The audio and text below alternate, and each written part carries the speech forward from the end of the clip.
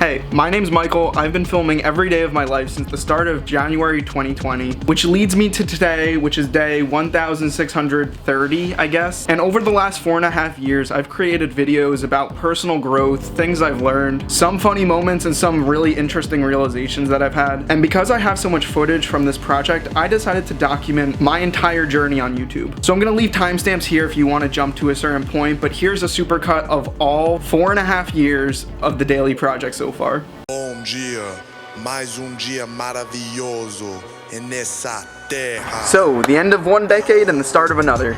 A full 10 years where I can confidently say I was much different than who I was going into this decade. Honestly, this is just a video so that I could hold myself accountable for not just my New Year's goal, but my decade goal. Quite possibly one of the most ambitious things that I've ever done or will set out to do, to record 1 to 2 minutes of video every day for the next 10 years.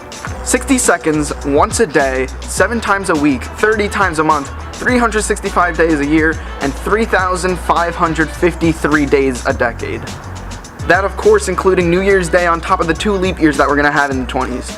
At the end of 2019, I ended up going through a bunch of my hard drives, and there was a lot of points where I regretted I didn't record the moments, and some where I forgot that it even happened. Note to self, this is all being cut out. No, seriously.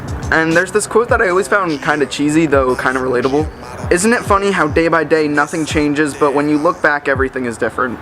And with that being said, my goal by the end of this decade is to be able to have enough video to look back and remember the tail end of my high school career all the way up until whatever I'm doing in 9.5 years from now. So that by 2030, I can look back on the decade and just see how much things have changed. I always found something fascinating about digging up old photos, and maybe it's someone else or you of the past, but at one point in time that photo taken was an experience. And so if I could set out to record one experience a day, by the end of the decade I'll have quite a lot to look back on.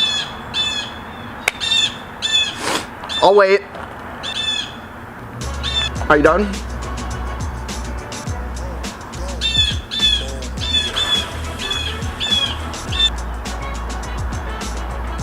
Are you done? And so while the birds are chirping and can you shut up? And so with this video as a record, I hope that by the end of the decade I could look back at something and be very proud of a little tedious goal that I have. It's weird to think that by 2030, the time I'm rewatching this video or looking back, that there actually might be another competitor to YouTube, or who knows, maybe there's still a complete and utter monopoly. Maybe they were shut down by the government. I mean, 10 years is a lot of time. With that being said, this is the most ambitious thing that I think I've ever tried to commit to, and I really hope that that comes through. Something else I just wanted to say, though I'm recording every day, it's not exactly for the sole purpose of uploading more videos to YouTube, but I do hope that by doing this, it leads to me making more videos, because I absolutely love doing this. Thank you guys so much for watching, and though I might only be talking to my future self at this point, I'll see you at the end of the decade.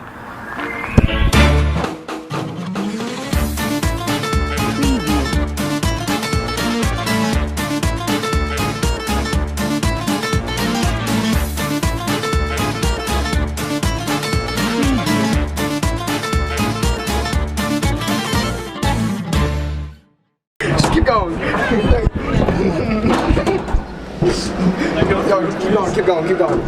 Oh God. Okay, so this past summer I made a video called 100 Days of Only Drinking Water. And the point of that video was to hold myself accountable for only drinking water. Since I drink a lot of sugary drinks and blah blah blah, not good for you, you hear it all the time. Now what I did for every time within those 100 days that I broke the rule about only drinking water is I'd take a photo of it so I'd feel guilty about myself. And then I'd put those photos into an album on my phone to remind myself about how weak-minded I am. Vitamin water, Snapple, Tropicana orange juice. It turns out that it's actually a lot harder to only drink water than you think. So with all that being said, remember to stay hydrated. Okay, so the other day, YouTube sent me something through the Creator Academy, and they recommended I look at this course that says Establish Your Fan Base. They remind me to tell the viewers to tap the bell icon, so that you guys could stay up to date on what's happening on my channel. On my channel. So, if you haven't already,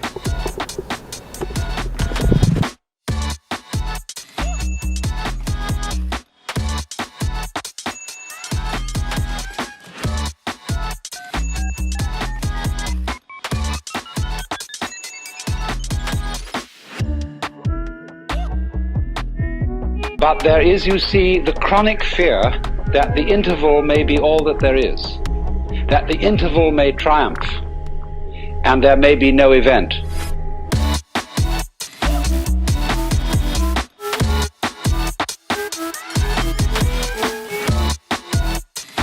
And I was trying to show you that there is a polarity between the event and the interval between events.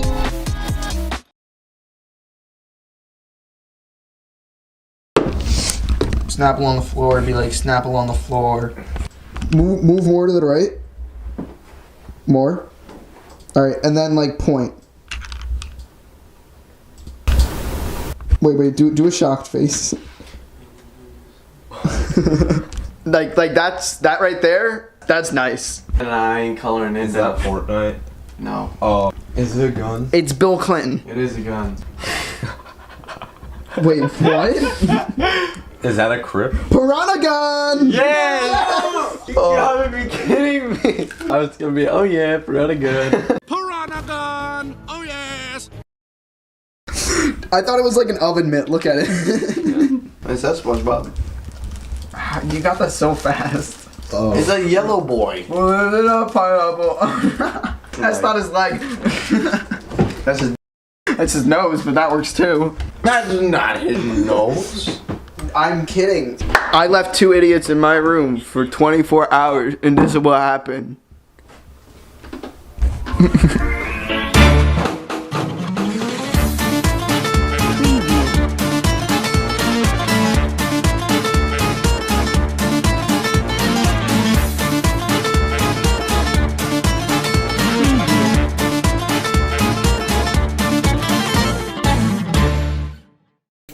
Recess during the court case? Recess? What is this, elementary school? Yeah. That was that was empowering! Wait, let's go! Let's go! There's something that I absolutely just love about chocolate gold coins. Maybe it's because of the nice milk chocolate or because of how smooth they are. You know what I don't like though? The outer shell of tinfoil. Yeah, no, I saved that for the turtles.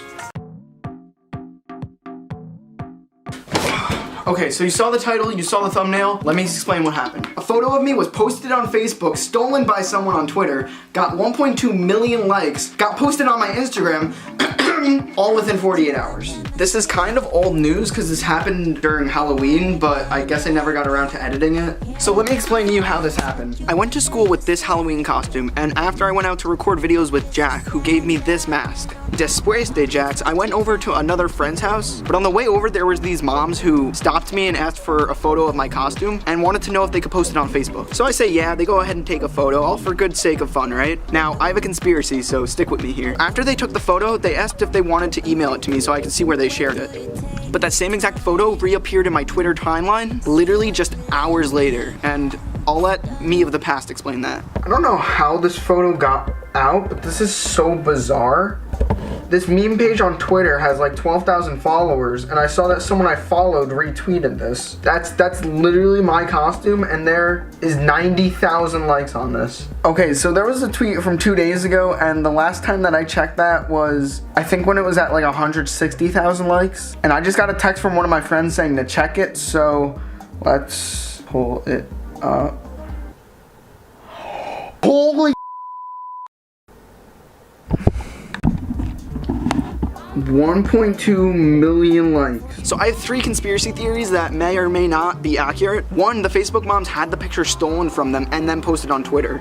Or someone who's following me took it from my Instagram and posted it on their Twitter meme page for it to explode. Or one of the moms had a Twitter account the entire time and was scheming this from the very second that they asked me to take that photo. I mean, who am I to say? It's, you know, it's just a theory.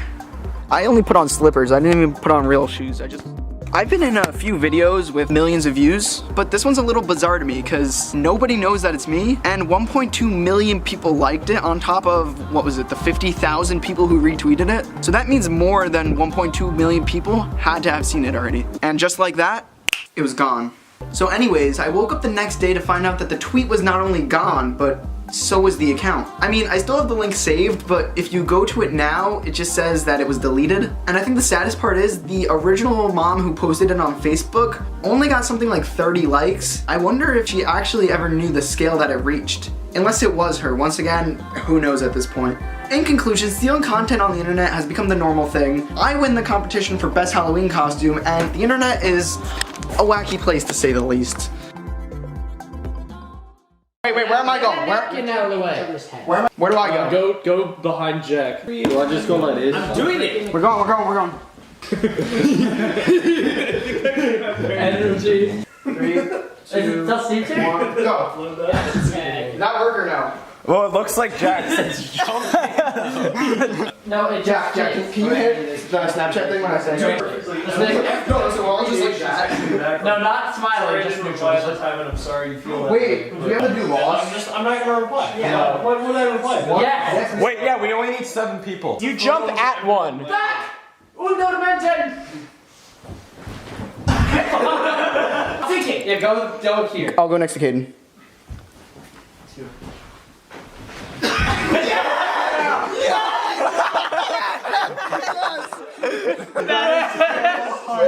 That is so perfect.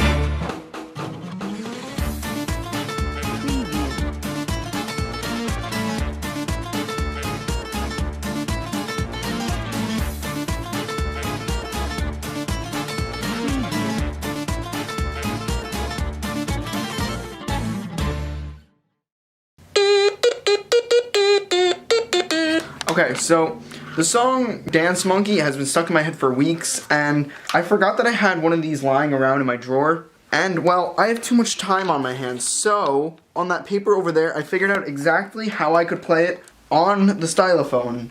So, here's that.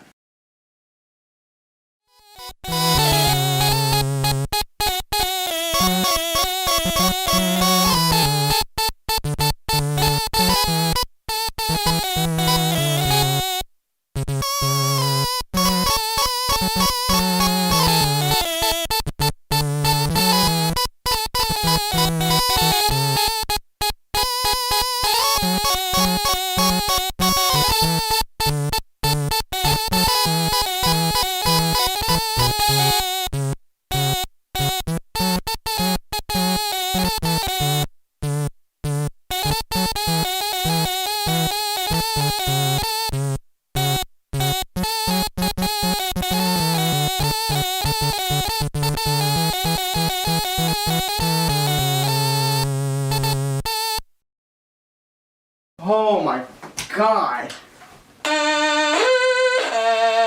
What time is it? I just spent a little over an hour and a half trying to get that perfect. Whatever I have, we'll have to do. Okay, so I have an essay that's due today, but it's not due until midnight, so I think I'm gonna start it now, but first...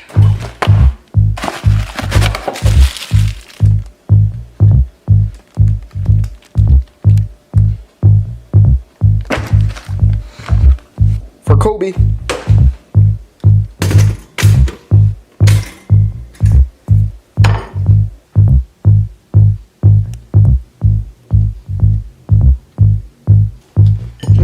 Now it's time to start the essay.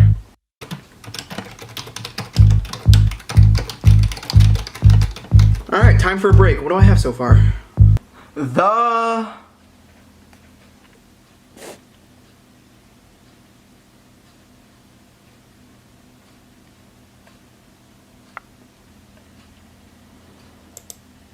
Alright, glad that's over with. Okay, so my friends and I went bowling, and we wanted to see how high we could throw the bowling ball before we got yelled at by someone at the bowling alley, and this is how it went. Go, Jack, go. I'm gonna do the same thing as him.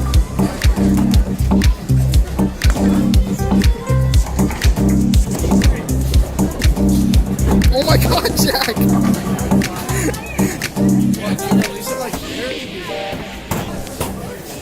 Oh my god.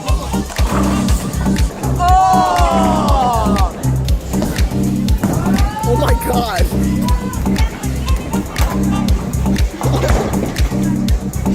Wait, right, Jack, it's my turn. Go, Chris, go. Go. And he's going. He's going in for the roll. And it's good. The projector wins.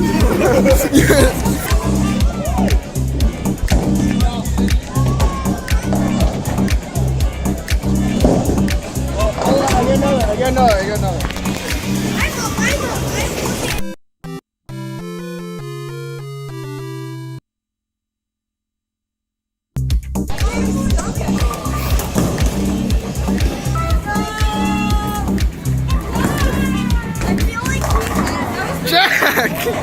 Jack!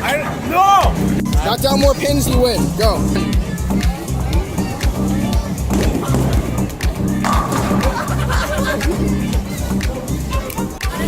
Alright, we're out. And no one really came up to us to say anything, so I think we have to go higher next time.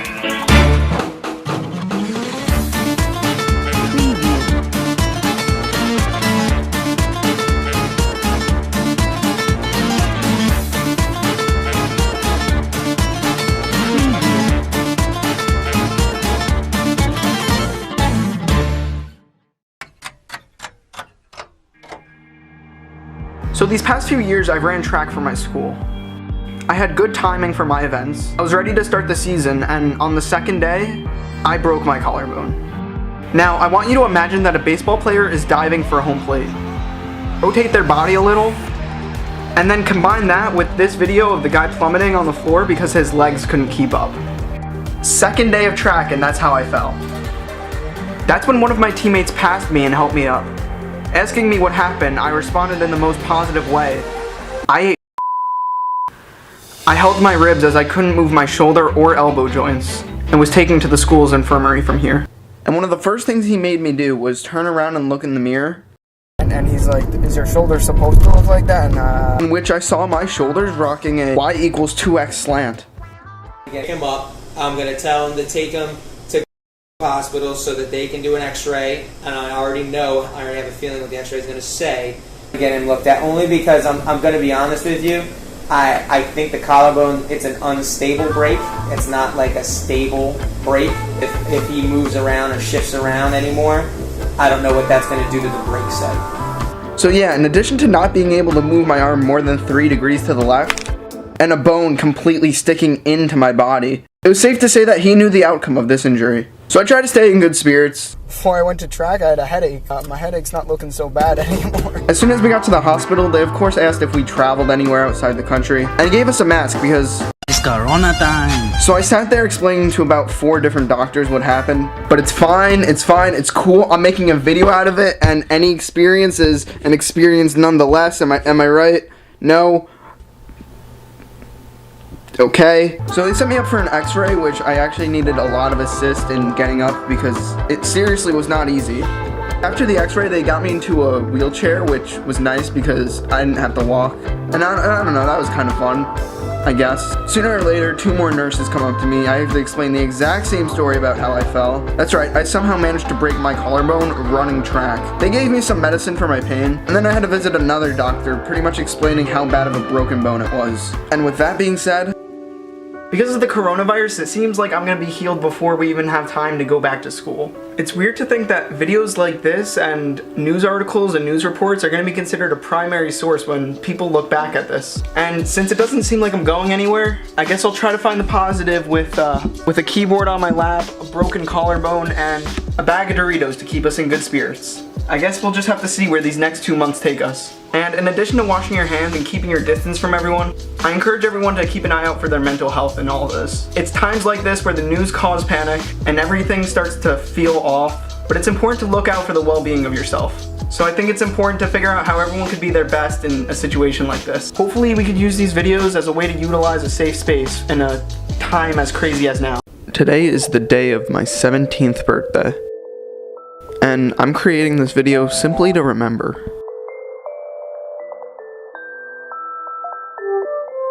So the other day I was cleaning through my drawers in my closet and I found this. So naturally, finding something like this about a year and a half late, I waited until my birthday to open it. I'll open it at some point in this video, so just sit back and wait a few minutes. In a time as crazy as now, where I'm forgetting what day of the week it is and it feels like the outside world is moving a million miles an hour, I stay in this chair to celebrate my 17th birthday. I don't know, I was never really a big birthday person. Take me out for some pepperoni pizza and call it a night, you know? I've decided to dedicate myself to recording video every day from the first day of the decade till the very last. So I want to talk about how I'm feeling today. If I'll be sitting down and talking like this for my next 10 birthdays, I might as well have them all recorded. In that case, hey 27-year-old Michael. Hope all is well. Okay, so how do I feel as a 17-year-old? I feel scarily underprepared for college education. I'm excited, but I still have at least like another year before that fully sets in. I'm currently living day by day under quarantine conditions, and I'm hoping I can make the best out of my senior year in high school. I guess you could say I'm happier now that I have more time to make videos. I mean, I miss social interaction, and not going anywhere in the public kinda sucks. But being able to edit and record all day and have that be acceptable it's a good feeling, because it's something I genuinely enjoy doing. This is my YouTube channel as of today. I'm not sure if this will outdate itself in 9 or 10 years, but my room is, for the most part, pretty clean. I keep it minimal so that cleaning my room takes all of 5 minutes at a time. I'm not really sure if that'll stick throughout college, but we'll see. So with the inevitability, is that a word? Hey Google. The quality of being certain to happen. There you go, ladies and gentlemen, inevitability.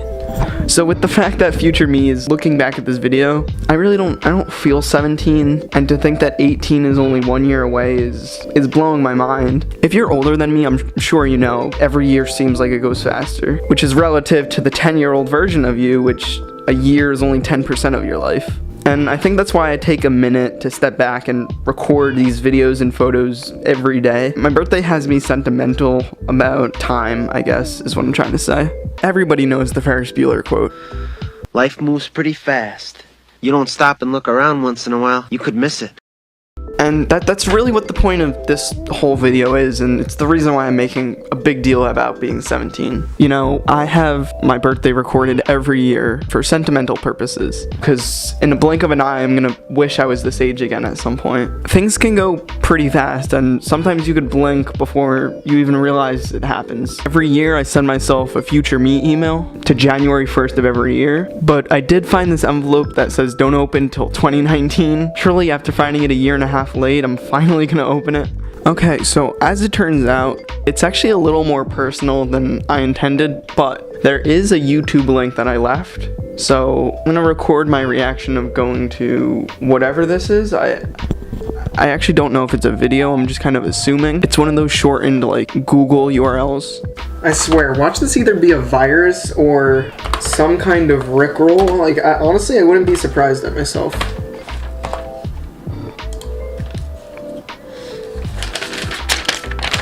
Today is January 1st, 2018. And that right there is the envelope I opened. And I find it with this note. This note pretty much just says something to myself. This will say something at the bottom of the letter that says, go to, find this in 2019, I want to go to that link that'll lead you to this video. Hopefully you've made it that far, future me. The best year that I've ever had. Honestly, 2018 was okay. I think that's really when I started to pick up a camera like regularly. 2019 was definitely better. To say 2020 is better, well, 4 months in. I just recently recovered from broken clavicle, or collarbone if you don't want to be so fancy. And I also got to make a video out of that, so you know, good things come from bad things, right? In terms of quarantine, my family's holding up, my friends are online. And thanks to anyone who helped put this together. It was definitely unexpected, but it was really nice. I found myself playing games a lot more now that I have a bunch more time without actual, well, physical schoolwork to do. Classes are still online and stuff, but you know, who's really taking that seriously? It's up in the air. Alright, well, that's enough of me being sentimental and completely unnecessary. And with that being said, I am now 17 years old, and I'll see you all for an update video next year.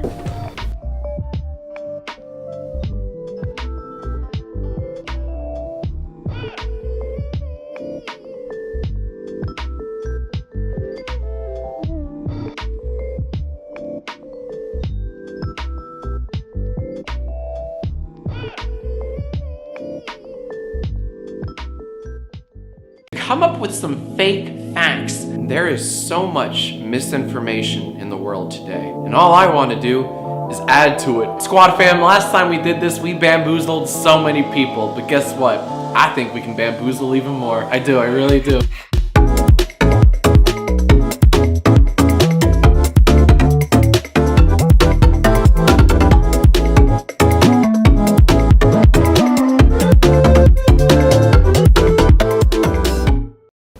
Yeah, I did that. I took Jacksfilms' fake facts and tricked a bunch of people. And since YouTube disabled my comments, try to tweet this at him to get his attention. For those who don't know, Jacksfilms asked his comment section for some of the best false facts that sound real. Then he took these comments and made them into JPEGs and usable facts to spread online and trick people. And so I did. Well, that didn't age well at all. I made a gimmick YouTube channel where reading the name of the user would send you on a wild goose chase. And after going through Jacksfilms' fake facts and writing down my favorite ones, I would use this account to comment on thousands of videos to trick thousands of people within the span of about 2 weeks. The people in on the joke played along. Those who didn't were fooled. Or they responded with a Wikipedia copy-paste reply proving me wrong. Oh, and the cherry on top? They would all end up at this comment here, which redirects you to this link. Quite possibly one of the worst things that could have happened to you on the internet in 2020. And if you've been on YouTube as much as I have, you may recognize this link. Well, at least it wouldn't fool me. But this link would.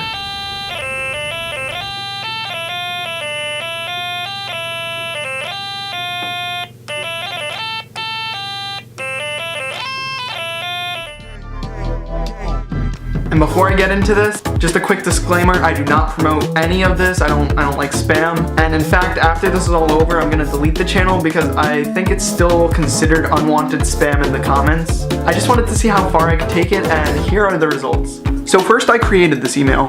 Then I uploaded channel art and pretty much what the comment would be leading them up to on a wild goose chase. That of course being... and then pasting them into the comment sections of new videos that were being posted on YouTube. And from there, I just started commenting on all the new... Ooh, yep, great, I just spilled water all over my desk. You know that 75% of water is actually considered wet? The other 25% is just considered rough or hard? Boom, fake facts! Hundreds of people were liking these comments. Thousands of people were being tricked. Now, I know you might be asking, Mr. Michael Bloomfilms, sir, where did you get the number 33,489 from? Since the only metric I have of actually seeing whether or not people have followed through to the video, I'm looking at the views. Theoretically, that is how many people read over the Jacksfilms fake facts that we spread all over the internet. And so with all that being said, let's play a quick round of a game I like to call, Did I Trick You?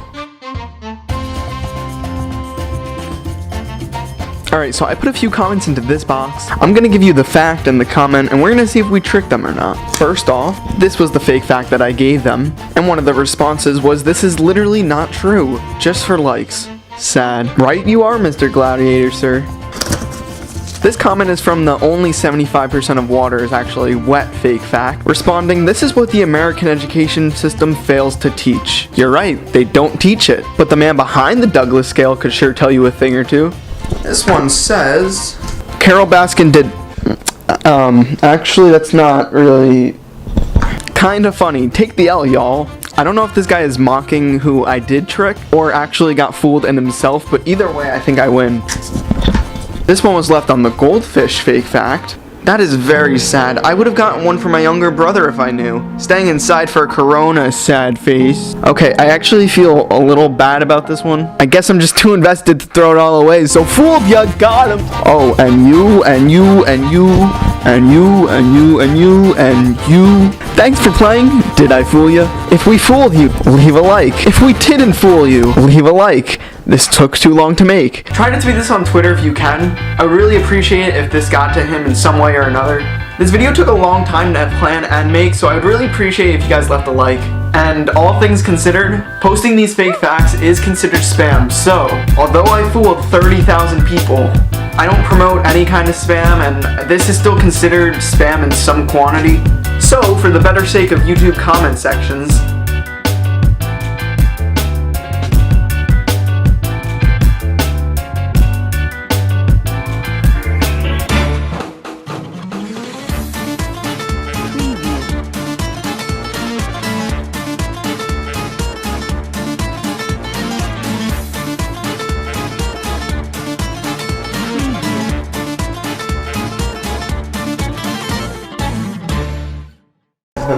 mouse, and I think there's something else in there. Boom. And then it cuts. And now you cut to present time where I'm explaining exactly what that was.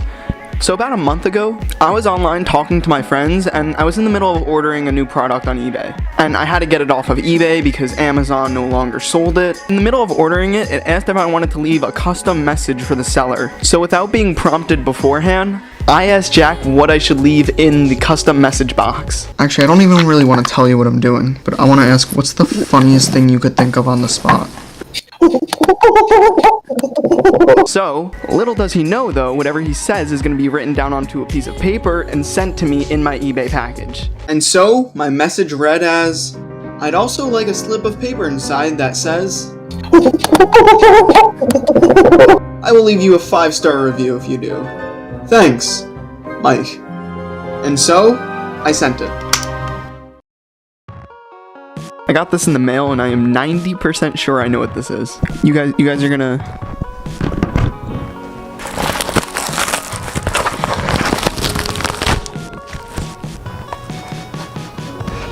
Not looking good, guys. I don't know if the note's in here. The box does look open. Box came out like this. I didn't even unfold that tab.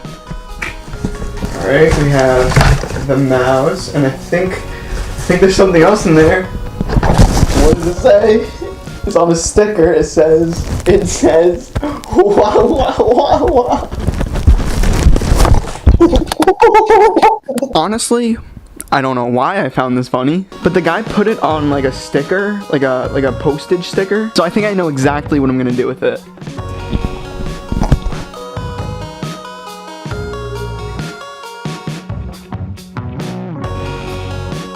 Yeah, I don't really know what I was thinking about when I bought this.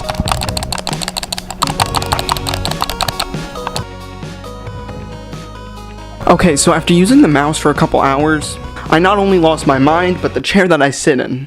In conclusion, the mouse sucks. I probably won't use it. I kinda wasted my money, but I'm not gonna return it.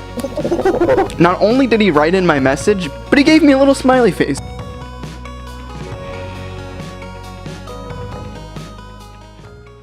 Without being prompted beforehand, I asked Jack what I should leave in the custom message box. What's the funniest thing you could think of on the spot?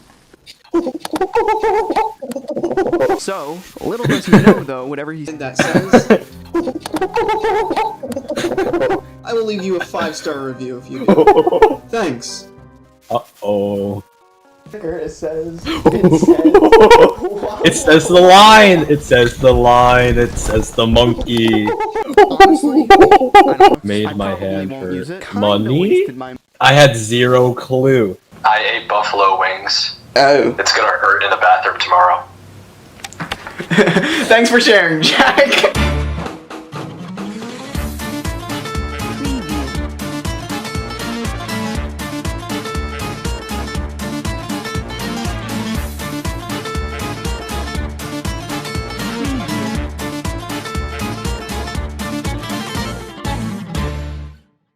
Now that some of the world is reopening, it's come to my attention how many of our little everyday doings are gonna have to be modified for our circumstance. But that doesn't mean we can't have fun. I created a social distanceable task for everyone to do while they crawl out of their 3-month quarantine hibernation. With that being said, I made this sign with the intention of making someone's day, even if only one person. Being young, adventurous, let's make something happen for ourselves. You know what I'm saying? Let's make something out of this life.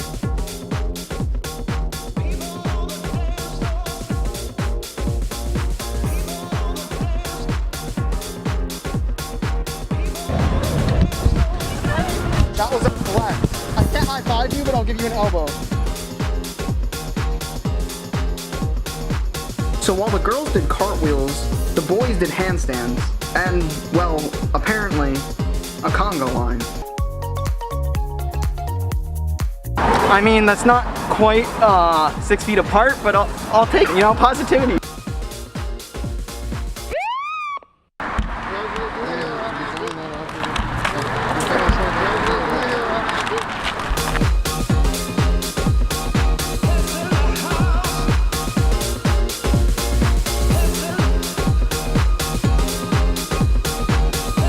What is he doing? I think you guys have to go read the sign.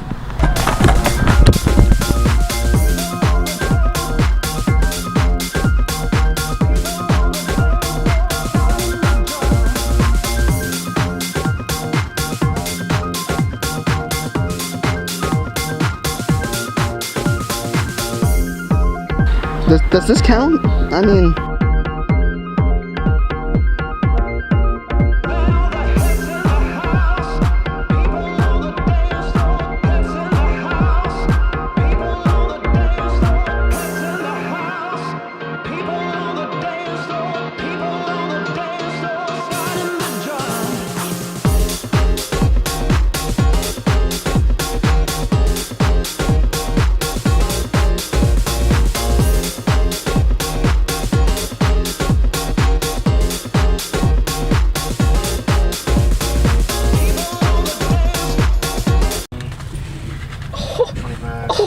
Ready, ready, wait, is it blurry? Is it blurry? Watch this. Wait, it's blurry now?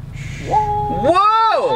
Whoa! Whoa! Do you know about like the four shapes of nuggets? Oh, one kind of looks like Alaska. No. It is the bell bone ball and boot. Yep. Boot, right here. Boot. Ball. Mm-hmm. Yes, sir. Yes, sir. Yes, sir. Yes, sir. Yes, sir. You are so cute. You are so cute. He's so jumpy. Let me see if he's... He does not fear the camera. He loves the attention. How old is he? He's like 5 months, I think. And how long has it been since you got him? Almost 2 months. 2 months? But what do we do if we find him? And we'll just spook him. Is he there? No. There he is. Wait, what happened? He spotted.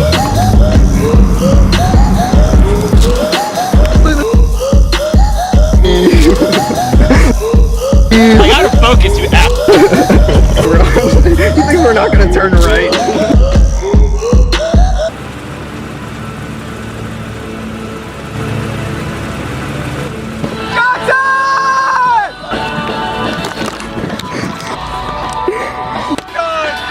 So the day after school ended, I got extremely bored and pretty much wasted away the entire day. But the next day it downpoured, so I decided to make something out of nothing. You know, the bag looked funny in the moment, but it actually ended up keeping my camera completely dry, so don't knock it till you try it.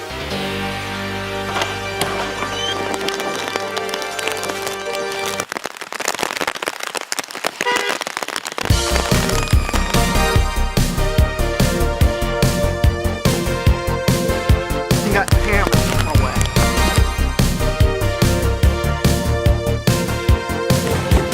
Yo, Jackson, zoom in. Zoom in. Wait.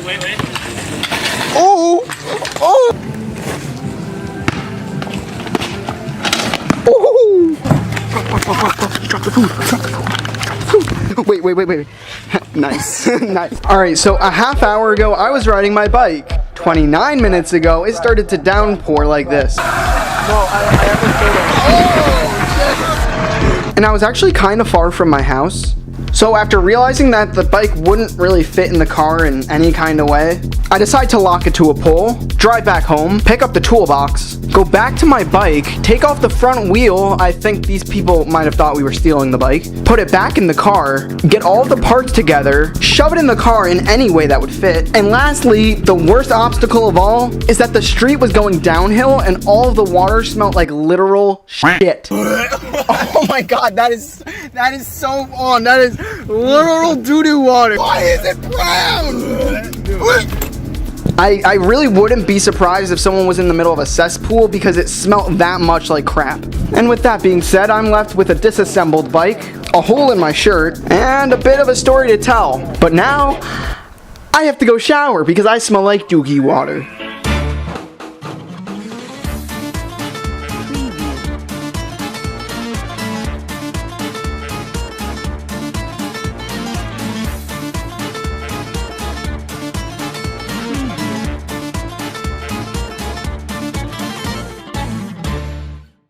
My name is Michael and I'm recording and sharing experiences from every single day of this. So the other day I got a DM from Jaden asking why I'm doing this. Why am I recording every consecutive day of my life for 10 years? What's the point? Where is it going? By the way, I might bring back this segment and feature you. Send anything you want to askbloomanything@gmail.com and we'll see how it goes. There's really 3 reasons I can give as to why I'm doing this. First off, I do it for my past self. Future me, I want you to look back and find good memories. And to the future me, I get to reflect, rewatch, and experience moments like this again. 4, 3, 2, 1. 1 out of 3,653. Which brings us to my second point. Documenting my life like this helps me see how I grow as a person. I opened videos from January of this year before everything happened. I mean, he was probably daydreaming about Minecraft and looked like an egg. Scrap that, still do. Alright, so the point is progress, okay? I like seeing progression in the rawest form possible. Some days, I'll rant to my camera like this for 15 minutes, only for me to find it sometime after college when I graduate. There's so many moments that are treasured on my hard drive from this year that even I forgot about now. And in a year that's as eventful as 2020, it's so nice to be able to look at videos and photos from the end of the year and also be able to look back on the videos I'm recording now while everything in the world is going on. And I get to see how much I've grown and how much I've experienced and all of moments like this that I might forget by the time I'm in my 20s and 30s. So some of the first videos I actually watched on YouTube were those videos where people take a photo of themselves every day for 10 years. And shortly after starting Project 3653, I found someone named Gilbert who was pretty much already doing what I was doing. And with the videos of people taking photos of themselves every day, part of me was jealous saying, I wish I started that. I wish I had a photo every day from 8 years old to 18 years old. And so this is kind of my version and my little spin on that. Perhaps a little more ambitious, you might say, but I think it'll be worth it in the end. When he was younger in 1990, there was no such thing as vlogging, so he was just documenting his life. And to look back on something like that and say, this is what the 80s and 90s were like, it really motivates me to just capture what's happening now, especially in this year. Why did I make that motion, capturing?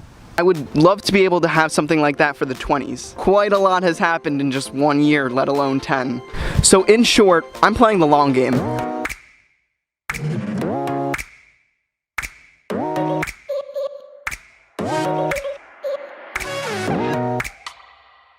There we go. Oh, Jack! You look great right now, dude. Do I? Oh, you taking the wings? Yeah, what's this? No, Jesus. Jackson just pooping later, it's gonna hurt. I just started and that's Superhero. My favorite superhero's Iron Guy. That tent's almost done. This one's in the works. We're not done. No, we are not. Can it get any hotter? Oh, yes. I don't know. Can it? I got like...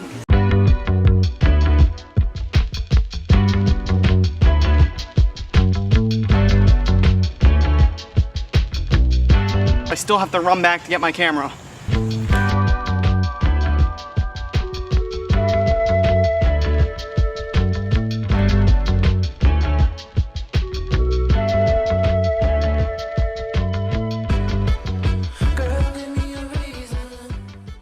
My first video was a mistake. While the title is still relevant, I want to explain how my first video was almost a complete accident. My first ever video on this channel 4 years ago was supposed to be a pizza vlog where I went out to get lunch with my friend Matt. Turned out, complete failure. Oops. But it did lead to what the first YouTube video is on my channel now. It was January 2nd, 2016, and I had just waited for the new year so that I could start my channel on January 1st. Even back then, I was so focused on tracking and remembering stuff that I wanted January 1st to be when I created my YouTube channel. It was originally going to be a pizza lunch vlog because, I don't know, I thought it would be fun for a 12-year-old to vlog. The video was really just us being random and having fun. But afterwards, Matt came to my house and we tried to make a trick shot video. I was already getting ready to make a second video and it was only my first week on YouTube. I was ready to consistently upload and start my YouTube channel. This video is also a month late, may I just add. And in the process of trying to do something cool, we stacked milk crates so that 12-year-old 5'1" Michael would be able to dunk on a basketball hoop. The thing is, after I set up my 480p camera on my porch, we decided it was Matt who would go onto the milk crates. And, well... I go like...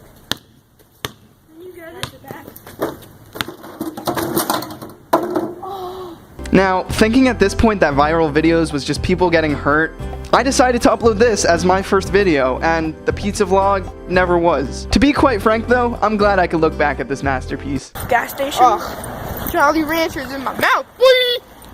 You didn't even open it yet.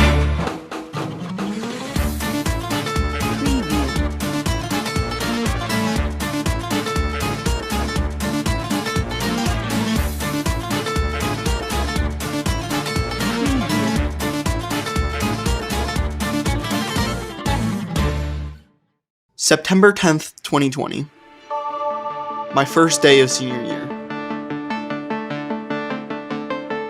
Great mood, high hopes. This was my last first day of high school. I felt like Chuck Berry was gonna walk in any second and play a solo for me. Actually, if you're my age, there's a good chance you don't know who Chuck Berry is.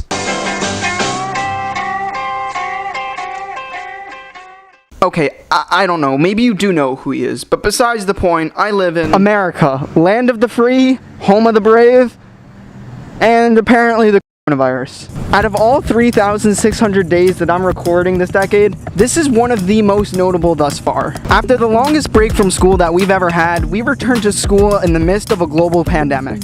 So I'm showing you my point of view, and maybe you can contrast it with how your school's handling it. Or compare what we have going on to, you know, places that are doing better than the US. So buckle up, sanitize your hands, put on your mask, and stay 6 feet apart, because this is what the first day of school looks like during a pandemic.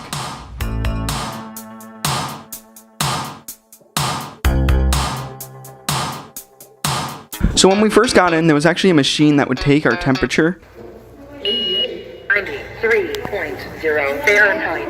And directly after that, I realized that in the hallway, it was separated into 2 lanes as if you were driving. One would go one way, one would go the other way, and we would walk in only single file lines so that we would create as little contact with each other as possible when we were passing each other in the hallways. And the way that my school worked is that the school would only function under 50% capacity. So while half the students were in the school for that day, the other half of the students were at home working on their computers. And so since I was in school for the first day, I went to first period and we had so much fun. Like, we did, well, actually, we didn't do much. I was also on my laptop reading a syllabus all class. But besides the point, at the end of every period, we were required to wipe down our desk with a disinfectant wipe so that the next class coming in would have a completely clean desk. So having to go to the library for one of my next classes, I found out that half the computers were blocked off so that only every other one would be used, and what was called a silent study area also alternated seats so that they would keep distance between the students. Also to mention, in front of the librarian's desk and a lot of other teachers' desks throughout the building had this plexiglass around with a cutout to talk to the students. It seems really bizarre, but trying to talk to someone through a glass and a mask was oddly difficult. On the bright side, going into my next class, we had rolly chairs, which we weren't really allowed to move because we had to stay 6 feet apart. But you can't really give a wheelie desk to someone like me and expect them not to move around. The whole day was kind of bizarre, but I guess you just have to roll with it. You see, you roll because it's a wheelie desk, and okay. My school allowed for mask breaks, which was actually kind of nice when you first hear it, but then you see what they actually give you and it's like, wow, this feels like prison. Not that I would have any other ideas on how to do this. I'm sure the school is doing the best they can. Sometimes it can get hard to breathe with our mask on, so they let us go outside for a bit to take them off and talk to each other. The only thing being, of course, we had to stay 6 feet apart and stay within our sea bear-like circle. At the same time though, I can't really take it for granted because it was nice to see a lot of people from school who I haven't seen since March. Again, however, half the school was online for that day, so there was still another half the school that I just didn't see. There were some things as little as water fountains that you would forget you can't really put your lips on due to safety. So I guess they must have turned off the water fountain, but they kept up the bottle filler and left out cups for the students so that we could still fill up cups if we wanted them. In which I actually got a cup of water, drank it, and then realized something was wrong because they probably haven't changed the filter since March. These were some of the seats we were allowed to sit in outside without mask. This was again during our lunch period, but we would still have to sit 6 feet apart. In every classroom, there was also hand sanitizer dispensers, as well as more in the hallways and outside. I'm gonna be real, no owl is gonna be telling me what to do. The lunchroom was interesting to say the least. You were either able to bring out your lunch to one of those circles outside, or stay within the cafeteria, in which there were no tables that you could actually sit at, but instead desk for each individual student spaced 6 feet apart. Also, when getting lunch, there was a layer of plexiglass around the counter like I mentioned earlier. The student desk within the rooms were also spaced 6 feet apart like the desk in the cafeteria were. So to recap what's completely new about this school year, everyone is 6 feet apart. My school pretty much went paperless, which is actually a good thing. I only get to see half the student body that I did last year, which it is what it is, but we'll see as time goes on, I guess. We have hand sanitizer stations around every corner, but above all, we have wheelie desk. And that's what really matters. All that aside, I hope that by the end of senior year I could look back and say, that wasn't so bad. Either that or this clip will age very poorly. One day I'm gonna look back and wonder where the time went. And what feels like present day today will soon just become another memory in my head. Memories that I don't want to forget. My name is Michael, and I'm documenting moments from every single day of this decade.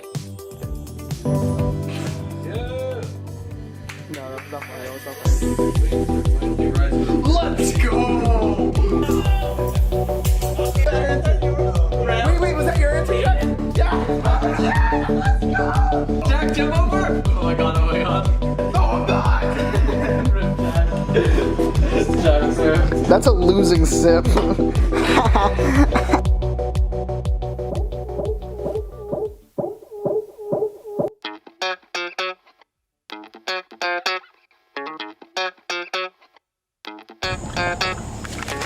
Yo, brought you a brownie.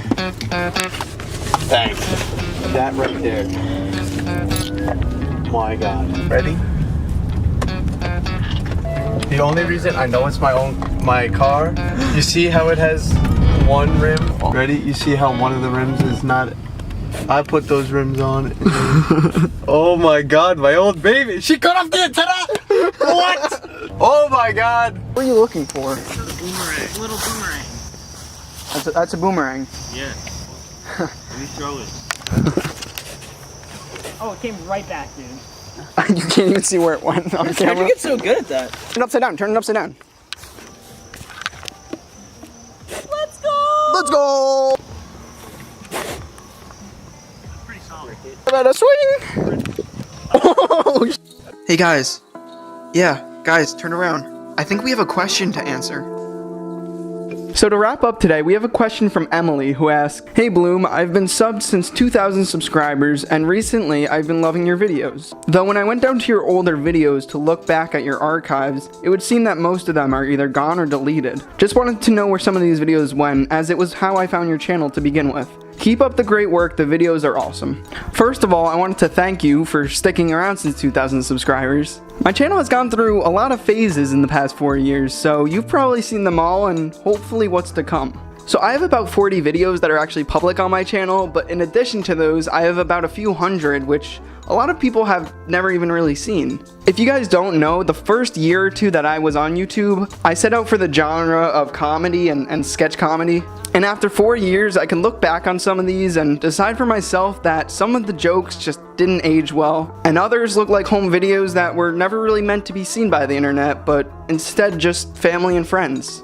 Like, I could pull up one of those videos now and laugh about how bad they are, but my god, I cannot keep all of those public. And so that's why a lot of my videos are now private. But if you scroll down enough on my channel, I'm sure you could find a good cringe or two. With that being said, if you have any questions for me to answer, send them over to askbloomanything@gmail.com, and that's going to be it for today.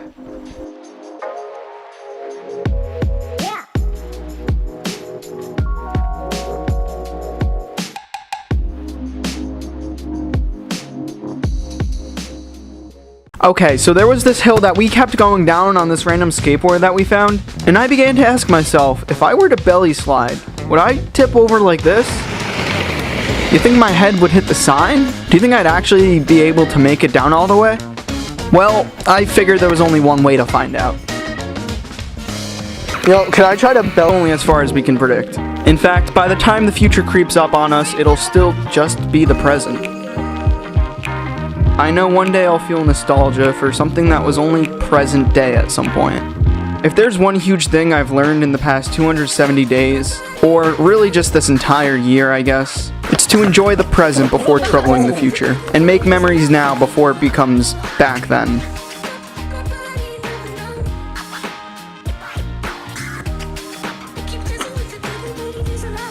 It could be.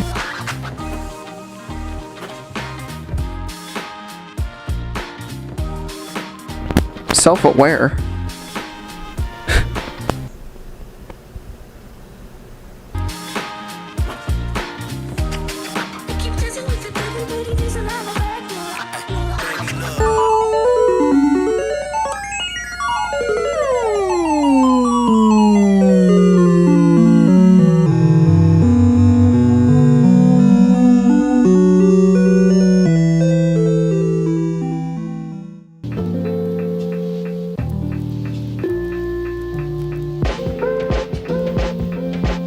Okay, so for today's emails, we have two quick ones, and the first one is from Adam, who asked, do you have any plans for the future of this project? 3,000 days is a lot to go through, so I wanted to know if you had any ambitions or goals. If there's one thing that COVID has taught me, it's that plans could change at a moment's notice. In terms of this project as a whole, I really don't have any plans for it. Like at the beginning of this year, I told you that it was a project that I just wanted to do, and it just so happens that YouTube is the home for it right now. Who knows where it'll be in 5, 10, hell even 2 years from now. If you told me back in January that this is how the project would look 300 days in, I'd be pretty survived? I'd be pretty surprised, and that was pre-COVID only 10 months ago. I can only imagine where the next 110 months are gonna take me. So there's plenty of time for change, but I don't have any elaborate plan, just going with the flow. The next question is from Abby, who asked, what's your favorite movie currently? So the two films that have been wandering in my head lately is Interstellar, which is a sci-fi, save humanity, existential crisis type movie. And I've seen it a couple of times, and after every watch, I think I stare at my wall for 15 minutes, thinking about the third and fifth dimension. It also feels like one of those movies where every time you watch it, you catch something new. It's just so elaborate that even 6 years after it's out of theaters, people are still making YouTube analysis videos on this movie. It's definitely worth a watch and one of my favorites. Also, Back to the Future. No matter how many times I see this on TV, it's always a good watch. And it feels like a film that never ages. That is, until we actually have hoverboards and flying cars in reality, but that's a different story. With all that being said, email all your questions to askbloomanything@gmail.com, and that's gonna be it for today.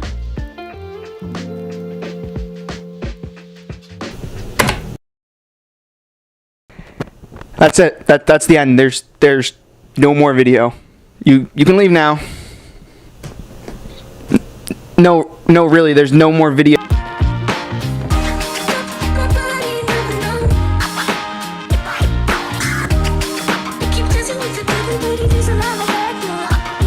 Hey Google, how many days has it been since January 1st, 2020?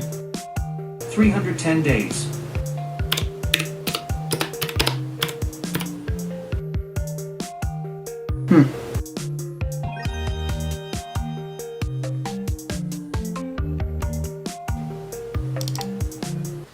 Hi, future me. Hey. Yeah, you knew this was gonna happen, right? This conversation? Yeah, I thought it would have been years from now, not 11 months down the road, you know? Right, okay. We're on the same page. Today is November 7th, 2020.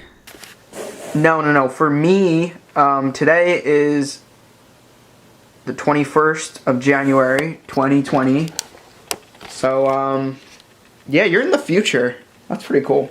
I guess, yeah, as cool as it can be. Right. So, what are you doing right now? Well, talking to you. I mean, I finished some assignments for classes, and now I'm just looking through my hard drive videos. I'm not surprised you're going through all your old videos and stuff, but like... Are you busy right now? No. What I'm doing? Well, you know, I'm sure you remember that time. I'm you, aren't I? Yeah, that's kind of how this works. Right. So, I'm not studying. You know I'm not studying. No, and I know you really don't end up studying anyways. Yeah, never really turned out well. Hope I got a good grade on this, because I have my social studies midterm. You didn't do terrible, but honestly, it really doesn't make a difference at this point. I got the lights going on down there. Color changing lights with my remote. Yeah, those lights are obnoxious. I mean, I still have them, but using them in videos doesn't make you any cooler. It's actually kind of distracting. No, you're right. The lights don't do any good, but I'm like kind of studying. Yeah, you're literally not. I remember setting up those papers just for this clip. What have you been up to lately? What'd you do yesterday? I got tested for COVID. I came back negative, but you probably won't really understand that for a couple of months. Wow, I would have never thought that I'd be doing that eventually. Nice generic response, Michael. Well, you know what they say, shit happens, right? Yeah, shit happens. In fact, in these next couple of months, some things are gonna happen, and you should just, check on yourself mentally, and... are you even listening? What? Oh no, I have a short attention span, you know how it is. Oh, just wait till you re-download TikTok. Instant gratification doesn't help with that. What else hasn't changed in this time? I'm sure it's been a few years when I refer to this. Oh no, in fact, it's only been 11 months and a lot changes actually. Okay. I don't know, do you have any questions for me? Yeah, do you think you're actually gonna keep up with this recording every day thing? I don't know, I'm not really sure, but if you want to remember how I feel, or I felt, you felt, in my past, but also in my future, which would also be your past. Yeah, I don't know if I got all that. It's fine. You could just watch a bunch of the videos that I've recorded over the years, and there you go. You'll probably turn this into a video, won't you? I most definitely will, yeah.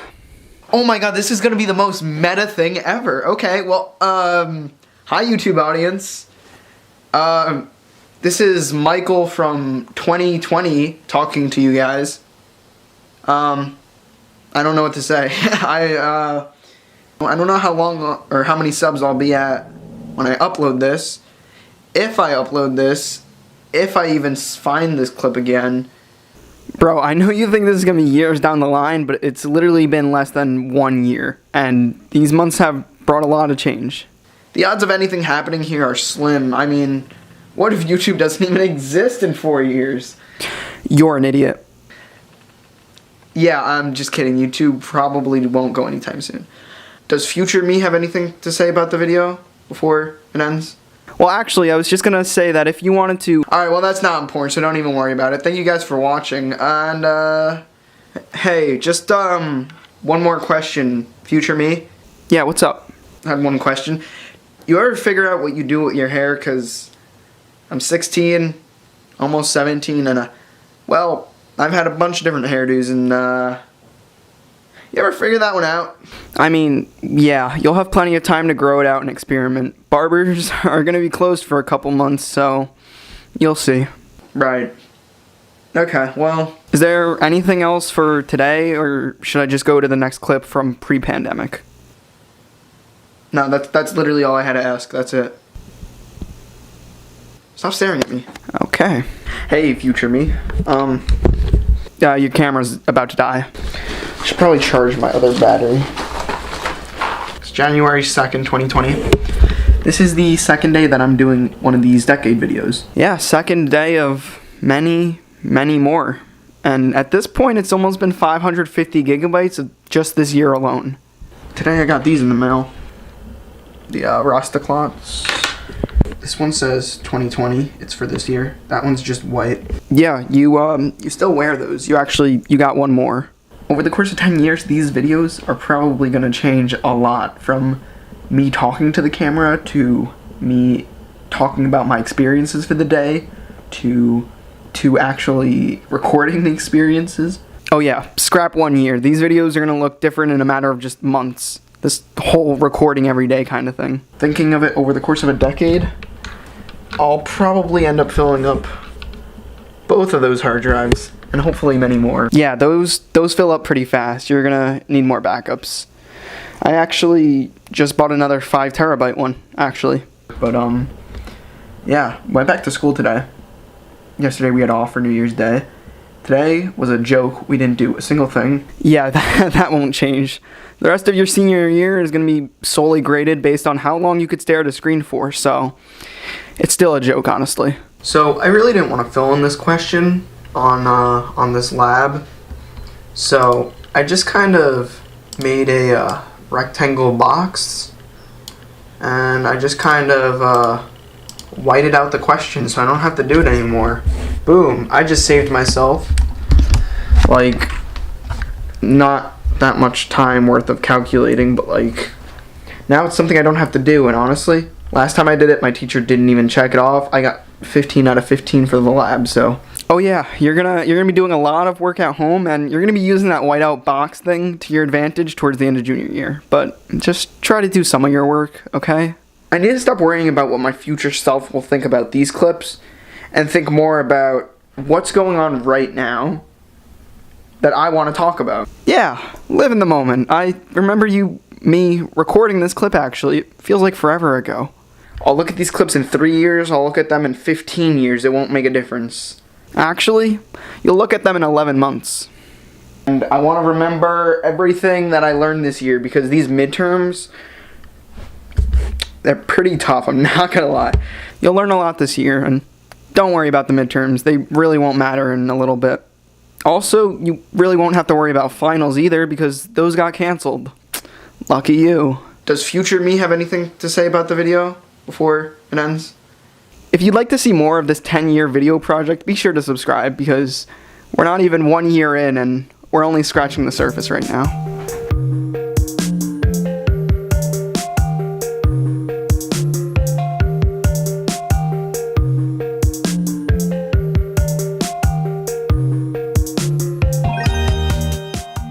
This is my friend Mike. He recently got his car fixed after having some problems. And I thought, what could I do to make him do just a little more work on his car? And what kind of friend would I be if I couldn't get a laugh out of a minor inconvenience? The first thing that came to mind was putting down a fog machine so that he would think his car was smoking. But too expensive, not practical, and kinda foul. Then I thought about painting his car with a washable paint. But also too expensive, and if the paint got somewhere where it shouldn't be, I would be the one at fault. And so, plastic wrap it is.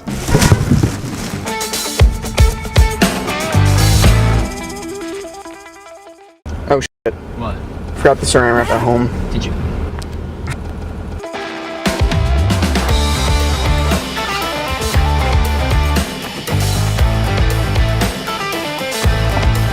Perfect.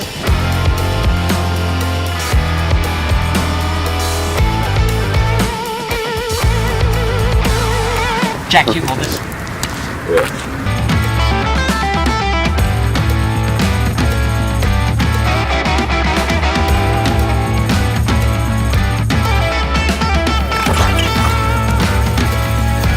Oh, they got you good. Oh no, we're actually doing it with one of our friends. Oh, okay. That's outstanding. Yeah. I've never seen the plastic wrap. It's terrific. Yeah, we're the good friends. That is killer, guys. Thank you.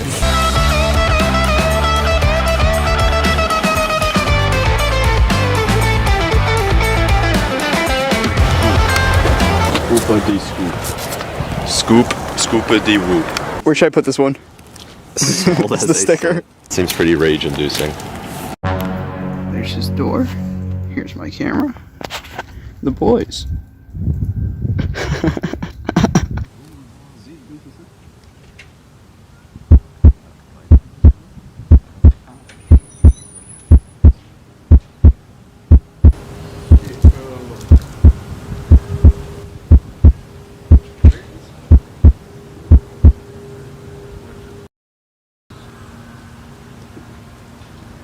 You like your car? Do you have my charger? I forgot that. I like the prank though. I was like, I swear these f***ing neighbors who did this. Wow. I was 100% sure it was, because I saw your head and I was like, that's definitely not one of the neighbors. And I saw the camera too. I was like, Dude, it's but the why Bloods. would they record this? But then I saw your fuzzy head and then I was like, You thought it was just me at first. Here, let me just put him back inside real quick. Whose idea was this? Mine. Wonderful. Well, I guess Jack told you that my car was parked out on the street, or you did? No, I texted your dad. Oh. Actually? Yeah. I'm surprised you got my dad. Yeah, hold on. I want to show you his text. So He was fun. excited. I know. Yeah, it's parked on the street. Just to make sure we don't do the wrong car. Do you know the license plate? Not really, but it has blue wrap and peeling. Audi 2-door.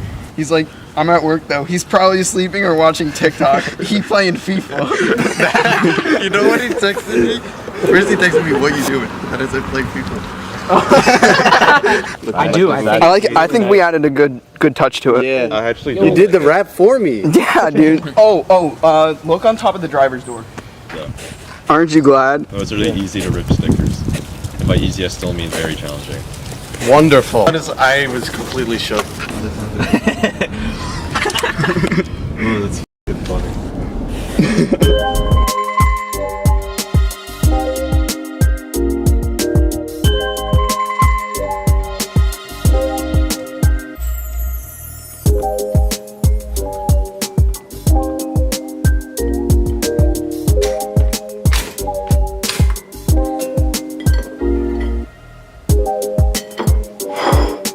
Idea, 10 out of 10.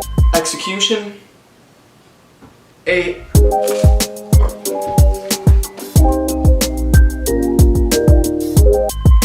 Alright, boys.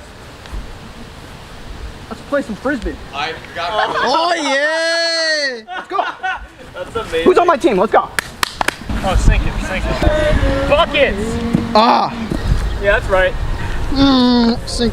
A drop of sweat fell into my eye. Ah. As you can see, recording and trying to catch is not the most ideal situation. As you can see, catching it in general is rather difficult.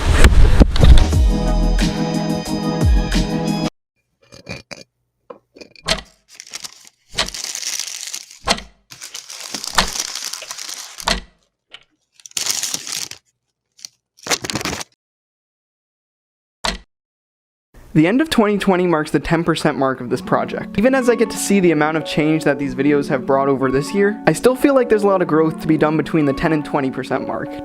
And as this year comes to a close, I guess I'm just trying to figure out how I want to go about the next 9 years of this project. Since I have literally every day recorded, I know it can get personal, and if I feel like if I were to recap this entire year, not only would I fail to do it justice, but none of you guys would actually care. Nobody tells people who are beginners, and I really wish somebody had told this to me, is that all of us who do creative work, there's a gap. That for the first couple years that you're making stuff, what you're making isn't so good, okay? It's not that great. It's trying to be good. It has ambition to be good, but it's not quite that good. But your taste, the thing that got you into the game, your taste is still killer. And your taste is good enough that you can tell that what you're making is kind of a disappointment to you. You know what I mean? A lot of people never get past that phase. A lot of people at that point, they quit. And the thing I would just like say to you with all my heart is that most everybody I know who does interesting creative work, they went through a phase of years where they had really good taste, they could tell what they were making wasn't as good as they wanted it to be. They knew it felt short. It didn't have this special thing that we wanted it to have. And the thing I would say to you is everybody goes through that. And for you to go through it, if you're going through it right now, if you're just getting out of that phase, you gotta know it's totally normal. And the most important possible thing you could do is do a lot of work. Do a huge volume of work. Put yourself on a deadline so that every week or every month you know you're going to finish one story. Because it's only by actually going through a volume of work that you're actually going to catch up and close that gap. And the work you're making will be as good as your ambitions.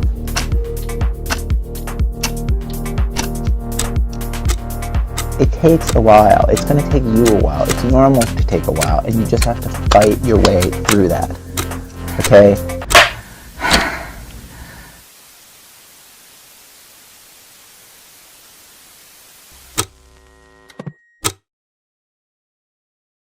Hi Michael, I'm happy to inform you that I found something that belongs to you, and I'm quite positive I'm talking to the right person because of... It worked! Holy sh**, it worked! Oh my god. Dollars. No. The paper currency of the United States. What are the odds that you touch the same bill as a famous person? Kobe Bryant, Ariana Grande, Will Smith, the president. If my high school statistics class has taught me anything, it's that the probability is low, but not impossible. Well, what if I were to tell you that I sent $1 into circulation only to find the exact bill 1 year later? There are over $11 billion bills in circulation. What are the odds that you've had the same one at 2 different times? I wrote my YouTube channel on a $1 bill back in January of last year in hopes that someone would tweet about it. Look me up. Anything. And here's how it went. My plan was the following. Write some type of contact info on the $1 bill, send it into circulation, patiently and anxiously wait until someone hopefully reaches out to me one day. And finally, in the off chance that someone does contact me, try to figure out where the $1 has been since I spent it. Now, part of this everyday project thing is that I record videos from every day of the decade. So while getting this video for my daily clips of the day, I didn't really think to record too much footage because I was pretty doubtful that I would ever see the $1 bill again. After all, why would I spend time gathering footage for a video that wasn't even likely to happen? Because I'm not sure if I'm ever gonna see this $1 bill again to make a video on it, so... But in case I ever do get this $1 back, the chances of that are slim, so I'm not gonna make a big deal about this until then. The only thing left to do after signing the bill was to take photos for authenticity purposes. If somebody were to give me this bill, I would need to know that it is the exact same one that I sent out a year ago. And with all that being done, I think it's time for this $1 to finally start its journey. The day after signing the $1, my friends and I went to a neighborhood pizzeria to send this $1 back into circulation. And from there, the journey of the $1 begins. There were some pretty doubtful realizations too. In fact, months went by and I realized that statistically this was never gonna happen, so I began to lose faith. In February of 2020, YouTube disabled my comments, so even if someone found this $1 bill, they would have to reach out through a different social media in the description. In May 2020, I actually remembered the $1 bill, but then thought about how I'll probably never see it again. It was lost like every other $1 that you've ever spent. But then, because the year had just ended, I decided to rewatch videos that I recorded through the first of 10 years in my decade-long project. And long behold, I get back to the video where I introduced my Q&A segment. Because YouTube is ridiculous and temporarily disabled my comments, I had to make an email where you guys could, well, ask me anything. Once again was I reminded to check the email for the first time in a couple months.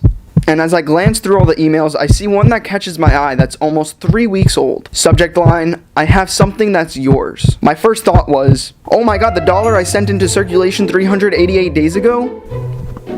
No, of course not. I actually forgot about it by this point. My first instinct was to pick up my camera and start recording. Okay, so I'm checking my Ask Bloom Anything email. I just checked for my ID, my wallet, I have my hard drive and my phone. I have pretty much everything that I, all my really valuable things. Because after all, they're contacting me through an email out of all things. So the email says, "Hi Michael, I'm happy to inform you that I think I found something that belongs to you. And I'm quite positive I'm talking to the right person because of your 10-year project. I would love to hear back." And so I emailed them back in the nicest way possible, just in case they were a good Samaritan just trying to return something. Maybe it was one of my friends who sent it just to mess with me. But after just a couple of days, I got a response. Your $1. Okay, in the moment of getting this email, I didn't get what they were trying to return to me. Oh my god, if this is what I think it is, I'm gonna lose it. I waited to open it because I read the subject line and I wanted to record it, and it says, that's the $1. I'm shaking right now. Oh my god! It worked! It actually worked! Oh my god. Okay, hold on. I actually completely forgot about this $1, but I am so glad that I did it, because this proves my point. Oh, this is... Okay. I'm gonna shoot an email back. With her permission to share, it ended up in the arms of someone named Taylor from Toronto, Canada. So wait, I spent this $1 in a neighborhood pizzeria on the east coast of the United States and it ended up in Canada? Initially, I asked why she had this $1 bill because Canadian dollars looked a lot different than US dollars. She said she got it from Idaho, one of the least populated US states, back in early January when she was visiting her grandparents. The next day rolls around and long behold, I get another email from Taylor. So, do you want this $1 back? I assume it has more value to you than it does me. Initially, I was thinking that it was enough closure to know that my $1 bill ended up in somebody else's hands and they reached out to me. But for it to go to another country and then get it back would be something that probably would never happen again. It was an offer I simply couldn't refuse. After all, how perfect would this video be to make full circle? P.O. Box info sent, and weeks of anxiously waiting later,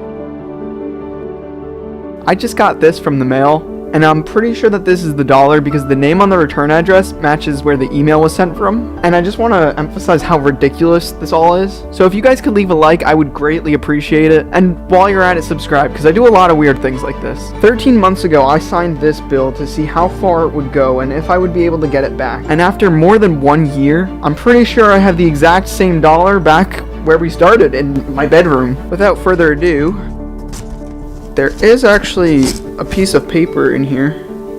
It's actually a letter of authentication. That's actually pretty cute. Thank you, Taylor. I'm gonna email you once this video's done. Oh, and what's that? There's something else in the envelope that I just completely demolished. Is this it? Wow, oh my god. This is the dollar. Wow, it's really beat up. Holy. I think I'm gonna put the dollar in the sleeve so it's with the letter of authenticity.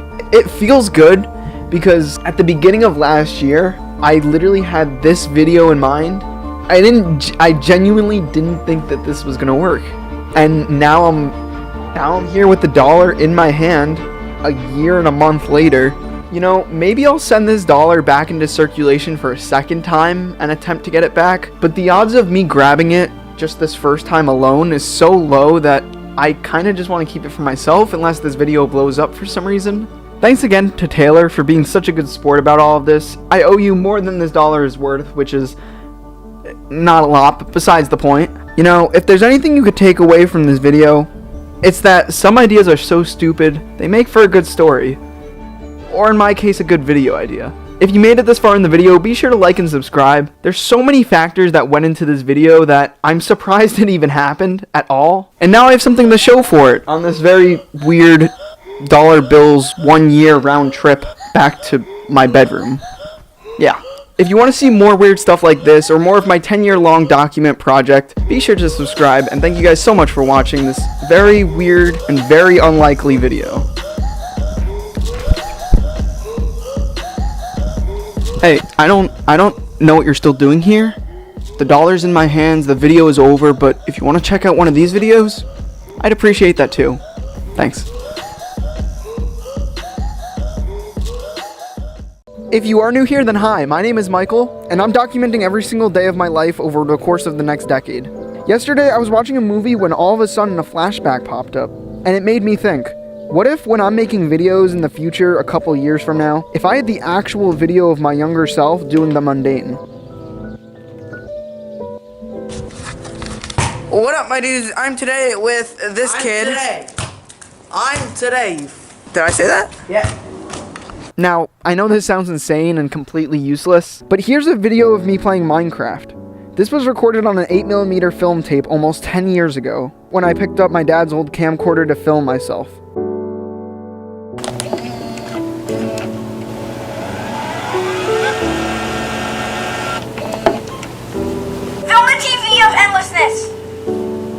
It's not gonna work. Exactly all we filming.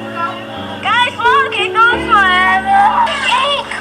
Oh yeah, let's film the cake. Yeah. Which is responsible for pretty much leading me up to my desire to owning a camcorder for myself. What if I want to use old video of my younger self as a flashback in a video I make when I'm in my 20s? If I want this decade-long project to feel like a self-documentary, I need to get video from now so that I can use it later. So I want to get videos like this before I regret not filming them at all.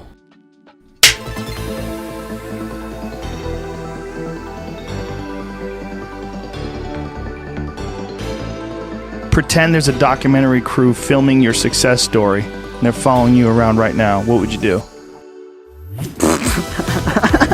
Yeah, we gotta go. Did you see that kid that just died? Man's wiped out. Boom. Yeah, montage. Hell yeah. Boom, 5 years later. What? But in a decade worth of video, there's bound to be moments like this as well. I broke my collarbone followed by a global shutdown. A major airline cutting its flights because of coronavirus. Oh boy. But it was all fine and dandy because I had time to heal my broken bone before I was back in school in just 2 weeks. So my information today is just to give you this, like, what we're going to be looking in for the next week or so in terms of checkpoints. Well, 1 week turned into 2, turned into a month, at which today actually marks 1 year since. The point is, if you scroll down and this video says that it was uploaded over a year ago, then I'm out of high school and this is just another part of the 10-year project. I don't know where I'm gonna be a year from now. I didn't know what I was gonna do last week. I didn't even know what yesterday's tomorrow was gonna look like until this morning. Or even what tomorrow's tomorrow was gonna look like. And that's it, we're done. You can close it now, we're done. Yeah. Mr. Beast recently hosted a challenge where 1.5 million people competed in the comfort of their own home for $100,000. Everyone with their finger on the app will be entered into the challenge. And whoever takes their finger off the app last wins $100,000 in cash. Window up, window up. Window up. 6 seconds, you got 6. And while this was us just seconds from entering a $100,000 competition, this was Eric. We'll be back to him in a minute.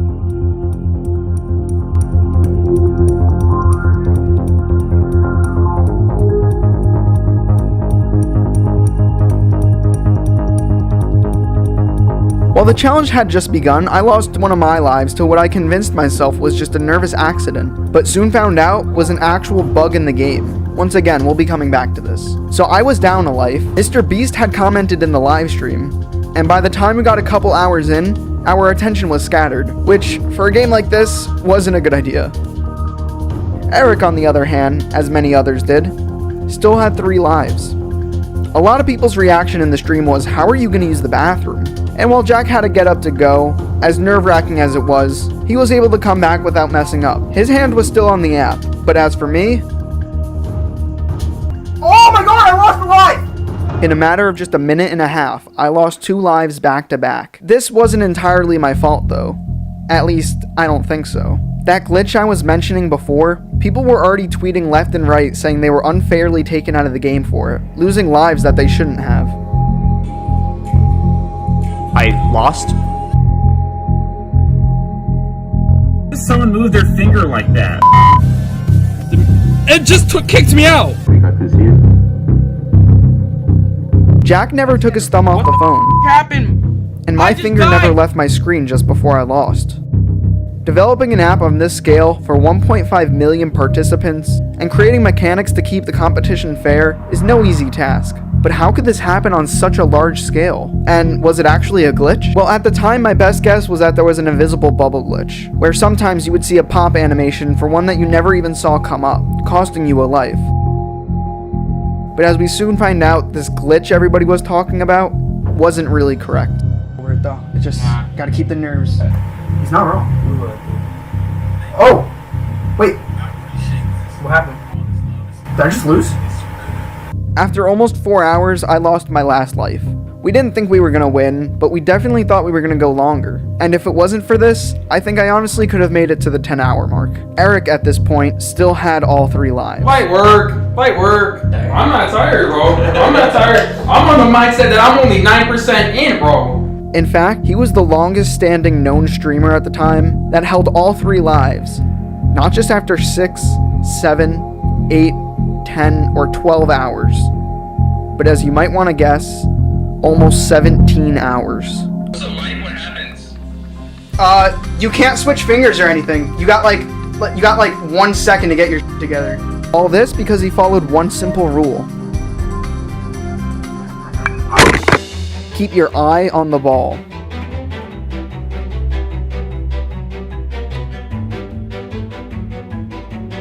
Oh my gosh, I just lost a life. Dang it, bro. It wasn't until late game where he slipped into a poor bomb placement that would lose his next life. What? I stupid hit the bomb. And that glitch I was talking about would soon catch up to some of the top players as well.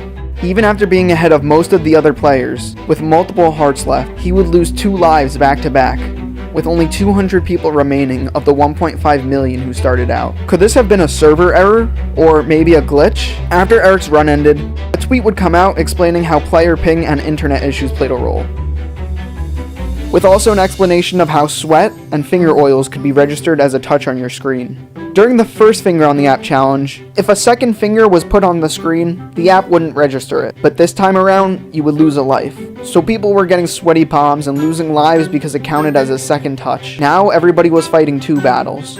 their willpower, and their sweat glands. Maybe it wasn't a glitch, but it was entirely possible it was. Even those who made it to the top 10 had so much sweat on their screen that you could see a glare. It was by this point in the competition, almost 30 hours in, the person in 8th place decided to take their finger off the app. That of course being after Jimmy offered $10,000 to anyone who dropped out within a 10-minute time frame. After almost a day straight, he takes the 10 grand over risking the 100,000.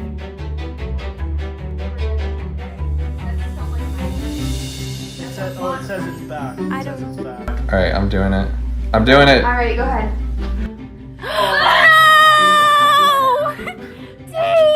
Beyond this point, the player count would drop very slowly. The remaining 7 people went on for almost another full 24 hours, until finally, we got some footage of the winner. He was probably awake for so long, and so relieved to finally be done, that I don't blame him for not even being able to speak straight. Oh my god! Okay, alright. Okay, we have to calm down. Okay, we have to calm down. Do you have a Twitter? Okay. Yeah. Well, here. Here. You text or whatever. And that's where we're at today. The CEO of Night Media, who manages Mr. Beast, had this to say about the future. And we're also like in the process of developing a few more games that we think will bring his community even further together. You know, if with the thesis really around Beast Games being like taking what Jimmy does really well on his YouTube channels and letting everyone compete on that scale. So hopefully we'll have some other event that happens in the near future. Be sure to drop a like if you guys like this video format. And go ahead and check out these other Mr. Beast related videos that I made. Thanks for watching and have a good one.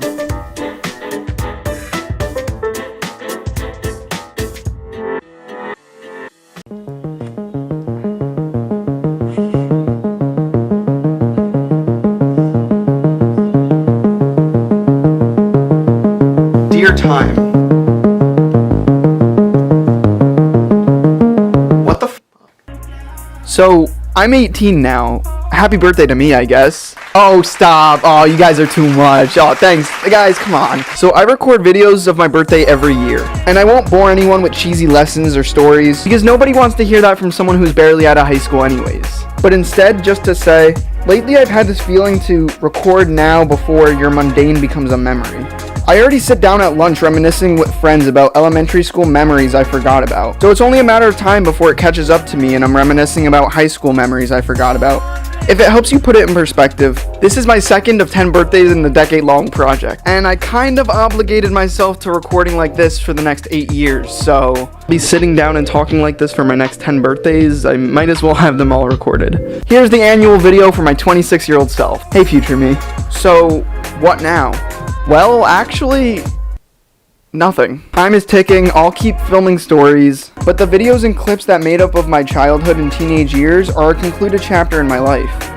In my last annual birthday video, I said, because in a blink of an eye, I'm gonna wish I was this age again at some point. Things can go pretty fast, and sometimes you could blink before you even realize it happens. This year, I say do one thing every day that excites you. Just one simple joy every day. Whoa! Tree like likes you or something. No, I haven't been close. No, I like the tree.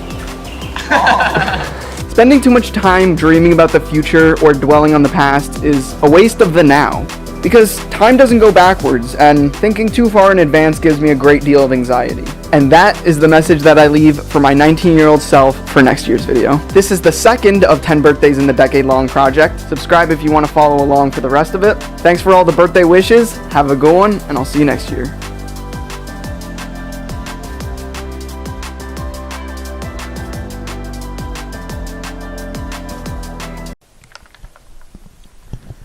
Okay, so this video is going to be all over the place, but it's one of those videos that I make more so for myself, but I'm going to post it because I feel like people are going to be able to relate to it. I wanted to capture this part of my life before this chapter concludes and I go off to college. The first video I ever watched on YouTube was Charlie the Unicorn, an amateur-looking animation that would soon spark my decade-long addiction with YouTube. I grew up watching a lot of internet media, and as I got old enough, it inspired me to go off and do something on my own. From when I was younger to now, I've always kept videos of my friends and I to look back on. At the beginning of 2020, starting the new decade, I decided I would take control of my life creatively. I wanted to make something that meant something to others, and even if it didn't, I would do it for me. So as a part of this project, I started filming every day of my life, starting with January 2020, all the way to the end of 2030. Honestly, it's because I'm scared of life passing me by. I know the gimmick of my channel is that I film and document every day of my life, and there's so much that I record for myself personally that I just don't want to forget. Essentially, it's the reason I'm making this video. The scariest thing to me is looking back at my younger self and wishing that I did more. Today is January 1st, 2018. The best year that I've ever had. These are the videos that help me remember what I did, what I wanted, how I learned from my mistakes, and reflect on how I've grown both as a person and as a video creator. I was always a shy kid. Whenever a classmate would find out about my channel, I wouldn't know how to respond unless they had something nice to say. And it took me all the way up to high school graduation to learn that I wasted the last 4 years caring about what other people think about me. These people who I saw every day in school, with hopefully the exception of a few, won't be with me by the end of this 10-year project, so it shouldn't make a difference to me what they think. I have so many photos and videos, literally something from every day, but I don't share any of these videos in fear that it'll be better to look back at them in a couple years rather than a couple months. When I upload this video, I'll watch it again in a couple months like it's no big deal. But if I'm still making videos in 4 or 5 years from now, then this video will just act as another time capsule on the internet. I can see how my ideas and my content has changed, what I look like and how I act. And that's why I'm making this video.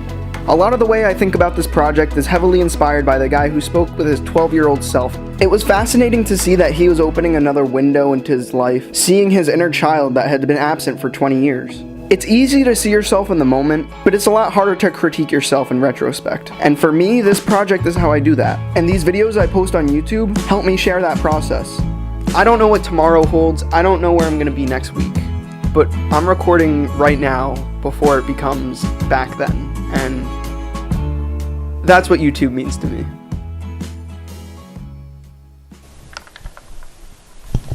Alright, future me, it is February 21st, 2021.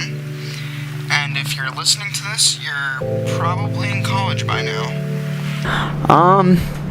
Yeah, actually, pretty much. Okay, so I thoroughly enjoy making these stupid little videos. They act as a time capsule for me, and it's comedic to me to be able to look back and find moments like, I just ate lunch! That's the type of shit that I laugh at. And if you can't laugh at your past self, then you're either taking yourself too seriously or you're a stubborn little bitch. And I know at some point I'm gonna refer back to this video and laugh at how naive or stupid I was. But for the sake of having just this part of my life on record, I just moved into college and I'm not sure how to make videos. My cable management is non-existent right now just because of just spatial limitations. My room's also in a weird spot where if I open my blinds, there's just constant foot traffic, and I also have 2 roommates and I was supposed to have a third, but he never showed up, so we turned his bed into a couch. I don't know. And I also don't want to be that obnoxious person who just carries around their camera to every party. Not that I'm going to parties, you know, I'm not trying to rush that COVID Delta frat, you feel me? Yeah, there's one of my roommates. You wanna say hi? Are we live? Are we live? What's up, yo? I'm in the new chapter. This is the new season, you know what I mean? The Michael Bloom show. Okay, you wanna say hi? I've still kept up with the recording every day thing, but I feel like I'm very limited by where I'm at in college right now. It's been small things like just videos of me unpacking or me getting home, reviewing my day, talking about my classes, and for the sake of myself, I like to record that so I can look back on it. Right now, nobody wants to see that. I'm looking more like to record stuff now so that I can look back in 5, 6, 7 years from now. And people could already find my YouTube channel through pretty much any social media platform I give them for me, so it's not like I'm trying to hide anything here. That's actually a reminder to get my laundry.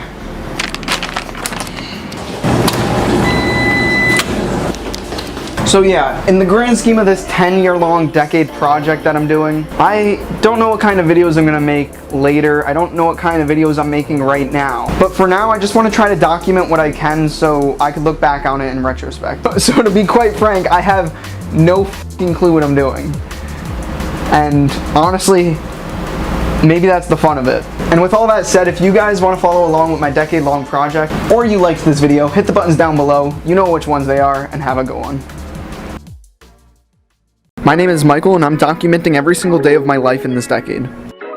I'm currently this far into the project where today, literally just a few hours after posting my last video and bragging about had an extra bed couch thing for our giant common room that we have, my roommate moved in, so I low-key made this my work room. Most people in my school don't have a common room. They just kind of have a hallway that goes into their room, so...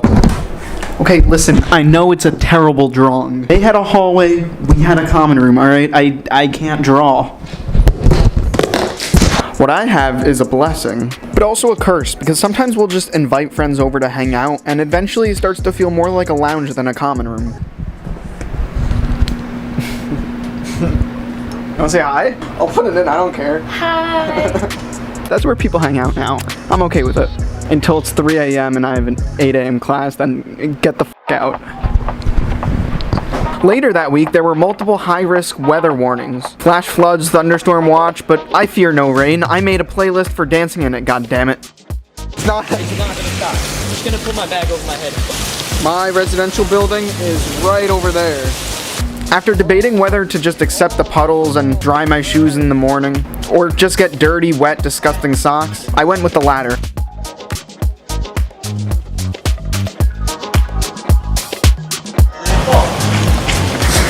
That's the way you gotta do it. Yeah, bro. My shoes are so. Taking them off is a good call.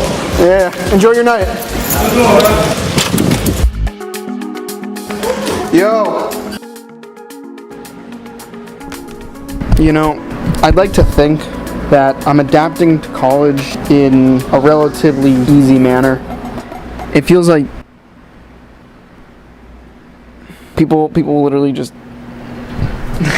The thing is, at home, it felt like I had all the time in the world, but I couldn't think of any video ideas under the restriction that the time I had at home wasn't really my own. Now that I am in college and I'm managing my own time between social work, school, and whatever my future has in store, it feels like I could focus on this as much as I want to. And I also have gotten confident enough that people are definitely staring at me over there, and I don't care. At the end of high school, I realized that caring too much about what other people think about me has made me lose out on a lot of opportunities. So why should I let that bother me in college? The reality is, I just kind of wanted to move away from town at home, not because I hated high school, but because I hated the dynamic sometimes. Middle school embarrassments were flushed away by high school friendships. Being awkward in high school was flushed away by my blind confidence in college. And now, what remains of high school is the relationships I built with people who matter. And from there, how I had to carry myself in college. Even as I make the voiceover for this video, let's take it 1 year at a time. I'm documenting the next 8 years of my life and posting some of it on the internet. If you want to follow along with the project or you like this video, hit the buttons down below. You know which ones they are, and have a good one. I've been documenting every day of my life since January 1st, 2020. That was a while ago. Today is 680. Today is day 680 out of 3,653. I figured it's when I hit upload and have something to show that I get this raw excitement. And this is something I realized because despite recording these videos every single day, all I had was just a bunch of raw video clips sitting there. Most of them were just me talking to my future self. Have a good one, future me. Hope all is well. Future me, have a good one. Hope all is well, future me. Well, have a good one. And it's not so much the urge to upload so that I can get views or make money. It's for my future self to have something to look back on. So why put it online where everyone can see it? Because it's fun. Welcome to social media. What do you want me to... You know, the first thing I get asked is, do you actually make money with the views you get? Yes, I make enough money to buy a couple rotisserie chickens every month, so... monetizing a hobby is awesome. But I mainly do it for fun and because it gives me something other than schoolwork to say, yeah, I put time into that, and now I have something to show people, or even for my future self to look back on. I don't really have a goal in mind or anywhere I want to be. I mean, 100,000 subscribers would be cool, but right now I just want to focus on filming my everyday life. I want to make mini Bloomfilms where when people finish the video they say, what else has this guy made? Videos that are bigger than just me, something that means something to other people other than me and my future self. I want people to feel like they could take something away from my videos, but as an 18-year-old who makes videos like this, I don't know how to not sound cliche or cheesy like I'm trying to teach a lesson out of Judy B. Jones or the Magic Treehouse. I don't want to be a YouTuber. I just want to be able to tell stories and catalog my personal growth, hopefully for someone else to learn something along the way. Ironically, for someone who makes videos, it's when I stopped using all social media that I genuinely felt so good about my real life. And that's just about the most Gen Z thing I think I've ever said. What I really found out in these last 2 months is that I used to be self-conscious about walking around my hometown with this camera. Here, nobody even gives me like a second look because it doesn't matter. Everyone's trying to just do their own thing. And that's something I realized is that you don't need to care what other people think. Because by the end of the day, the only person you're stuck with is yourself. What I'm beginning to realize is I won't succeed on YouTube, at least not by the usual definition of success. I upload infrequently, my thumbnails are admittedly atrocious at times, and for such a small channel, you would need a lot of patience to stay around long enough to understand the premise of the 10-year project that I'm doing. And I'm okay with that, because sometimes just making these videos to look back on is enough to make my week. And that's the real success to me. Hey, what do you... I thought we were trying to not be cheesy and like teach lessons like it's a kid's book. It's ridiculous. You made the script. What are you talking about? Well, it's just like being successful is being happy and fulfilled. It's ridiculous. Being self-aware doesn't make this any less cheesy. It's actually a little absurd that you're talking to yourself through means of a computer screen. Right, bye, bud. Some nerve. Who does he think he is? This is my video. I try to post whenever I can, but even though I record every day, I don't want to share every moment online, so let's see how these next couple of videos go. This mic is not even plugged in, and I don't want to redo the outro, so with all that said, if you like the idea of this project or you want to see more, hit the buttons down below. You know which ones they are, and have a good one. These modern art pieces were sold for millions at auctions or made by me in just 5 minutes. Here's the first piece of art. Clearly you made this Sour Patch Kid. Just looks stupid. Actually, wait. No, this is dumb shit that people would buy mine. It's like so, a coffee it's stain? hitting me right now. This art talks about how life is hard. That life needs some revelation. This one, I don't know, it looks like the Squidward painting in SpongeBob. I don't know, it has the details in the back.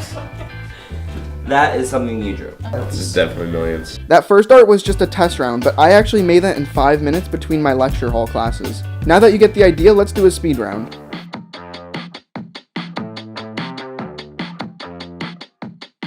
Unless this is a stain that you... That is a stain. Oh, still doesn't matter. But it looks too detailed to not be worth something. That fucking microscope! That you bought online. And this is a stain, so you made that. Yo, why is everyone pointing out the non-purposeful stain? Hold on, someone knocked on our door. See Kay doing the reactions here. I love how everyone's pointing out the stain on this one, but no one is recognizing that it's our ceiling. Wait, no, this is a water spill. Yeah, that's a water spill, because that's your ceiling. That's your ceiling. That's your ceiling. Which one are you most confident in? This is your fucking ceiling. Like, This is our ceiling. I want you to just hold this and follow me. So you just took a picture of it? Yeah. Interesting. Look at the photo, right? Wow. And now look up. Wow. That's disgusting. oh, that's actually quite awkward, yeah. Clearly, an artist could only make a shape. That's no. I think you thought. What do you mean that's no? That's just no. I think we're tell done. me that you did that. Yeah, and that doesn't like get sold. We're done. This looks like you made it in 5 minutes. This looks like you made it in 5 minutes. The triangle, the pyramid. This sold for $1.1 million. Why? A trapezoid? 4 million. Maybe I should do this shit instead of biochemistry. These subtitles took a long time to edit, so if you're enjoying any part of this video, hit subscribe, and back to the video.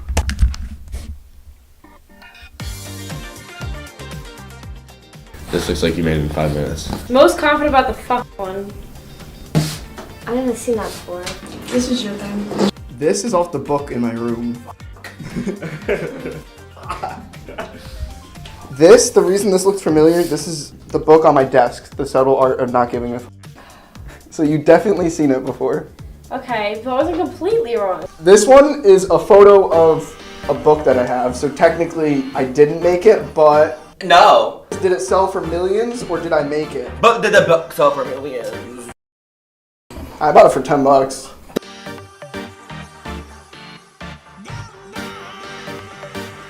That's definitely sold for millions.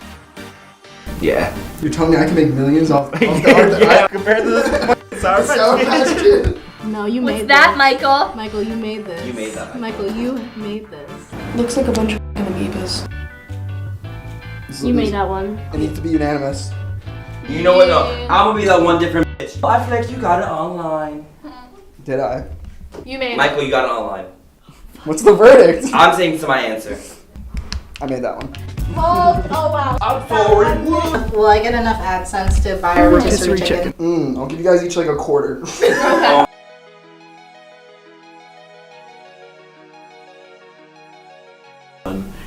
This is a million. I would have that on a shirt. Guys, What's the red dips? submit my paper. Quick, Do submit it. Call it. How long have you been working on it for?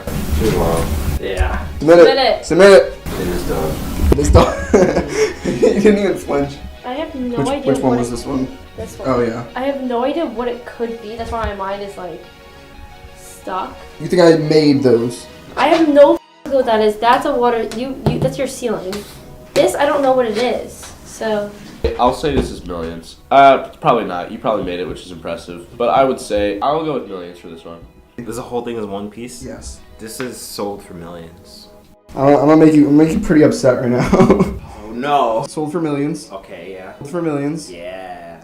This one sold for was $1 million. For cuts. Okay. For cuts. Hi. Yes. I was right about that one. Modern art is pretty unpredictable, and also probably part of money laundering, but besides the point. I thought it would just be funny to see how people would react to $1 million art versus something that was made in just 5 minutes. With all that said, if you like this video, hit the buttons down below, you know which ones they are, and have a good one. Who's Kyle? Who's Kyle? Who's Kyle? Oh, that was there when we moved in. Oh. We were like, who's Kyle and why is he on our door? Today is November 30th, 2021, and for the last 700 days I've filmed over 2 terabytes worth of video consisting of moments from every day of my life. I don't know if this video clip, this voiceover, is ever going to see the light of day, just like 99% of my hard drive. I might just be talking to my future self, if even that. I've been in a semi-rough place mentally, and yet happier than ever. It's in these periods of time where I learn the most about myself, evaluating fails and seeing the progress I've made. Just keep going. Whoever this audio might reach, if anyone, take care, and take it easy. I never really questioned why I do what I do, why I talk to the camera that no one will ever hear from, record clips that no one will ever see, why I waste time showing proof of every living day. Maybe it keeps me sane. Maybe it makes me feel like I have control over things I don't. I'm addicted to my false escape, but I can't stay. No, I should just run away and come back on a better day, but I can't stay. I make these voiceovers and I record these clips just to look back on in the future. My world turns dark. Day by day, nothing changes, but when you look back, everything is so different. I can't tell if I'm not feeling like myself anymore, or if I'm changing so fast that I don't realize my character is in question. It's so easy to get overwhelmed, but yeah, no, I mean, having a lot of choices is a good thing.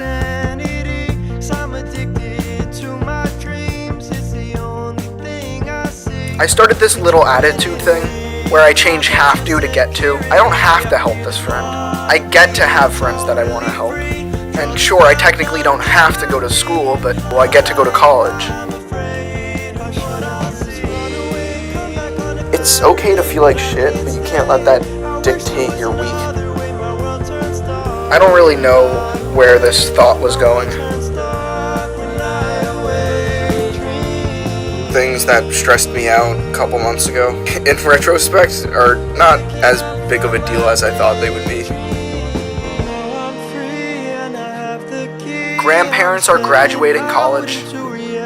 Teenagers are breaking records thought to be impossible. And even if things don't go according to plan, sometimes you learn more about yourself because of it. Some days are better than others.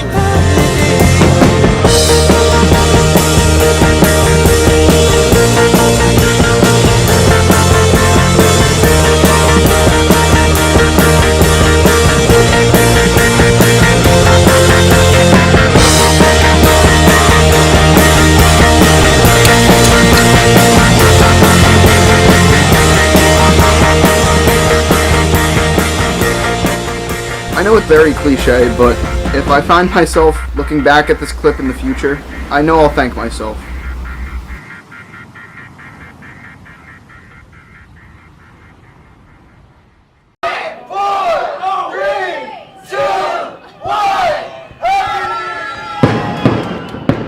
Today is my 19th birthday, and the 3rd year in a row that I'm making one of these videos.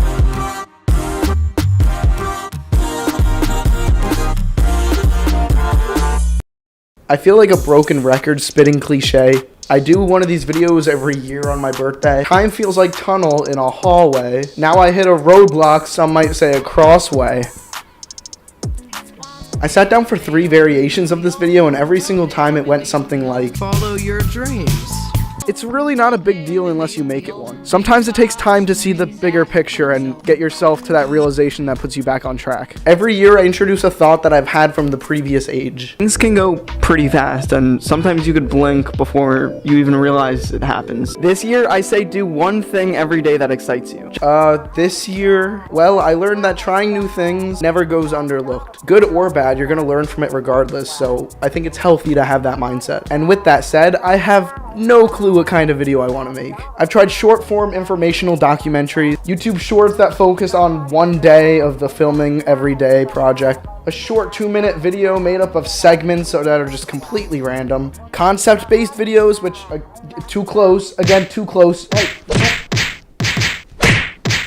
But I'm happier than ever just making these random videos, regardless of how close they get to my face. My videos are about time passing and what I learned, but I feel like this should become the silent gold of the videos, rather than the main ideas. As time passes, for the sake of my future self or someone who's just stumbling upon my videos, I want a sense of learning from it. But even this video is going to come off as pretentious in some way. And I feel like the ideas that I'm trying to convey sometimes are blurred by my lack ability to not be self-centered. I mean, I know I'm self-obsessed. Why else would I think that my progression is worth more than anyone else's? Just because I'm filming it? No. Does it make it any better that I'm self-aware? Maybe. Hotel Trivago. You know, my original goal was to show off growth in any way that I could. Now I'm realizing that I honestly just want to make videos. In another variation of me trying to record this video, I said this. I mean, I was gonna quit making videos 4 years ago. I now get less views than I averaged back then, and you're still managing to see this video, so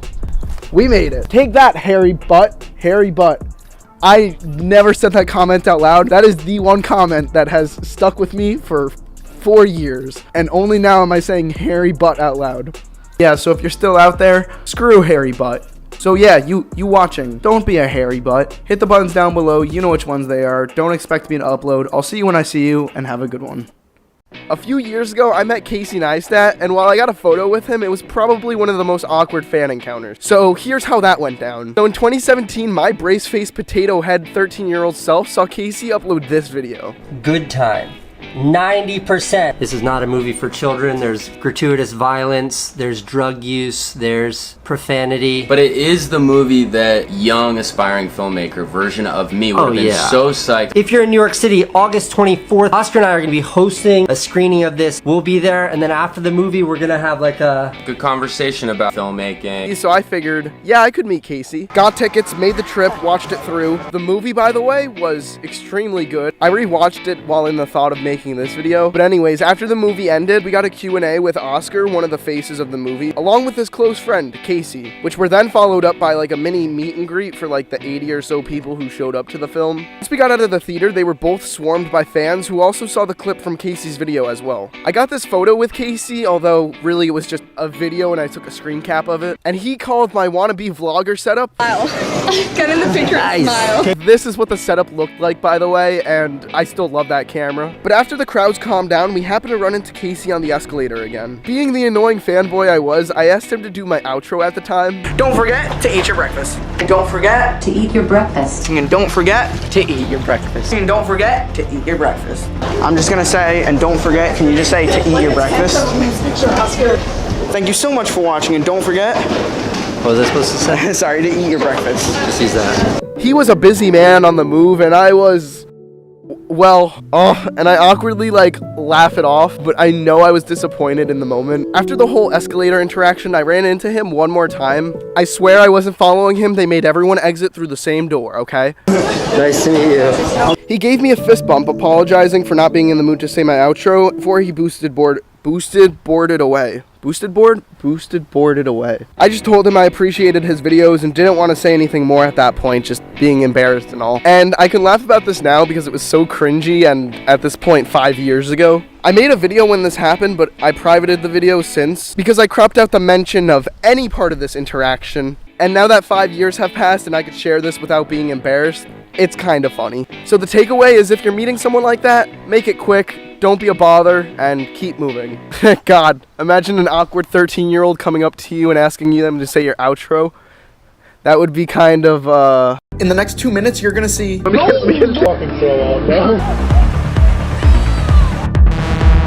Here you go. Hey, so I document every day of my life, and here's a clip from day...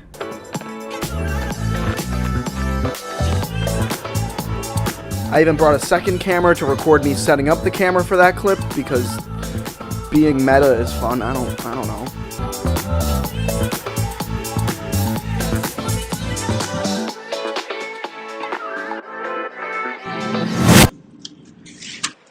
Two weeks ago, there was 2 feet of snow on the ground. Today, it's 65 degrees, and it's actually still wet there, so I just got my ass wet. For a while now, our school fountain has been drier than the Atacama Desert. Atacama? Atacama. But recently, it was turned back on.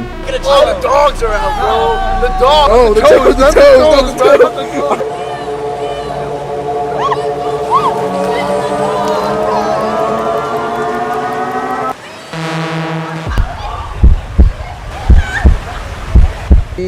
It's really minor. It's just a little scrape. That's what the hand of Will Smith looked like. Yeah, I live, laugh, love Bloomfilms. And just like I fell in the winter, Vince fell in the spring, someone's gonna fall in the summer. Maybe you'll be the next to fall and I could laugh at you for once. That'd be pretty funny.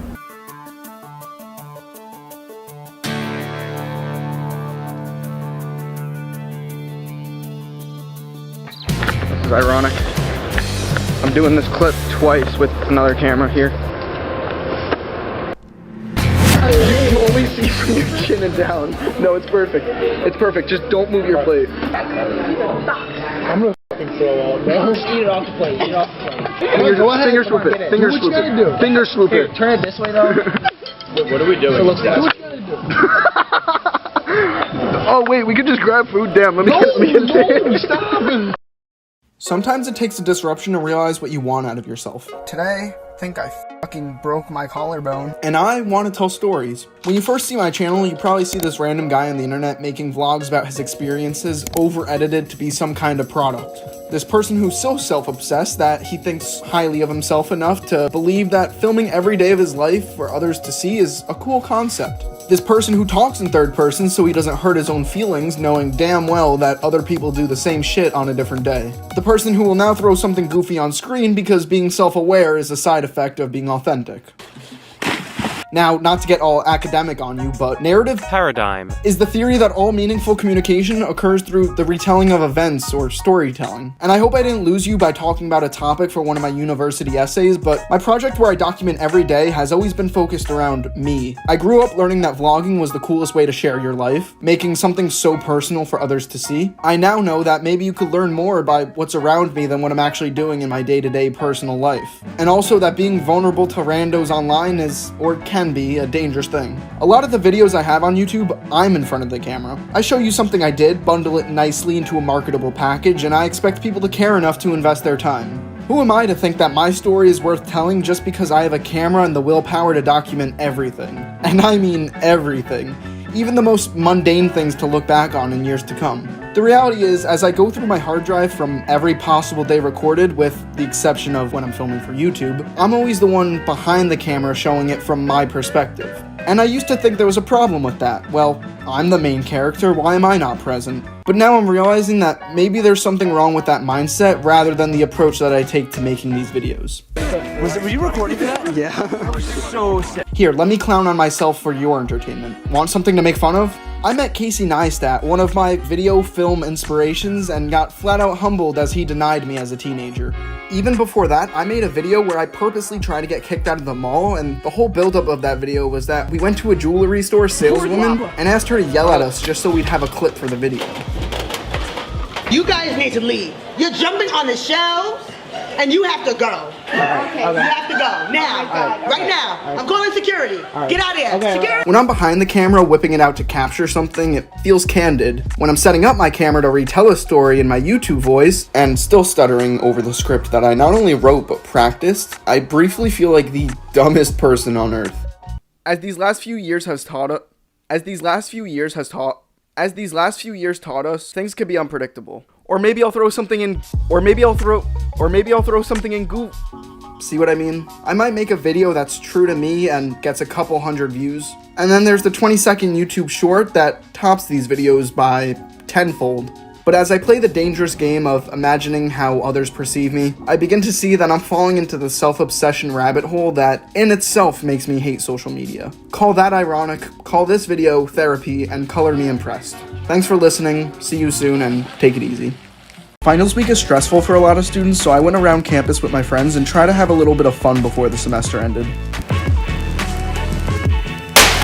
There you go. Yeah, no, college is interesting. For me, even something as small as a broken printer being thrown out, I see as an opportunity. Everything on the wheel is just printer smash. You're gonna be like in the back with the printer. You're gonna wear sunglasses and you're not even gonna say a single word. What happened to your printer anyways that you're okay with crashing? I found this and it was broken. You get to spin the wheel. Oh, I get to spin a wheel. You get to spin a wheel. Go for it.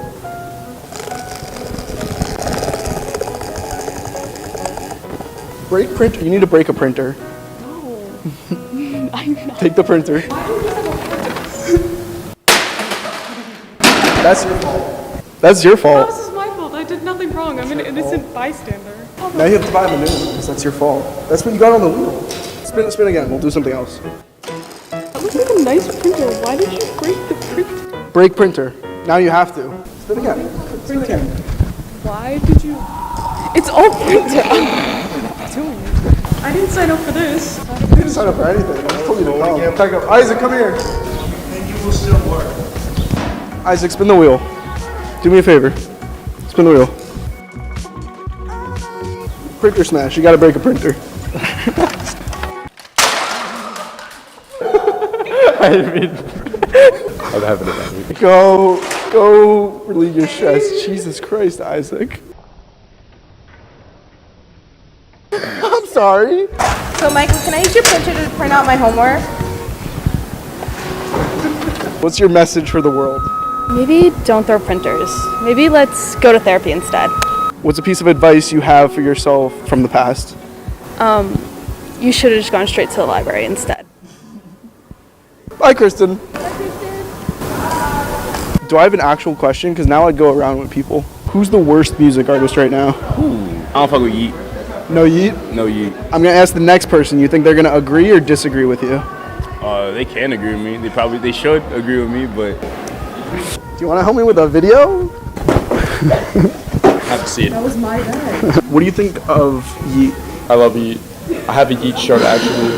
I have to deal with him loving Yeet. That was the answer to this question that I asked the last person. Who's the worst music artist right now? Wow. And now I want your response. It's gotta be Machine Gun Kelly, that dude Tom McDonald. If you know, you know. And I don't like the Guitar Man, country. It's Luke Combs. That's who. No, but I am a Yeet fan. Like I have the shirt. Like. He has a shirt, so he's a Yeet fan. You're a Yeet fan? Oh, yo, my Twiz. That's my Twizzy right there. Yeah, the idea. I put brothers' names on the wheel. I'm gonna spin it, and whoever it lands on, I'm gonna pie. And then they spin it, and whoever it lands on gets to pie me. Oh, I like it. Can I purchase a pie? Who will get pie? Go for it. Jeremy! My mom is gonna pay for more. Yeah? Does that mean I get to pie you again? Yeah, sure. You missed the spot. Oh! Where's the whipped cream? Oh yeah, oh yeah.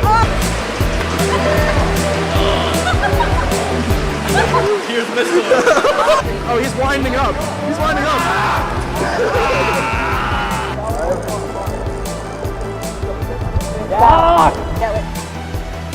I realized my mic was in my pocket the entire time. I'm gonna have to do like subtitles if it wasn't loud enough.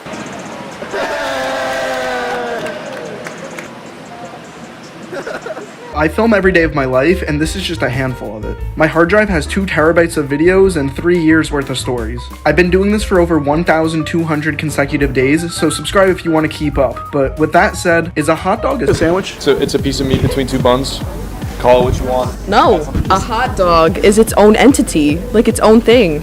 You cannot put a hot dog in the category of a sandwich. Because you buy a hot dog, you buy a piece of meat. We agree with that, right? We buy a piece of meat, that's given, yeah. That depends. Did the bun break? Whoa, what? Wait. Like, you know, like how the bun can, like, break? Like split. Yeah, did it split or no? Oh, you're saying they have to be separate pieces of Yes, bread? otherwise it's a taco. Bro, whoa, no. When you make a sandwich, right, it's 2 pieces of bread, one on the bottom, some shit in the middle, right? And you got something on top with the hot dog. You just described the hot dog in a bun. It's not cut all the way through, so it has that divot of bread at the bottom that kind of cradles all the food in there. That's a sandwich. No, but like my argument for being a taco is like, you know the shape of like a taco shell, right? Sure. I understand it's made out of a different, it's made yeah. out of corn, right? You make a hot dog roll out of cornbread, right? Still a hot dog. Then I can argue and I can say that a taco is a hot dog. Okay, cereal soup. That was actually the follow-up. It's a hot dog. Is a burrito a sandwich? No, burrito's a wrap. It's a wrap. But it's not in its own category. Because it's enclosed. A hot dog is its own thing. It's not bread and then dog. Bread and then dog. You ever been to the grocery store, right? And the hot dog already came in between buns? What fucking grocery store? Is it a sandwich? No, it's not, because technically it's a piece of meat. It's a hot dog sandwich. Okay, You could say a hot dog sandwich. That just sounds weird. Like No, but you could say like a ham and cheese sandwich, and that would just be ham and cheese between bread. No, that's so true. A hot dog sandwich would just be a hot dog. That's so true. In a bun. Okay, so should we just start calling it hot dog sandwiches? God, no. I'm gonna leave it there. Okay, yeah. Michael Bloom, look at my boy right here. He recording me right now. Gangsta. Michael Bloom, the YouTube, yo. Shout out Michael Bloom on YouTube. Follow my mans on YouTube. He posts some videos or something. I don't really know. He's doing a trail right here. Come on.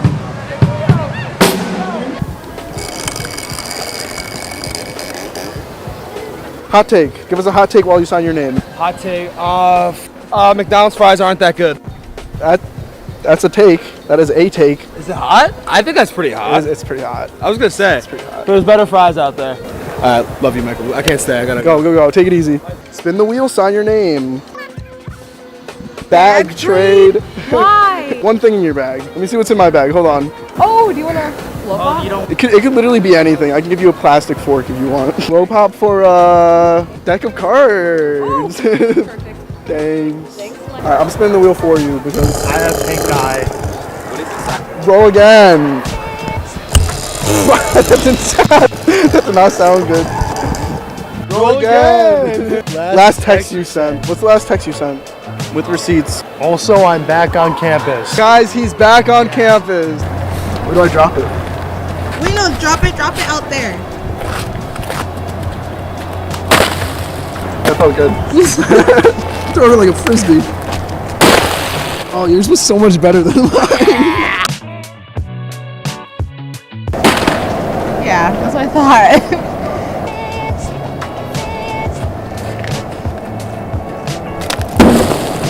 Oh wait, they look so bright red in here. The camera makes it so, wait, look here.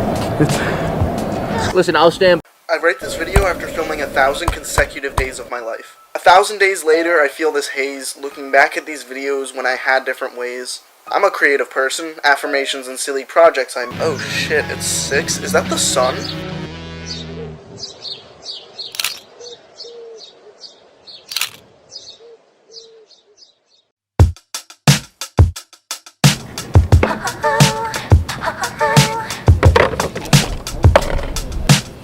Day 1025.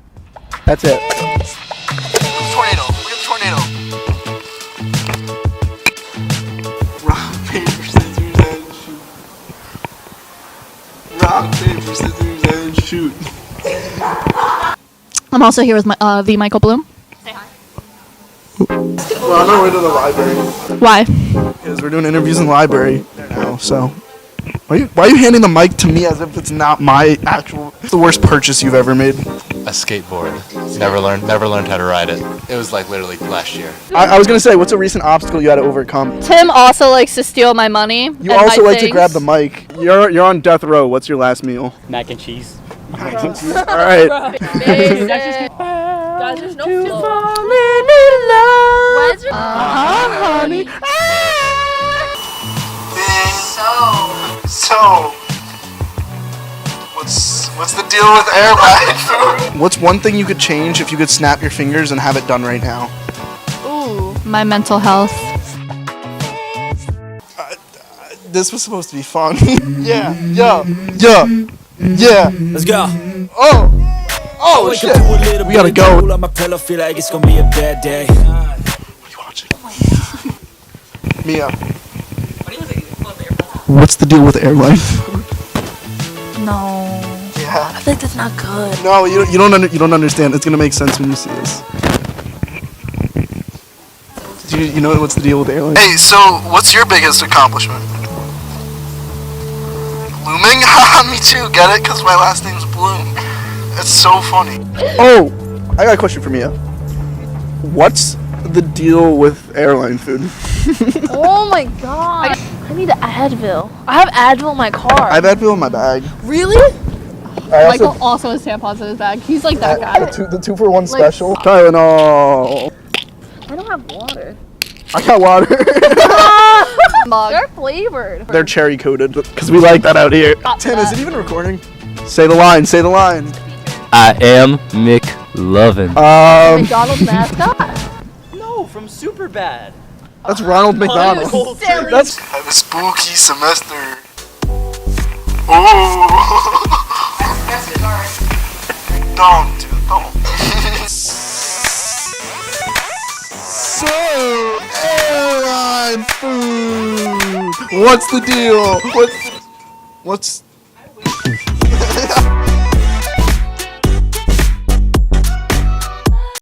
I made $100 in 24 hours by copy and pasting. Here's how I did it. So in 2020, during the peak of the pandemic, I decided to put my time towards making money online, landing me on the website called Fiverr, where it pairs freelancers with people looking for services. Anything from voiceovers to happy birthday messages from Batman or God, if she's into that. Or hey, maybe you want someone to draw your cat. I had someone draw me, and that's pretty cool. But I wanted to see if there was demand for a job that didn't require much skill or time, because we all know how busy we were in 2020, going from the couch to the kitchen to the computer, back to the couch. And I remember I stumbled across a job where people would come up with company names based on a description that you gave them. So I saw that and I thought, what about YouTube channel names? Because my social media rotted brain said, yeah.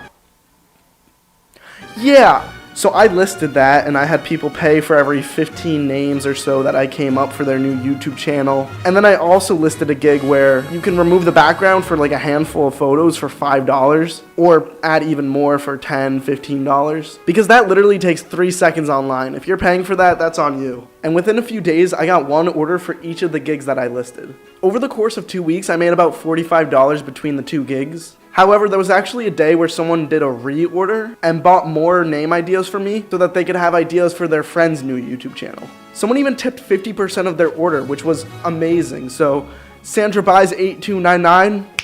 You have my heart. And that's also in addition to several other orders that I got on the same day. So now I'm sitting here trying to figure out how I'm gonna come up with 25 names for a mother-daughter baking YouTube channel, in addition to another 5 new jobs, 20 images that I need to remove the background from, 2 turtle doves, and a partridge and a pear tree. So I get right to it. I start removing backgrounds from all the images that they sent me. I start coming up with names for the YouTube channels based on the keywords they sent me. And I also put those keywords into a name generator to cherry pick the ones that sound good, but not the ones like bread butter or mom bake, although those would make some pretty cool gamer tags, not gonna lie. Imagine getting scoped by someone in the final kill and their name is just mom bake. So the day goes by, I fill out all of their orders. Fiverr then takes their cut of what you make, and a few days later I find out that I made $99.52 by completing that 24 hours worth of orders. But if you do go out to try something like this, let me know if you hear from Sandra Buys 8299. She never really left a review. Also, if you want more story times, be sure to subscribe because I film every day of my life and a lot of that's on my channel.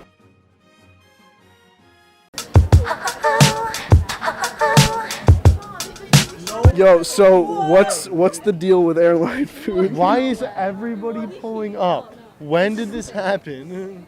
Are you serious? We just saw Jason passing by. Yeah. What's the worst type of person to be stuck in a room with? Vince. Let me rephrase that. What's the worst type of person to be stuck in a room with? A white person. If you could experience any day in history or any historical event, what day would you go back to? Any day in history I could go back to. Any day. The Boston Tea Party. Let me get that tea. I would go back to probably the day that I know. I don't know. The day that Bill Clinton got impeached. Why? No, don't ask why for that one. You want to be in a peach? No. The Boston Massacre. The Boston. Alright, apparently just Boston. I'll give you a real answer. When the Islanders won the Stanley Cup, because I've never seen one. Michael, can I tell a story of my dad getting shot? Okay. So my dad was 13 years old. My dad's friend was a paper boy. They went to this guy's house because they knew him and they knew my dad liked guitars, so he had a guitar that he wanted my dad to look at, so they went there. And they were like, oh my god, why does he have so many weapons? And then the guy pulled out a shotgun and goes, let's play. Low-key, I got a day. This is it. Vote Bernard Sanders for president 2024. Fight. Come on, Tim. What, you're scared to hit a girl? Go. Yes. Go. I got it on video. I just got hate crimed by Timothy Ham. Impeach him. I'm hugging her. That's playing in court. How I show my love. If bedbugs live in beds, where do cockroaches live? On my cock. Cockroaches live in the same place that crabs do. Tim, before you leave. What's the quote of the day? There's no losing. You either win or you learn.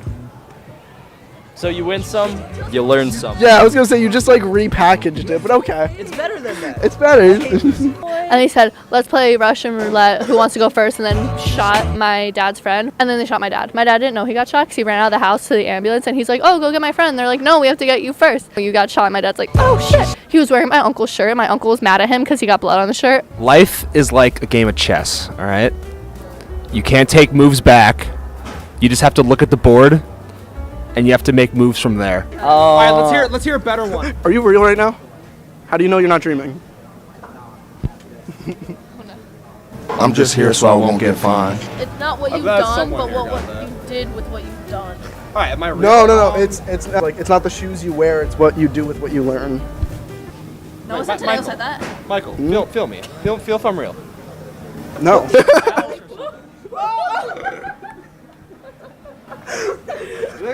What did he say?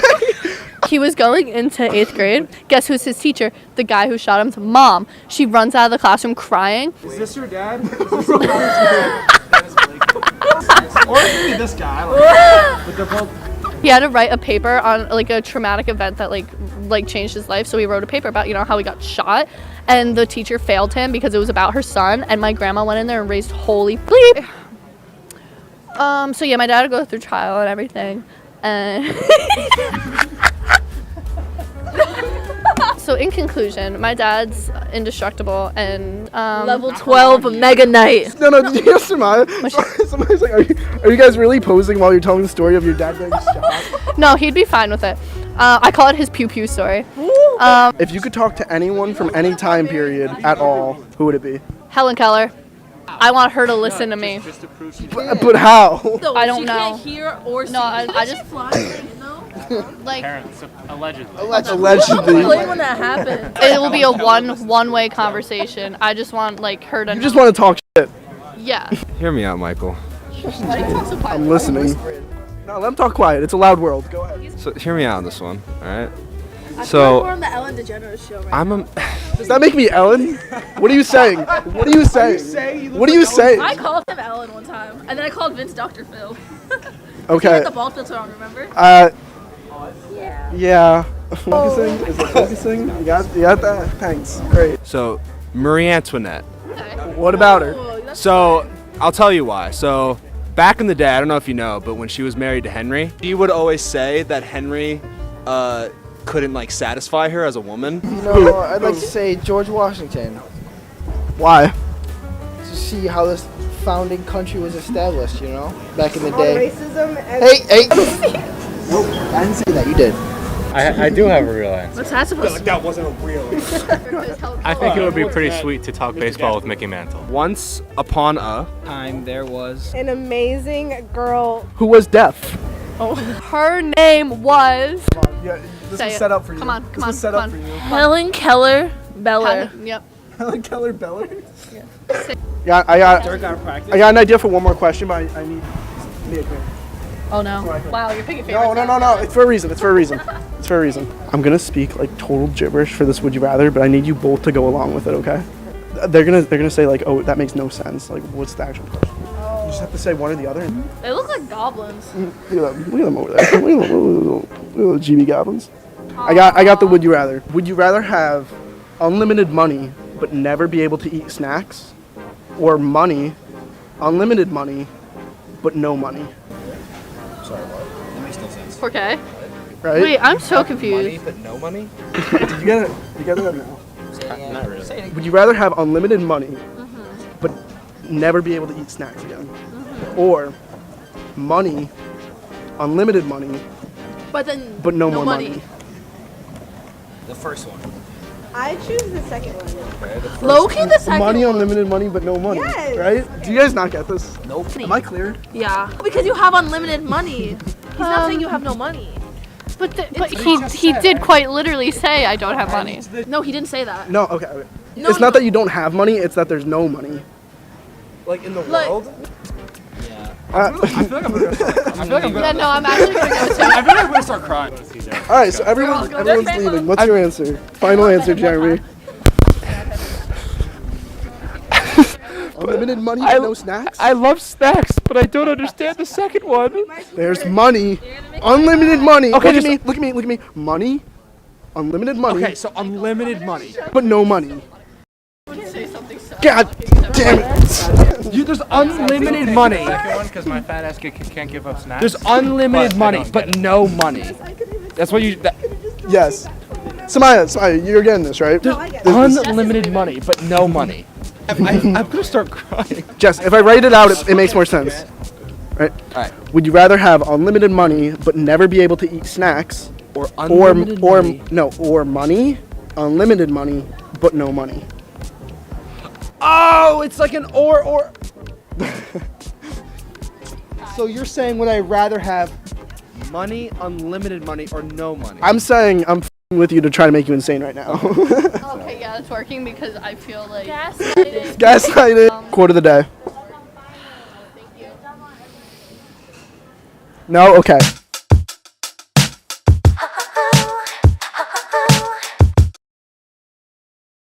Recently, AI has been changing the world. From being able to make art from words, write book summaries, gourmet food recipes, and even give you pointers on your school assignments. That also give you warnings for plagiarism, of course. But today I want to see if it can help improve my life. The goal is to see if this AI can pass 3 tests. Can the AI make a reasonable schedule for a human being? Is it more helpful or inconvenient to my daily tasks? And is there a greater use for AI to help with everyday life? I started my day at 10 a.m. and gave the AI a list of things I needed to get done. A final test at 3 p.m., create a video about this AI, and also pack my bag for my trip home. So I fed it to the AI and it spat back out this schedule for me. And the first thing on the list was giving me an hour to eat breakfast. Well, I don't usually eat a big breakfast, so I took a couple granola bars and used the rest of that hour to shower and get my day going.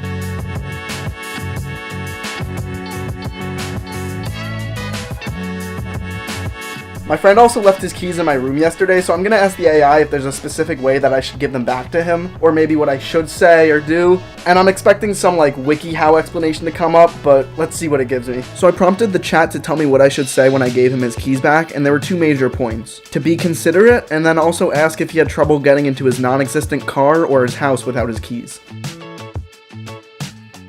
got my keys? Yeah. You have trouble getting into your house or your car, or... Are you filming? I'm in the midst of doing a video. Oh. Don't you have a final today? 3 o'clock. Well, I hope I make the video. I'll see you next year. Oh. By this time it was about 11 o'clock, so I continued to study for my college test that was 4 hours away. But I'm also the type of person that likes to pace myself when I'm studying, so about an hour in, I'm gonna try to ask the AI what it thinks, things I could do in order to take a break from studying. Alright, it's telling me here, take a walk or go for a bike ride, exercise can help clear your mind, and listen to music, or read a book and magazine. I think I will actually... So it's these 3 books which come in a series. Everything is the subtle art of not giving up and unfuck yourself. You could probably tell there's a common theme about what I like to read. I come back to them every so often. I bookmark a page for a day where maybe I do need to hear something that applies to my everyday. You and everyone you know are going to be dead one day. And in the short amount of time between here and there, you are going to have a limited amount of fucks to give. So little, in fact, that if you go around giving a fuck about everything and everyone without a conscious thought, well, you're going to be fucked. And that's something I love because I'm such a person who vouches for not sweating the little things, and in this case, not giving a Then I got back to studying, and studying of course meaning that I would do my work for 15 minutes and then move the camera for a different perspective, and then do work for 15 minutes and then choose a different perspective for my camera, and oh look, it's lunchtime. Also around now is the time that the AI planned for me to eat lunch, so I'm gonna try to ask it if I should get a certain slice of pizza or if that's something that it can do, because I don't know, I'm just trying to make this fun. There's many different types of pizza to choose from, and the best type will depend on your preferences. Some popular options include margarita pizza, pepperoni pizza, mushroom pizza, barbecue pizza, or veggie pizza. Okay, so to be honest, it just kind of listed everything, and I also don't like mushroom pizza, so I guess on that note, we're gonna go for the barbecue chicken pizza. Sounds pretty good, if they have it.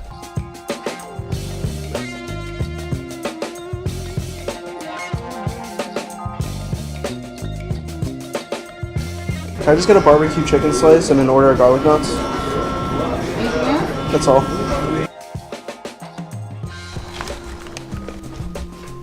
Alright, so just for a change of scenery, I brought my lunch to the business building, which is very quiet because everyone is studying for finals and also people started to go home. So I ate lunch pretty fast and took the rest of the hour to just relax. And then I got back to like passive studying, but like not really wanting to cram that much before the test. So I actually took the advice from earlier and just sat down to listen to music. That way I could wind down before my test actually happened. Feel free to comment if you see a song that you know or like.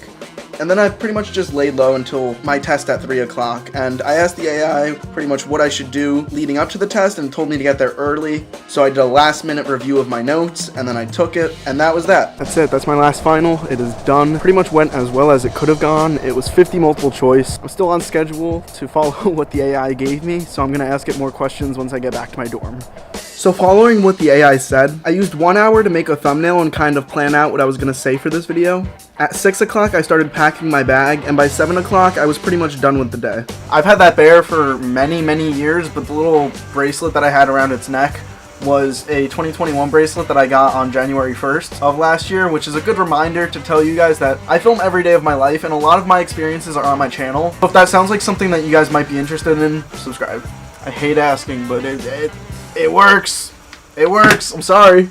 So just to go back to the original goals that we set at the beginning of the video, did ChatGPT, the AI that I'm using, create a reasonable schedule? With a few modifications, I think I got through the day pretty well, so I'll give that a pass. Was it helpful or inconvenient? I think it was helpful, but once again it did need human influence to kind of gather everything that I needed for the day, because I didn't really give it an infinite amount of context of who I am and what I had to do. And lastly, do I think this AI has future potential? While I think this can technically be a stand-in for Google at some points, depending on what you ask it, with Google you're kind of sifting through a lot of answers to try to find which ones are correct, and this tool will kind of just give you one straight answer that you have to trust, which is not always as grand as it is convenient. I think as long as there's human error and a need for creativity, these AIs are just a launch point for ideas, not a replacement for what we do. If you want more informational resources about the tools that I used in this video, I'll leave them down in the description. If you enjoyed this video, you know what buttons to hit, and take it easy.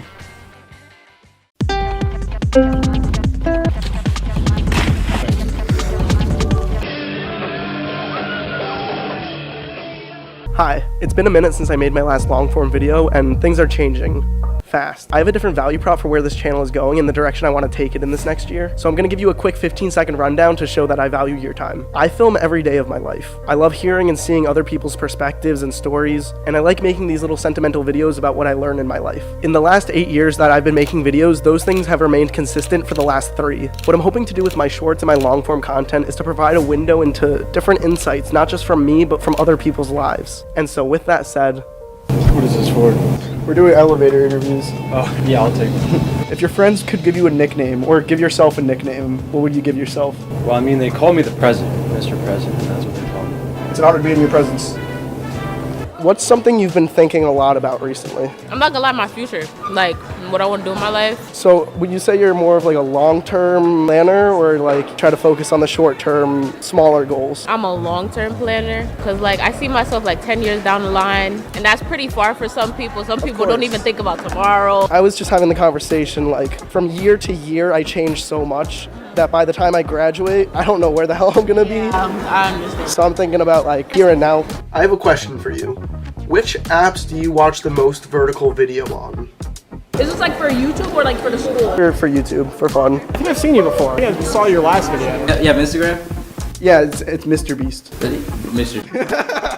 The weird thing is, if I don't post them to Instagram, I don't exist to those people. If I don't post it on TikTok, I don't exist to those who are chronically on the platform. My videos are technically more popular on Facebook Reels than they are on TikTok, and that speaks volumes. I think the plan today is to be a little more conversational and ask more meaningful questions instead of the goofy ones that I have been asking. So, what's something you wish you knew sooner? I know the idea I have in my head, but I don't know how to phrase it. You got time, I could edit it. I guess I wish I knew how much life could change in the matter of months, or even days. How much your perspective can change with something like loss or death. What's a feeling that you miss having? What's a feeling I miss having? The feeling that you get when you're a child. Like, you know, when you don't have worries and you could just wake up and just watch a movie or stuff like that. Like the magic of not knowing what today's gonna bring? Yeah, like not having to worry about anything and just like being able to live and do whatever you want in the moment. Do you ever feel like you could make time for stuff like that though? Yeah, because I feel like that definitely has to do with like self-worth and like getting to know yourself, or like knowing your adult version of yourself and stuff like that. When was the last time you feel like you had a bit of like tranquility? Yesterday, when I took a nap after my stressful day for class. That was amazing. Watching childhood movies or TV shows. No, pick one. Lion King, Kung Fu Panda, really always. Yes. That's what's up. Sorry if I'm boring you. Let me put some Subway Surfer gameplay on top in case I lost you there. This project that I started 3 years ago made me realize that I'll take personal growth over pretty much any numerical increase online. And I feel like it's kind of easy to say that when you can scroll down and there's numbers that tell you whether you're doing well or not. But making videos is not a comparison game. It's a perspective game, and that's why I've come to love it. Most people never pick up the phone and call. Most people never ask. And that's what separates sometimes the people that do things from the people that just dream about them. You gotta act.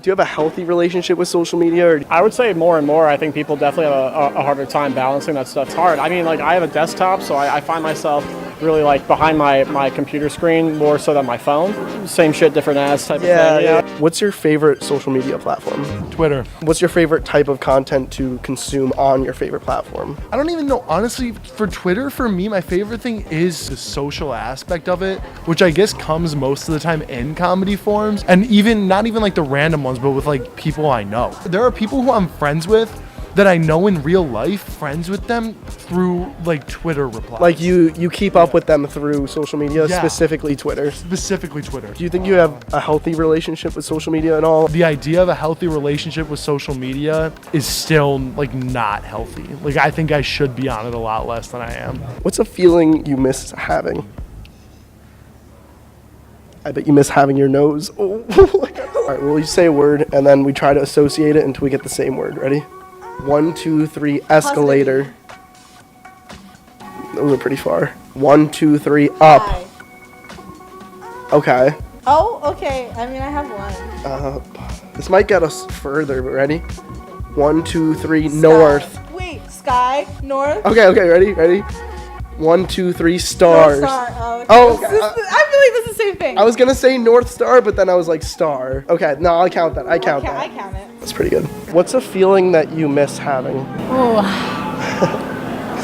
I say peace, kind of. It's very hard in school because a lot of things are on your mind. It's like just a moment of silence here. When was the last time you think you had a moment of like tranquility? During the winter break. Winter break? Yeah. I think I slept all the way, so yeah, I had a lot of tranquility then. What are you doing now to try to get that feeling back? Well, I try to get my work done very early and spend at least 2 hours to myself, whether sleeping or just listening to music. Yeah, that's how, yeah. Perfect, thank you. She was already like smiling at her phone too, so I was like, okay, you know, someone at least in a good mood. How does it feel to be the interviewee now? Christmas has Santa. What does like Hanukkah have? Hanukkah Harry. Really? Yeah. I never heard of that. Hanukkah Harry. I answered your question dead serious, and this is what Google said. Hanukkah Harry is a fictional character on Saturday Night Live. Oh! Can be traced back as early as 1989, when the fictional character first appeared on Saturday Night Live sketch. The more you know. The more you know. And this food is fantastic, bro. No, go ahead, bro. Okay. Yeah. This is for the people. Awesome. What's something you wish you knew sooner? Well, I guess if you want to relate it to like Albany, I mean, the resources and opportunities here. People are very inclined to meet others, and a lot of people are, shy away from that. So I would definitely say, put yourself out there, and you'll always be surprised. Mike, I think I've seen you before. I saw your last video, just kind of around campus, just like interviewing a bunch of people. You want a question? Yeah. Hop in. What's something that you wish you knew sooner? Stay more consistent, stay driven, managing money more too, because I'll be blowing through some shit. Especially if I have cash, then it's like that shit means nothing to me. Since everything now is just online, so like cash in the hand is like you just throw it away, you don't see it in your bank account. What's something that you would tell people who are just starting YouTube? I feel like getting your reps in is the most important, because now that I've been doing this for pretty much 8 years, I feel like I didn't really know what I was doing until the last 2. Also, when you're young and you're growing, you go through a lot of thoughts of what you think you want to make and then what you end up making. That like, if you have an idea, don't overthink it, just do it. Like that's what I have to say. And that's not just for YouTube. That's like, I have friends who make music. I have friends who are artists, and like you don't really understand the way that you work until you do it so many times. I have 100 videos on my channel right now that are public, but there's another 400 that are privated. I'm gonna leave that there. I don't want those to ever see the light of day, but I'm glad I made them. Again, that feels pretentious as but like that's how I feel about it. I don't want it to come off as if like, oh, I know what I'm doing. My opinion doesn't mean shit, it's just what works for me. I don't even know everything about myself, so I'm still figuring that out. Drop a bomb after that, like saying that.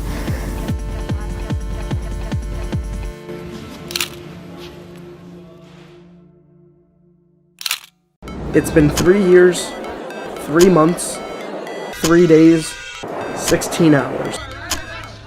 And I'm giving up.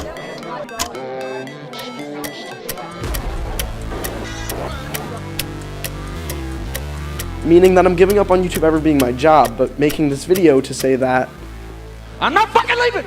I can't. The sunk cost fallacy is the premise that you can't abandon a project because you already put too much time and energy into it, even if the return is minuscule. After a decade of making videos and filming every day of my life for the last 3 years, I make enough money to buy a pack of Oreos and maybe Chips Ahoy if I had a good month. But that's not the only value I get out of it. I'll be honest, this video had me crying tears of joy and permanently boosted my confidence. I made this video and showed it to my friends and they cried tears of bittersweetness. Bittersweetness, is that a word? And this video was interesting enough that I sent it to my dad because like, come on. Listen, right, videos make you feel things, and I feel like a plastic bag drifting through the air, wanting to start again. People enjoying my videos Is a lot more important to me than any numerical value. I'm having fun just finding spots like this to film. In my last video, I said, but making videos is not a comparison game. It's a perspective game, and that's why I've come to love it. The first 10 seconds of a YouTube video determines whether someone's gonna watch it to the end or not, but having you watch until this point is a success in itself. That means you got this far without me needing to do the put 100 people inside of a giant circle Mr. Beast type of intro.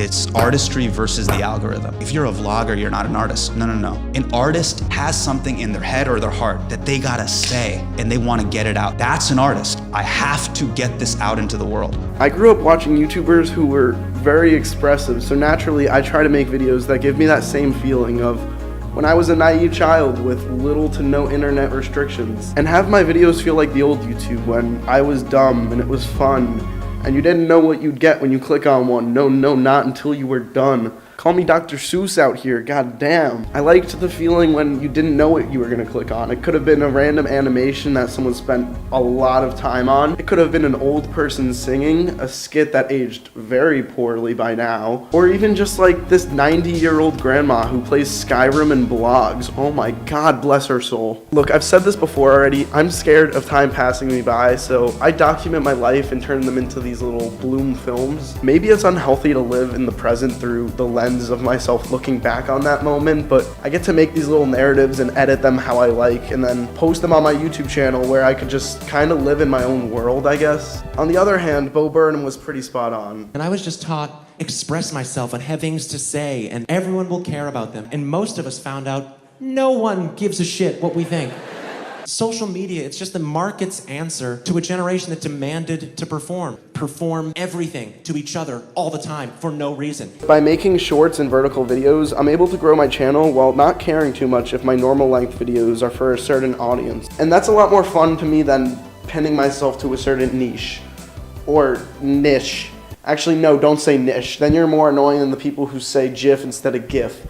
It's a moving image, not an American brand of peanut butter. Okay? Okay. Even I don't know what's next. One week I'm handing out 3 dozen bananas, the next I'm doing an underwater photo shoot, and after that I'm eating chips in front of 100 people who are just staring at me. I'm trying to make it so even when you click on one of my videos, you don't fully know what you're gonna get. The world is your sandbox. Once you start seeing it like that, things become a lot more fun.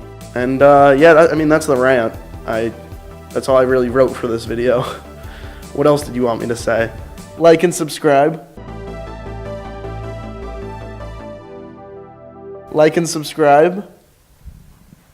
Like and subscribe. This is crazy. I'm going insane. Have you ever seen one of those videos saying, I did not expect this video to blow up like this. Dang, I did not expect this to blow up, but I didn't expect this video to blow up as much as it did. Post enough videos for long enough and you too could be a million view Jimmy. But just like the prank videos that get tons of views and the fake videos of absurd life hacks, some of these can be faked pretty easily. I saw 3 videos totaling 200 million views that I could prove are fakes, and I'm gonna show how easy it is for anyone to replicate them. Really though, how easy is it to convince people that an A-list celebrity responded to my DMs, that I magically guessed a stranger's real name on the first try, and manipulate people into saying something dumb like 3 times 3 equals 6. So yeah, like tricking people that 3 times 3 equals 6. Are people gonna believe it? Are they gonna see through my lies? Maybe. Am I going through all this trouble just to be petty? Absolutely. Here's how you fake a viral video. This first one, unlike the videos that will follow, was more setup than it was editing. So Omegle is a website for video chat where you're pretty much just paired with a stranger and you could talk until one of you decides to hang up or skip, and then you're matched with another person. Like this person's probably from Canada, and just there I keep getting skipped, so when you're done with someone, you just move on to someone else. I've seen videos pop up where people guess the names of random people, and these videos have tens of millions of views. This one specifically, over 100 million just by itself. no, you can't. No, see, I told you, it's fine.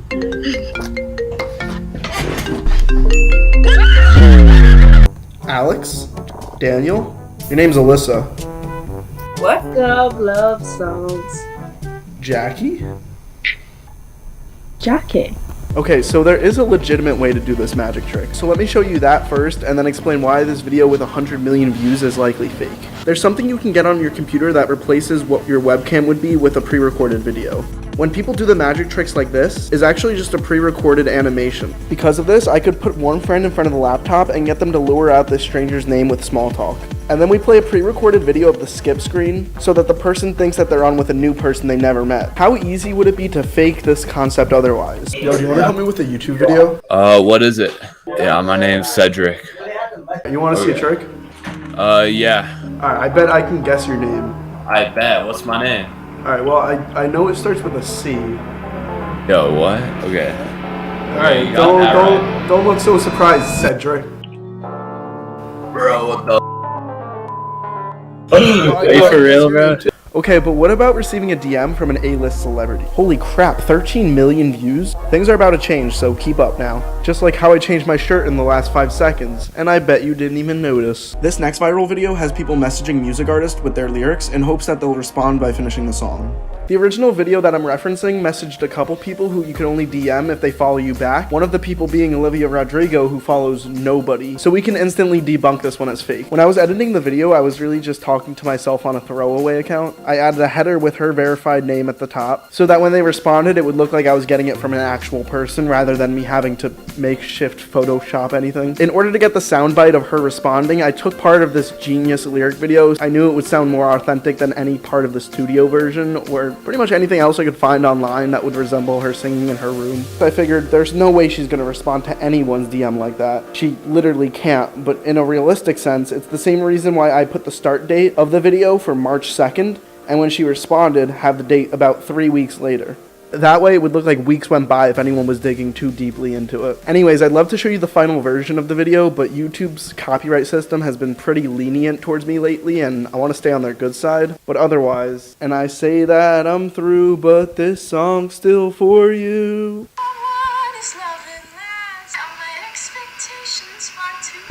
And just like that, people were already questioning the legitimacy of the video, tricking a lot of people, and others not so much. The thing is, it was good enough that it was questionable, and I would give that a pass. Next viral video. Wow, I changed my outfit again. That's 4 times I had to reshoot this video. 3 different outfits, 2 different outfit changes, and a partridge in a pear tree. For the next viral video, I wanted to figure out what's the deal with people doing man on the street interviews and then having people respond with the dumbest answers to the simplest question. What the capital of the United States is? No. You know what 3 times 3 times 3 is? Can I think about it? Yeah, go ahead. How many make up 1 dozen? 10. These videos get a lot of attention because the comments will say things like, oh my god, they're so dumb. Man, I knew this when I was 5 years old. Insert something here about the American education system failing us. Blah, blah, blah. Tell me something I don't know.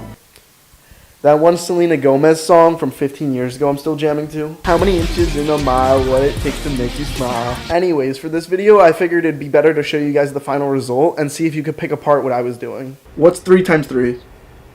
6. What's the capital of the US? Ireland.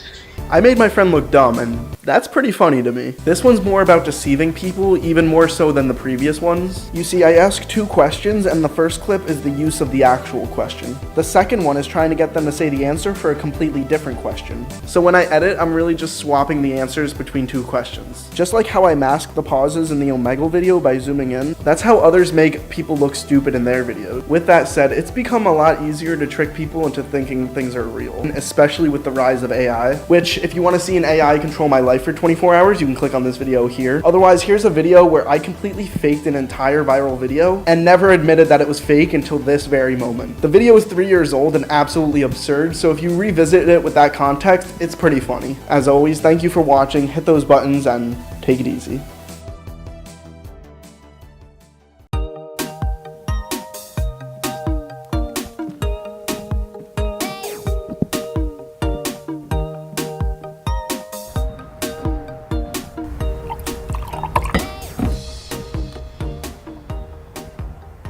I make a birthday video every year to show how I've grown and create this little video message time capsule to my future self. When this video goes live, I turn 20 and it'll be the 4th of these birthday message to the futures that I've done.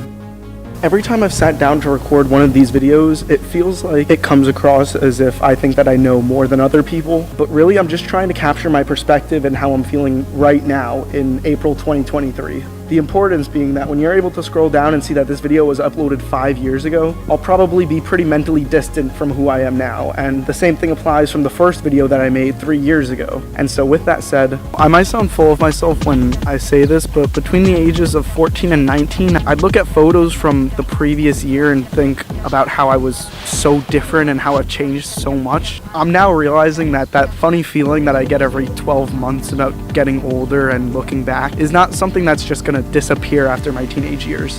Boom photo, boom photo. I don't know what I'm gonna put, but it'll be something funny. I'm at a crossroad where I don't know if my identity is what I present to others, the good intentions that I try to act on, or my thoughts, or if any of this even really matters, because hell, this is the internet and perception trumps reality, right? Damn.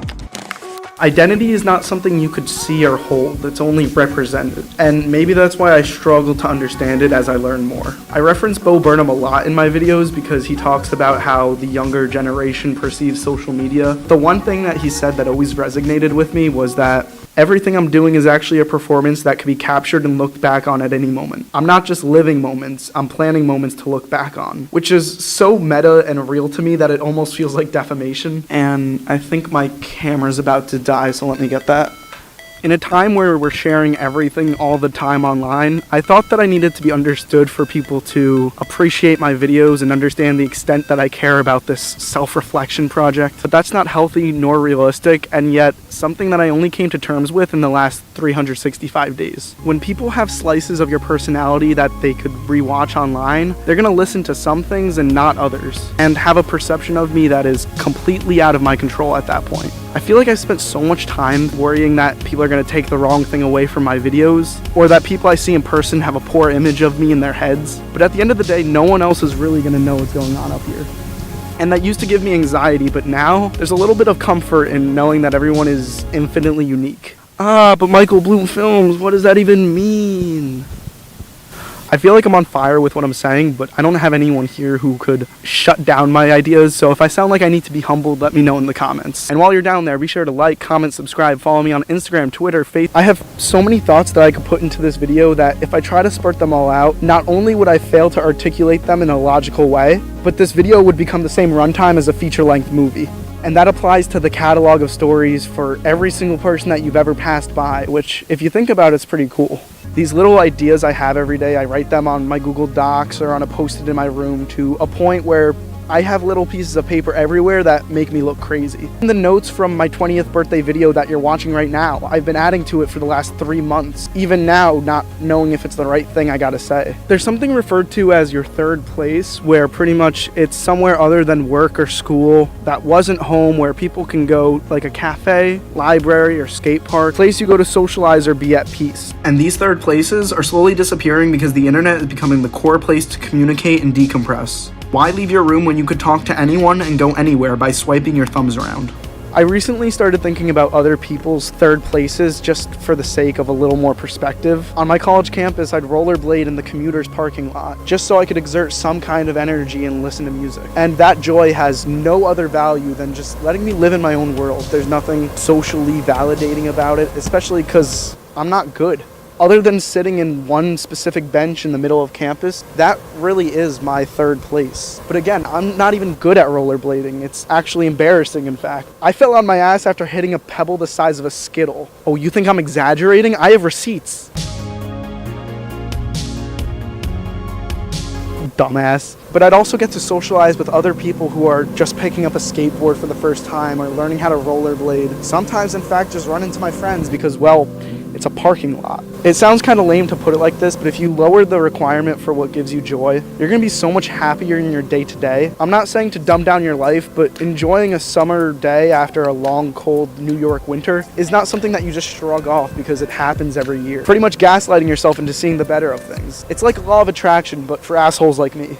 Is this where I can sign the petition? Please, that would be awesome. Thank you so much. Of course. I love stumbling upon bits of evidence that show a human at some point was enjoying their life. This art that took a few seconds to walk by, but someone spent God knows how long making it. This rock that my friend and I painted because our school was throwing out old art supplies. A lost bead necklace from the party of the night before. Or art that was made out of chalk and you know it's newly made because it had just rained 24 hours before. I appreciate things that show me that time is passing and things are changing. Now forgive me for being sentimental, but this is one of the few things, this video, that I look forward to every year as my birthday gets closer, since I don't really like making a big deal about it. Every year I make these birthday videos, I give myself some kind of theme or lesson for my future self to look back on. Things can go pretty fast, and sometimes you could blink before you even realize it happens. This year, I say do one thing every day that excites you. This year, well, I learned that trying new things never goes underlooked. This year, I say the best way to happiness is by trying things things that you don't expect to give you joy, and accepting the fact that people are gonna have a different perception on you based on when and where you meet them. Even videos I filmed just 12 months ago, I look back and I feel like I'm such a different person from then. And I almost encourage you to look at yourself in the same way, because that's really why I'm documenting right now before it becomes back then. I used to suppress a lot of my thoughts because I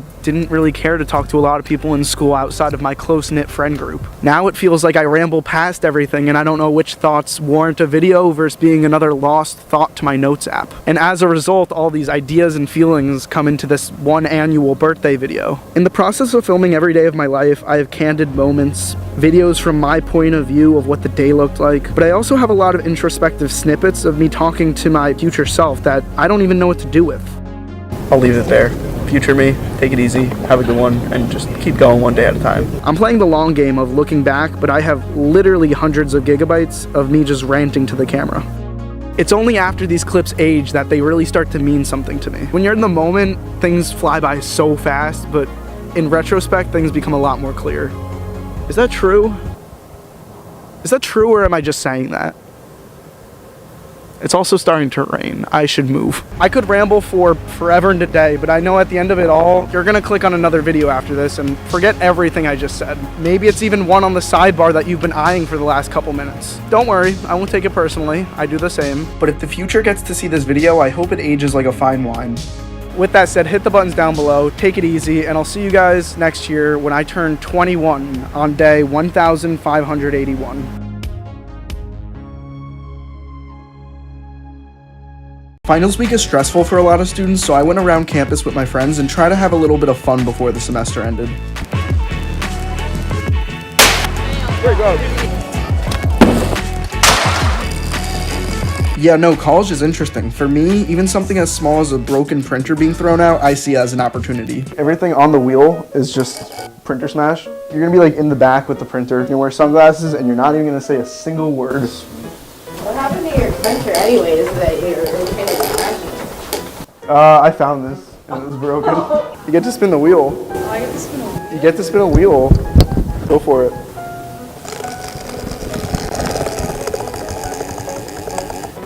Break printer. You need to break a printer.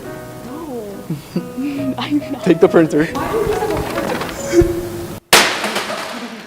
That's your fault. That's your fault. This is my fault. I did nothing wrong. I'm an innocent bystander. Now you have to buy the new ones. That's your fault. That's what you got on the wheel. Spin it, spin again. We'll do something else. That looks like a nice printer. Why did you break the printer? Break printer. Now you have to. Spin again. Spin again.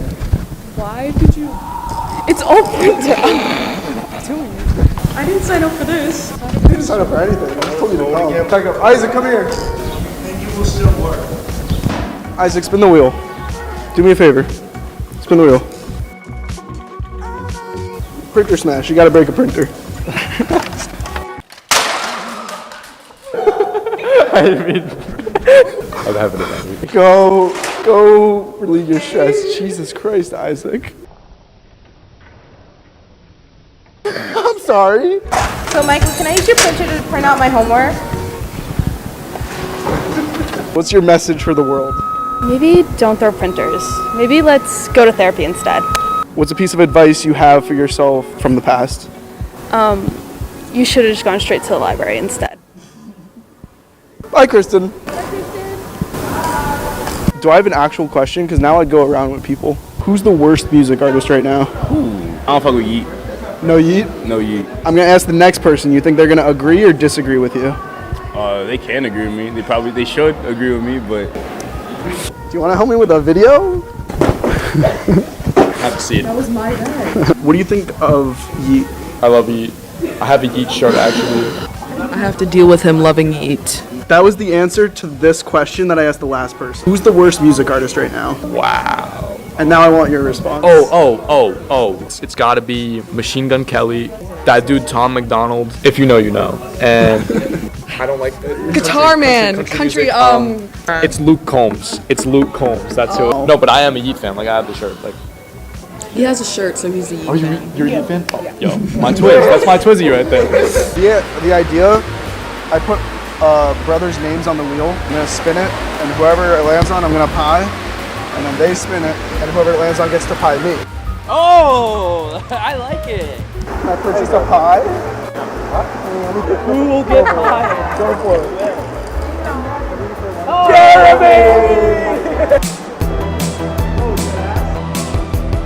My mom is gonna pay for more. Yeah? Does that mean I get to pie you again? Yeah, sure. You missed the spot. Oh! Where's the whipped cream? Where's the Oh yeah, oh yeah. Here's Mr.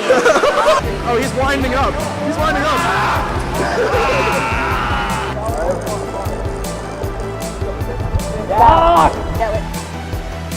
I realized my mic was in my pocket the entire time. I'm gonna have to do like subtitles if it wasn't loud enough.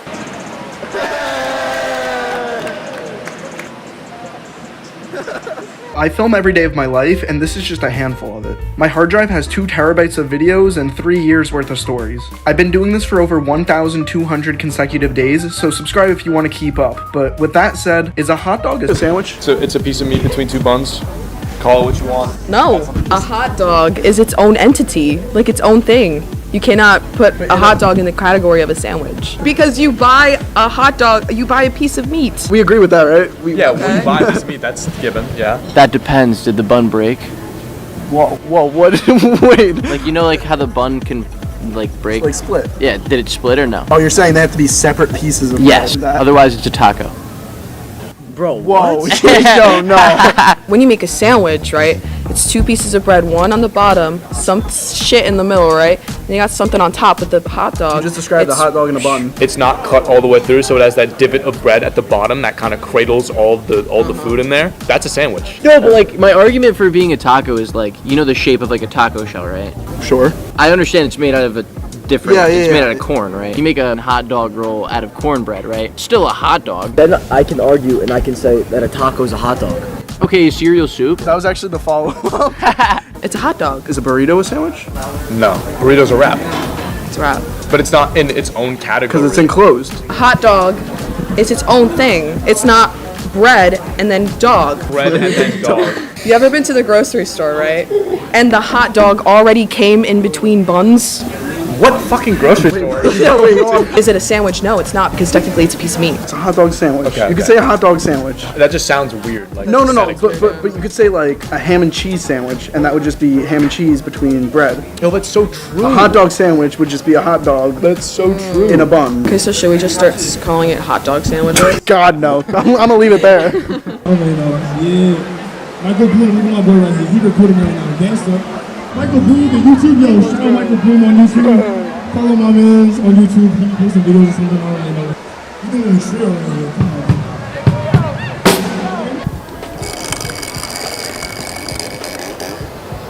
on. Hot take. Give us a hot take while you sign your name. Hot take. McDonald's fries aren't that good. That's a take. That is a take. Is it hot? I think that's pretty hot. It's pretty hot. I was gonna say. It's pretty hot. There's better fries out there. Love you, Michael. I can't stay. I gotta go. Take it easy. Spin the wheel. Sign your name. Bag trade. Why? One thing in your bag. Let me see what's in my bag. Hold on. Oh, do you want to blow pop? It could literally be anything. I can give you a plastic fork if you want. Blow pop for a deck of cards. Oh, perfect. Thanks. All right, I'm spinning the wheel for you because I have pink eye. roll again. That did not sound good. Roll again. Last text you sent. What's the last text you sent? With receipts. Also, I'm back on campus. Guys, he's back on campus. Where do I drop it? Wait, no, drop it out there. That felt good. Throw it like a frisbee. Oh, yours was so much better than mine. Yeah, that's what I thought.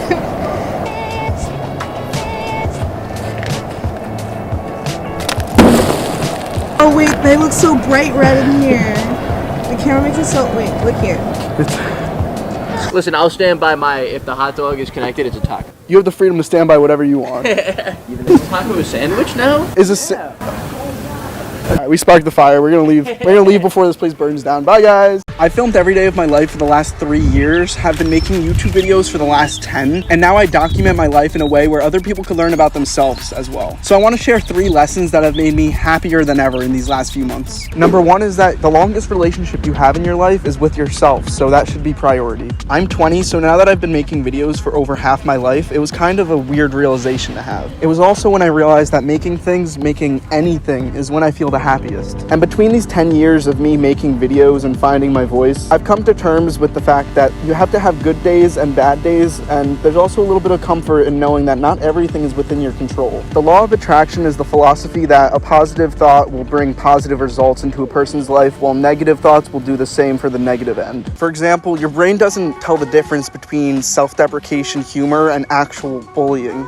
You think like shit, you'll feel like shit. You go in with blind optimism, you'll feel more hopeful about what the future holds. You can't control what happens, but you could sure as hell control how you react to it. There's a paintbrush over here, which means someone was having a good time at this park. Number 2, you're not a human with a soul. You're a soul in a human body. Take a second to think about that. This sounds like a very pretentious hippy-dippy thing to say, but it's very easy for me to look in the mirror or look in the viewfinder of my camera and say, wow, that's me. I look in the mirror and I see a projection of myself, but that's not actually me and who I am. My brain is me, and my body is just a physical means of trying to show that to people. My appearance, like the clothes I'm wearing and the hair on my head, are just a representation of me. It's like dressing up a video game character. It doesn't really matter what you look like, but what you do that actually matters. I don't think I have anything too profound to say or anything that hasn't been said before, but there's this one time in my university library where someone came up to me and actually told me how much my back catalog of videos meant to them. One of my videos made them cry and spark emotion in someone that I didn't even know, and that's something that's extremely valuable to me. Because I saw everyone in the library as just another student trying to get their work done, but in this case, I saw Sonder. The realization that each random passerby is living a life as complex as your own. That city across the water that you can't really see because I chose a foggy day to film this. Those buildings the size of my fingernails have people with feelings, lives, and maybe one of them is feeling the same existential crisis that I'm having. I like thinking about other people's perspectives, but there's no point in trying to fully understand all of them because you're never going to. No one is going to know exactly what you're thinking. You could tell them your entire life story, and they still won't know exactly how it felt from your perspective to let it all play out. It's far more likely that they're all in their own worlds, doing their own thing. They're not paying attention to the world around them. And we all do it every day, whether you're driving, walking down the street. All of our lives are just as complex as everybody else's. Everything you have going on, they have going on. Nobody knows what everybody else is going through. I'm also filming this on my small camera because while my big camera is in repair, I couldn't help but still make a video. So, on to point number 3. Failing and being uncomfortable are vital parts of personal growth. When it's said that comparison is the thief of joy, it really is. I could compare my YouTube channel to someone who's doing so much better than me. I could compare my job to the jobs of my friends. But when I compare my current self to me of the past, I know that 15-year-old Michael would be astounded by where I am now. Not just in terms of videos, but also in terms of perspective, because I think I was pretty confused back then. Actually, I still am confused, and I'm sure me 5 years down the line will be talking about myself now like I am my 15-year-old self back then. Wow, the thunder's roaring. I wonder if that comes across on camera. That's loud as hell. It started downpouring, so I'm gonna finish this segment in my car. I've been making these videos, these little home movies, since I was really young. I'm fascinated with capturing time and how perspective changes, while still acknowledging that whenever you're watching this, you're watching an older variation of who I was, for me, who I currently still am. So I encourage you to look at yourself like that and be proud of how far you've come. Unless you've done some heinous crime, then you're on the wrong YouTube channel. If you want to hear another of my philosophical rambles, you can click on this video here. Otherwise, here's the video that made that random student cry. It's not one of my most viewed videos, but it's one of the ones I'm most proud of. Thanks for watching, and take it easy. Does anyone actually know their social security number? If you're trolling me, good job. So I was just editing my video, and oh, into the future me watching this, I hope you held up to your promises. It's January 5th, 2020. Over the course of 10 years, these videos are probably gonna change a lot. I'm creating this video simply to remember. This was recorded on an 8mm film tape almost 10 years ago. Today is my 19th birthday. Create this little video message time capsule to my future self. There's a quote I heard recently, which is your internal identity lags about 2 years behind your external reality. 100%. And yeah. it's like, I definitely feel that for myself where, you know,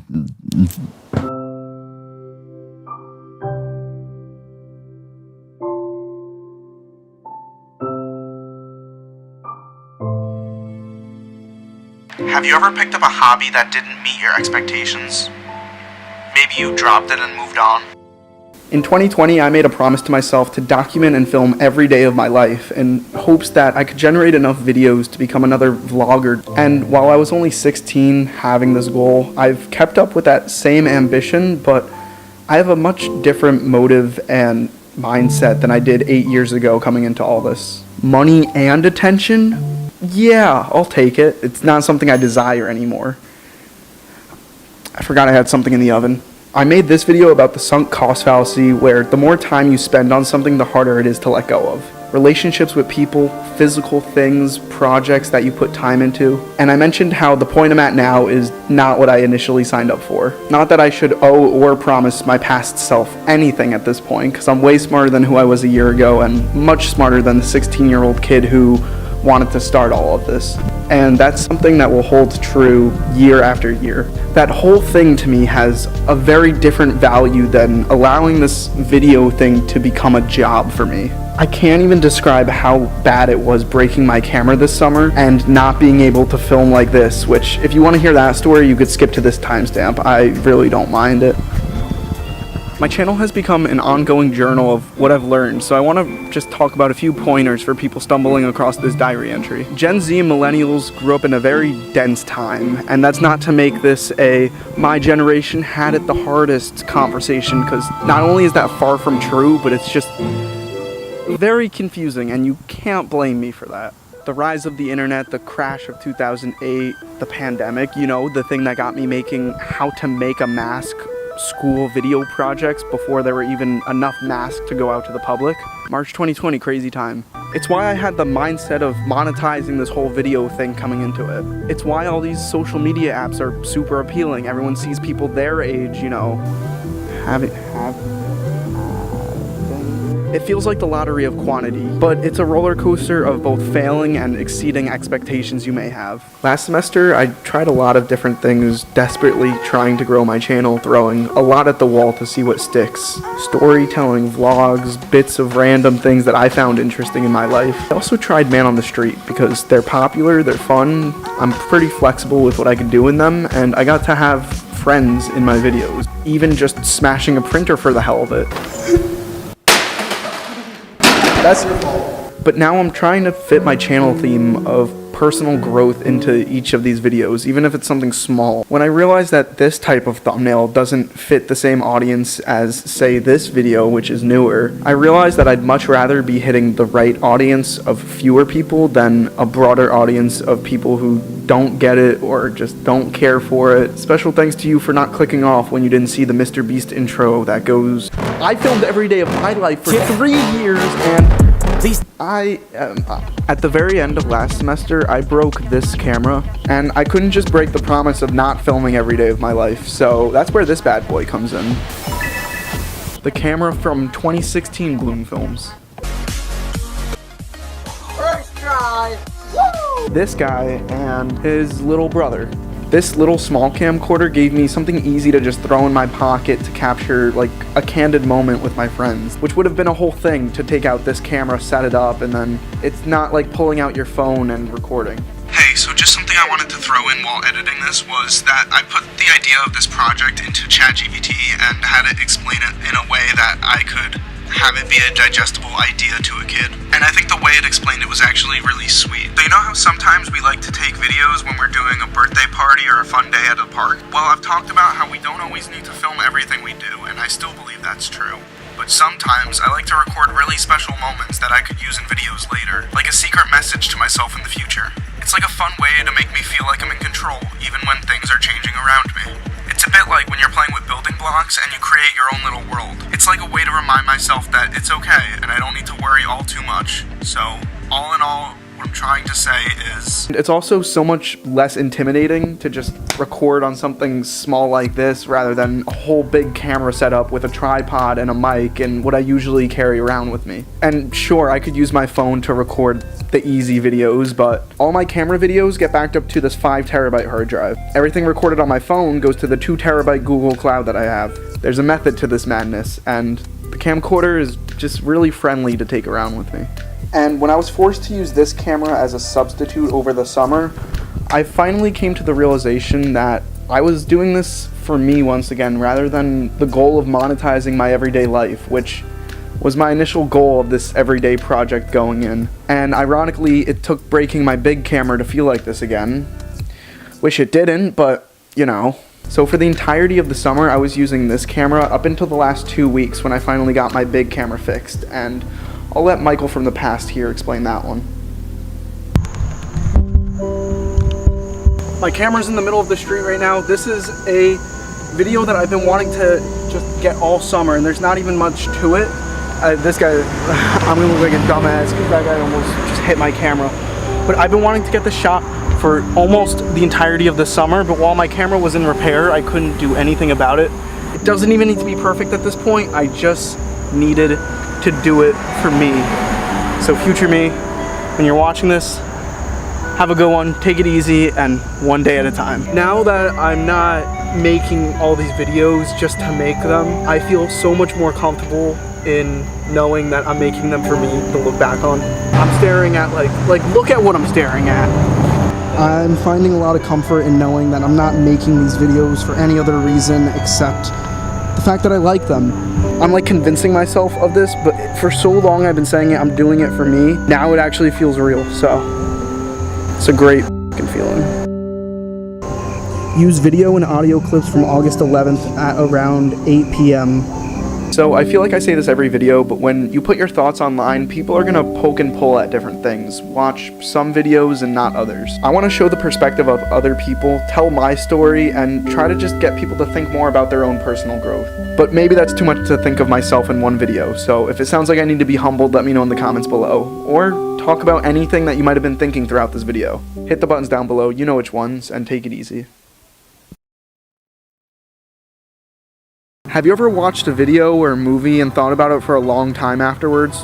Well, I try to do that with videos such as Is School More Important Than Mental Health and Kid Gets Wrecked by Milk Crate. But I'm not here to talk about those masterpieces. Today, I want to talk about 4 speeches that changed my life.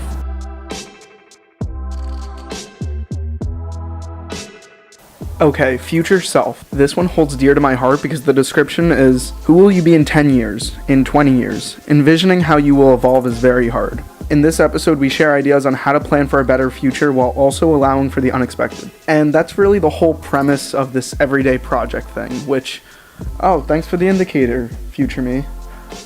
Future me, there you go, it's the title of the podcast, wow! This isn't the first moment in history where people are experiencing this high degree of existential terror and angst, right? So now one could say these are unprecedented events and the confluence of them is particularly unprecedented. Time marches on, time progresses. So if we want to bury our heads in the sand because the future feels so scary, we can, but that doesn't mean that the future won't come. I hate this question of where do you see yourself in 5 years because I don't know where I'm going to see myself in the next year, let alone the next 5. The emphasis of this Future Me episode is enabling what people call the balance of stopping to smell the roses and also being productive for the sake of your future self. I wonder, is there a way to give a little bit more to the future, whether that comes in terms of saving or whatever sort of the flavor of the decision might be. It is a question of figuring out what's the allocation of resources between now and later so that later doesn't become much worse than it is or that we fear it's going to be. A segment that I want to preach from this episode from Hal Hershford, and this is paraphrasing here, is that balance is a bad word to describe life. Harmony is much better. Balance implies trade-offs like a seesaw, up or down, but never really stable. Harmony, however, in music, is 2 people singing at different levels and both are heard. The same can be said for the voices of your present self and your future self. And so with that, be kind to both of these people. They both have the same mind and they both have the same body, but they'll know a little bit more about life when you meet them. Okay, so less stuff, more happiness. Graham Hill talks about how the average American has multiplied stop saying multiplied. Graham Hill talks about how in the last 50 years, the average American has more than tripled their living space, and yet there's still a storage problem. More stuff means a larger environmental footprint, more stuff to keep track of, clean, and just like inflation, the more things you have, the less value you put on each thing. Smaller space is going to make for smaller utilities, save some more money there, but also a smaller footprint. The 3 things he mentions to having a better physical life is to 1, ruthlessly edit possessions. If it's sentimental or important or utility, obviously keep it, but also know the cost of keeping it for a few years, both physically, mentally, and economically, I guess. Like whatever you're doing right now, I want you to look up and to your left and tell me how important that thing is going to be in the next 5 years. And I really hope you're looking at an inanimate object, otherwise I am such an asshole. So when you go home and you walk through your front door, take a second and ask yourselves, could I do with a little life editing? Would that give me a little more freedom? Maybe a little more time? Number 2, prioritize efficiency and functional items. Kind of like how in van life the wall unit will fold down to be a table or a bed to save space. This won't be applicable to everything, but the things that he mentions in his talk are very interesting. A sink's combined with a toilet. A dining table becomes a bed, same space. A little side table stretches out to seat 10. And number 3, the one that I love the most, digitize paperwork and floating media. Digital space has gotten a lot cheaper in these recent years, and the long-term return on investment is a lot higher than you might think. Now, if you're not a minimalist or you don't want to get rid of things, I'm not saying that this is for everybody. I watched this one in high school. The video is over a decade old, but it completely changed my thought process moving into college. It's just a quick 5-minute speech, but I still very much resonate with it, so. An edited set of possessions, my favorite stuff, and really designed for me. I'm really excited to be there. Okay, how changing the story changes your life. We are what we take away from the stories we have in our heads. What you know now made you who you are today, and how you got there is the way that you learned. If that sounded like ramble to you, then in short, you are who you make yourself out to be in your own story. We get to be the hero and not the victim in our stories. We get to choose what goes on the page that lives in our minds and shapes our realities. And that life is about deciding which stories to listen to and which ones need an edit. And that it's worth the effort to go through a revision because there's nothing more important to the quality of our lives than the stories we tell ourselves about them. She talks about empathy, understanding why sometimes stories are told the way they are, and dissects the way that we learn about the world around us is often not too different to how we would be writing a story or a novel. And as life continues, you're gonna have to figure out how to write and rewrite the part of the story that you're living. Yeah, it's a cliche, but also it was really nice to see someone putting words to thoughts that I've been having for a while that I've had trouble explaining for myself. They're the people who, when you try to offer them a suggestion, they reject it with, yeah, no, that'll never work, because what they're really rejecting is an edit to their story of misery and stuckness. Usually take a different approach. And what I do is I say something else. I say to them, we're all gonna die. I'll bet you're really glad I'm not your therapist right now. There's a story that gets written about all of us eventually. It's called an obituary.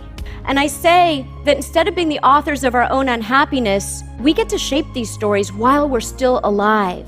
Reinterpreting your past is the whole reason I keep making videos today, and it's the reason why this streak is so long of me filming every day. Mark Roper, the YouTuber who now has over 20 million subscribers on YouTube, gave this talk before he started working for places like NASA and Apple. I was shown this talk in school and it completely changed how I learned new things. And also calmed me down at college when I wanted to put my head through a wall. The premise of the Super Mario effect is that when you're playing a Mario game and you fall into a ditch or you die to an enemy, you don't just give up. You take the information you learned and you apply it to the next time you go about the level so that you have a little more knowledge than you did before and you can encounter a different challenge to overcome. There were lots of other examples from my own personal experience where this attitude of life gamification, this Super Mario effect, led to more success and therefore more learning. The only discouraging part about this is that you lose lives, but what if there was no penalty for failure? Unlimited tries, no reason to get mad, and you can go as far as you want as long as you have the will to do so. The Super Mario effect, focusing on the princess and not the pits, to stick with the task and to learn more. Mark also created his own game in order to study the behavior of players, and he found that players that weren't penalized for their mistakes ended up playing longer and learning more than players who simply gave up after being discouraged. In one version, if you failed, we simply took away 5 no value in the real world, completely meaningless fake internet points. For those who were penalized for failed attempts, their success rate was around 52%. For those who were not penalized, their success rate was 68%. The funny thing was he mentioned how babies aren't discouraged from trying to take their first steps. They keep going until they get it, and that's something that you should apply to more than just your first steps. As life becomes more complicated, it feels easier to get discouraged than to be optimistic, but the latter is so much more rewarding.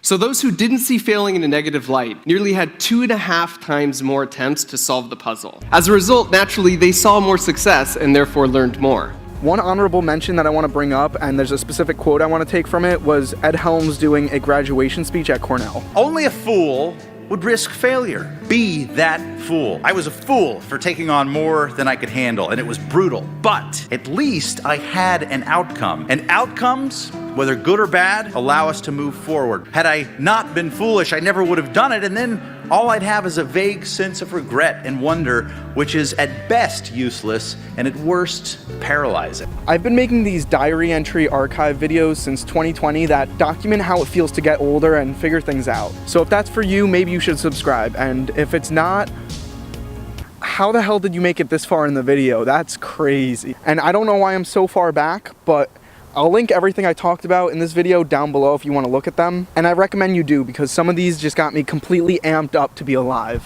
What stood out to you? What was most relatable? Let me know.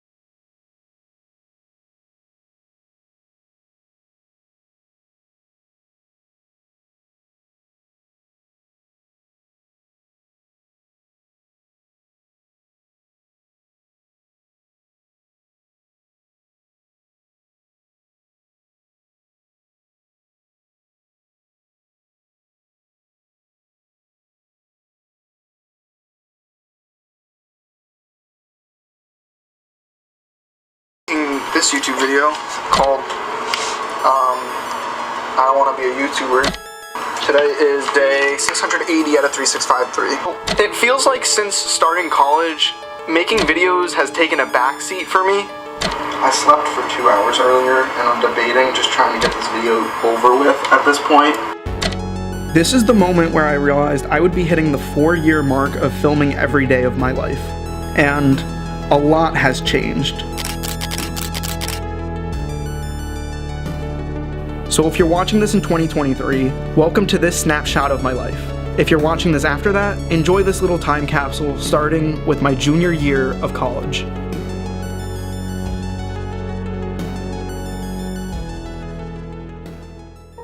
But first, why do I do this? I have footage backed up from 2009 to now, 2024, ages 6 to 20, and I just found my dad's old Verizon phone that hasn't been used in, I don't know, 15 years. And there's a video on it from when I was just 6 years old. There's no sound, which I really wish there was. It would make a great tagline in my new rap song that doesn't actually exist, but I think the reason I film every day of my life now is because since the home video genre is dead and everything is digital, it's the same reason I wanted a camera to begin with, and it's moments like these where I realize that being able to pull up random clips from over a decade ago is so satisfying and so rewarding to have archived. It's something really special to me, and I want to keep that alive.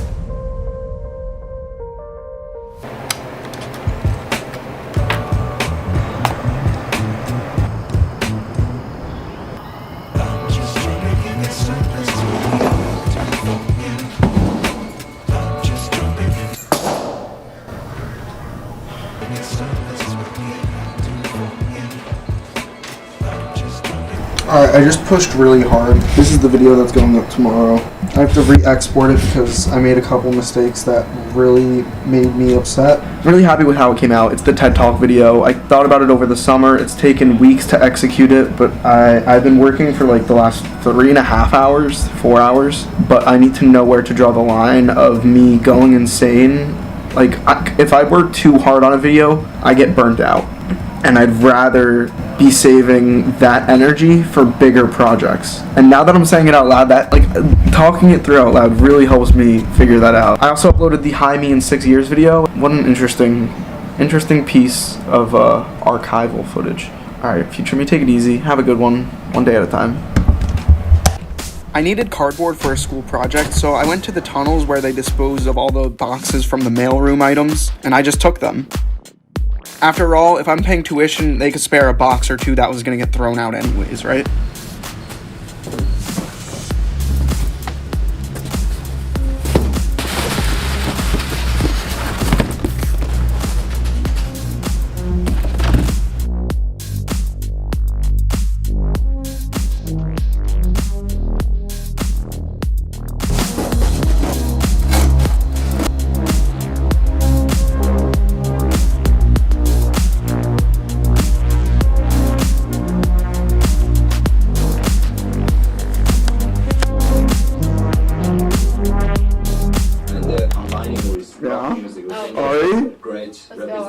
Oh, you're in there? You could have a price. Maybe band. There was some metal that talking. So how was that going around that other band?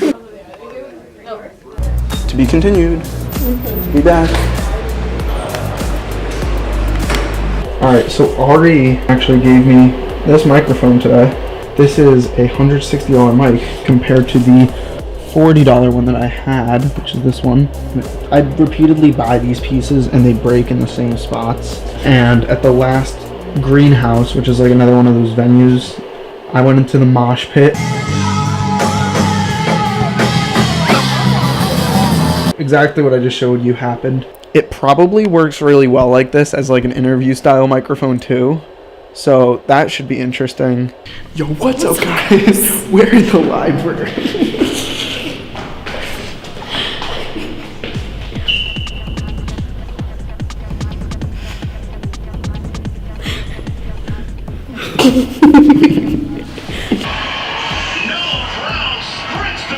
Yo, it's football and Fortnite season. Yo, I need a switch, bro. Dude, this is gonna be like such a good photo in like 40 years. I'm so low. I had auto run. Oh, I'm so low.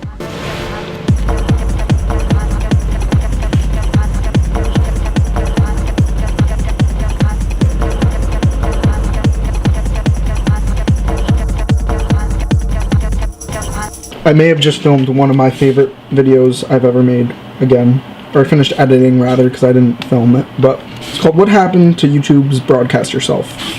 And yes, I edited it in a cow onesie because it's cold outside and if I'm gonna be editing, I might as well. I put this on the level of the time capsule that changed my life, the video where I used Ethan's song, Addicted to Daydreams. It just felt so good to express some buildup that I've had, and it puts me in a really good mood to make a video spur of the moment like this and have it work out exactly how I planned it to, and I'm really content with it. This battery's also about to die, so I'll keep this brief. My SD card's about to fill up. Future me, take it easy, have a good one, and one day at a time. Yeah, we got the pizza. We got the pizza. Pizza with sausage. Pizza with sausage. Sausage. Sausage pizza. The pizza. Pizza Papa John's. It had Papa John's. So has sausage.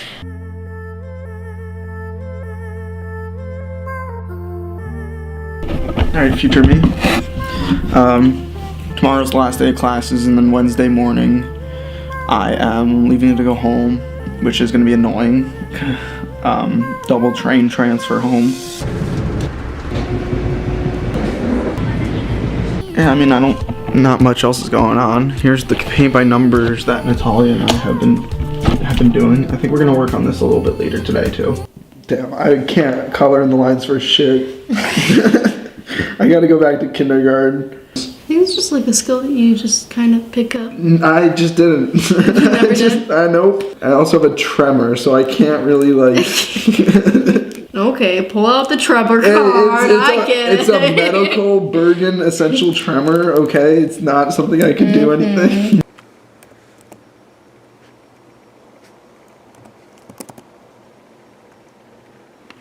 Alright, I'm busting out the mini camera again. I wanted the timeline of this video to be in order of which the clips were filmed in, but I wanted to take this quick breather from the future to vent for a second. I got back to college for my spring semester. This is my apartment, and the video you're watching right now was supposed to be done before Christmas. Today is January 14th, 2023.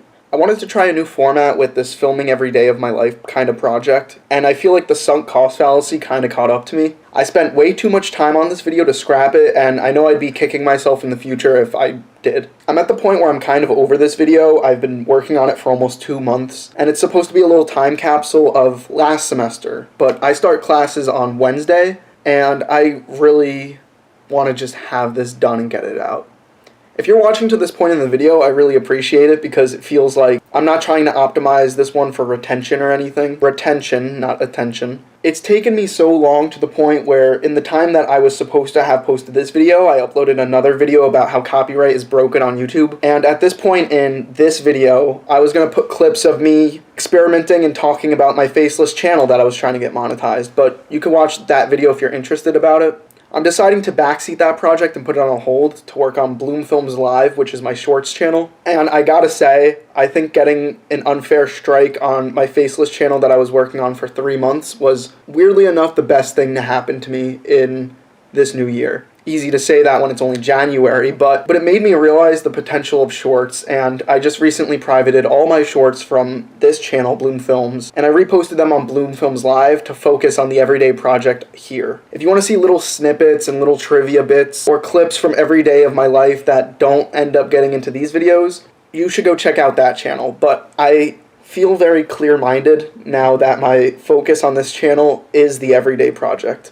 It's something I've worked on for 4 years at this point, and now that I've been doing YouTube for 8 years, 8 years, wow. This is what I want to put most of my attention into in terms of long-form video. I'm going to stop rambling there and get back to the video. Today is day 1474 of filming every day of my life, and let's jump to day...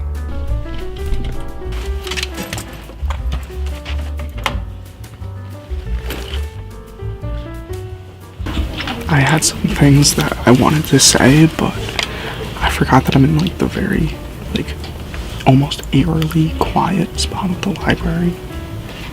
And this is a closed off area, but I brought like my wireless mic adapter, and it is still way too quiet for me to be talking, so you know what, I'll just voice over this part.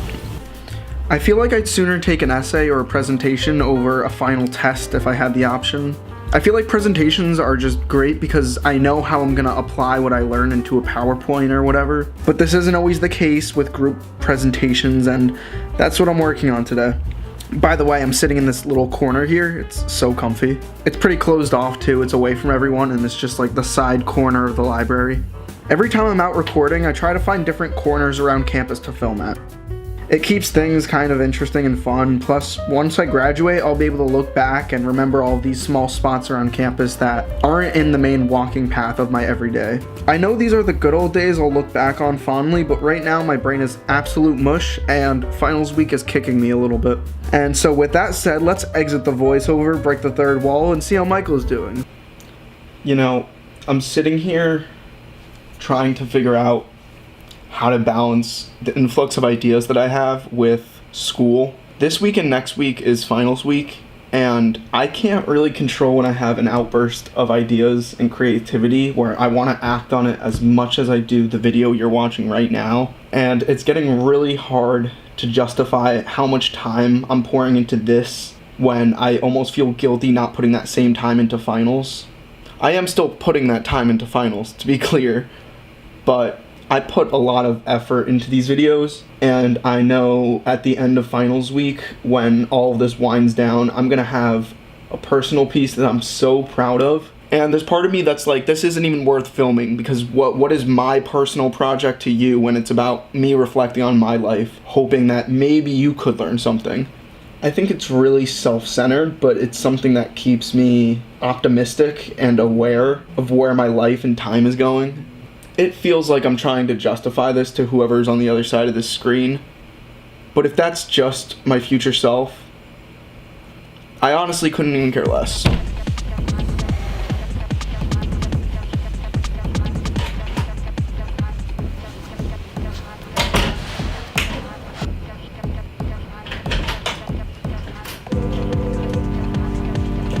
Me trying to be dramatic just there, I almost locked myself out of my room. My door auto locks, and if my keys were in my room just now, I would have been screwed. I got 3 presentations. One is about creating a theoretical safe workplace where weed is both implemented and not implemented, and different ways to address the legalization of marijuana. The other one is advertising, and why do we remember the ads we do, pretty much using, it's a group project. I don't even want to fully explain it. But if you want to take the time in the future to pause and read my chicken scratch handwriting here, these are bullet points that I need to talk about in that presentation. But it's enough for me just to know what I'm saying, where I don't have to read off the slides. There's that, and then the third one is a brand advertising marketing. It's like a 20-page paper that we've been working on throughout the semester, and I pretty much need to give a theoretical marketing plan, which is so much fun. None of them are that bad, but together, stacked upon each other, it just sucks to get them done.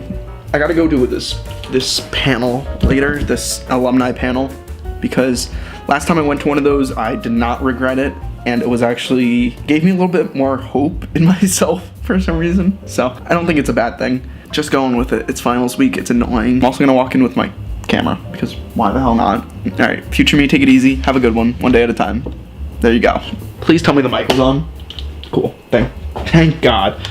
So, like I said previously, I'm finishing this video in January 2024, but I want to give you a little flashback from New Year's Day of 2023 for a project that I started at the time then, which is now completed. I saw this before, and I wanted to emulate it because the photo every day thing is something I've been wanting to do for a while, and I really liked the spin that this one had on it, so like this one took the music and everything. I mean, I'm going to shorten the duration eventually. I think once a week I'm just going to have to dump it in here. The thing is, like, I don't keep my face in the same spot on the screen regularly. It's like about the same actually, but like it's either my forehead or my hair that has the date on it. Hers was very consistent with like her nose. Well, plus or minus, but I guess if you're not looking at each photo individually for too long, it's not that big of a deal. I need to take my It's 2023 photo. Didn't do that yet this year. That's that. I need to organize my hard drive a little bit. Alright, future me, take it easy, have a good one. I got really nothing else to say.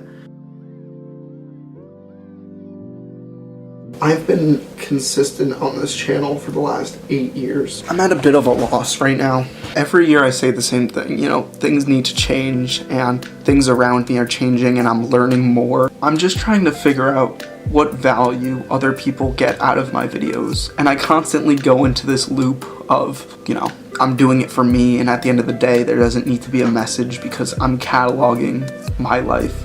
I can't help but think that maybe I have a little more in me to craft these videos to mean something. In the 8 years that I've had my channel, I tried skits, I tried documentary-like videos, I've tried highly edited video essays, and now that I'm saying this out loud, I've said the exact same thing in a reflection piece that I wrote almost 2 years ago. What was it? I believe it was my 19th birthday? I have no clue what kind of video I want to make. I've tried short form informational documentaries, YouTube shorts that focus on one day of the filming every day project, a short 2-minute video made up of segments that are just completely random, concept-based videos which are too close, again too close. But I'm happier than ever just making these random videos, regardless of how close they get to my face. There's a lot of times where I get off my phone after using social media, and I either A, feel like shit and I wasted my time, or B, I feel really emotional at just the quality of work that I see online. And I'm not sure if I'm using so much social media that it's changing my brain, or if I'm just learning so rapidly that I don't know if my character's in question. I can't tell if I'm not feeling like myself anymore, or if I'm changing so fast that I don't realize my character is in question. I don't have fear of what the numbers reflect anymore, because I know this is going to be a long video, and if you're watching to this point, thank you. Genuinely thank you. I'm moving my hands a bunch, as if this helps get my point across. Oh, you hear that? That was the crack of my wrist. In 48 hours from now, I'm gonna open an email that is a future me time capsule. It's essentially a website where you put in a little note, you select a date in your email, and it provides you with a little time capsule from that date. I've been doing this every day on New Year's for the last 8 years. Every year by the time December rolls around, I'm in a much different headspace than I expected to be, even though I get this bittersweet year in conclusion feeling every time. It's the whole reason I started this daily documentation project, 1,460 days ago? That's just a guess. I'll put the correct number somewhere on the screen. The more that I watch long form videos that are 20-30 minutes, I appreciate those pieces to no end. And yes, there's things online that make me laugh and that help me pass time, but the ones that I remember are the ones that make me feel. And I guess what I'm trying to say is, I hope in some degree this video made you feel. This was supposed to be posted before Christmas. As I say that, it is now December 30th and a half hour from New Year's Eve. But I promise, if you are watching to this point in the video, I'm gonna make it worthwhile. And one day, just like I'm quoting those 2 videos I just mentioned, I'll be quoting this video. I wanna make longer videos, and not ones with poppy captions that appear on the screen like that, like Mr. Beast text. Wow, isn't that so cool? Not anything that begs for your attention. I don't know if this was a tangent. I don't know if this is going to make it into the video. This tangent could go on for another 30 minutes, but no one wants to hear that. To the future, take it easy, one day at a time, and have yourself a damn good one. Today is February 29th, a day that only comes once every 4 years. It's a rare day. In fact, the probability of your birthday being on leap day is 0.07%. Leap day only comes every 1,461 days. And yet, no one really appreciates it, but I think it's cool. So what better way to spend this timely holiday than opening a time capsule that I sent to myself annually for the last 8 years. And with that, here's a brief message from the past.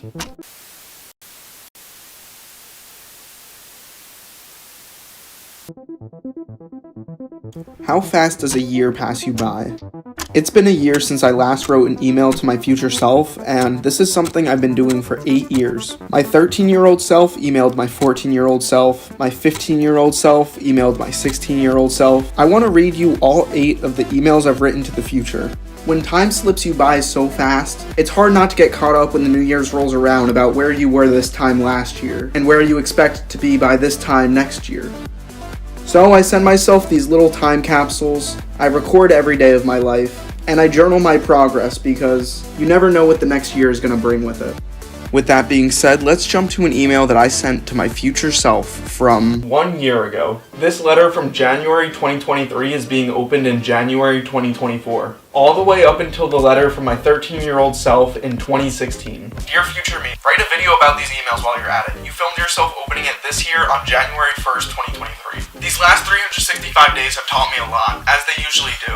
I don't think I really understood myself until this school year when a lot of my character was brought out by things that have been out of my control, for better or for worse. I won't read every bit of this email, it'll take forever. Hope my grades are better this semester, and find a balanced schedule between YouTube and schoolwork that is healthy and effective. That part actually hits me pretty hard because I think I finally realized what I want out of YouTube. In my brain, YouTube is as important as work in school because I love doing it so much that I truly believe it keeps me sane, and I've said that in previous videos too. YouTube Shorts is where I'd like to invest some of my time with the next year. This one's really funny because since I've sent this email, I made 150 YouTube Shorts on this channel. I hope this finds you well and that you're going into 2024 with great people, new ambitions, and a healthy mind. But as I start to show you the earlier emails, they mean a lot to me because I think I manifested and readjusted my life to exactly what I wanted and almost exactly what I have right now. So,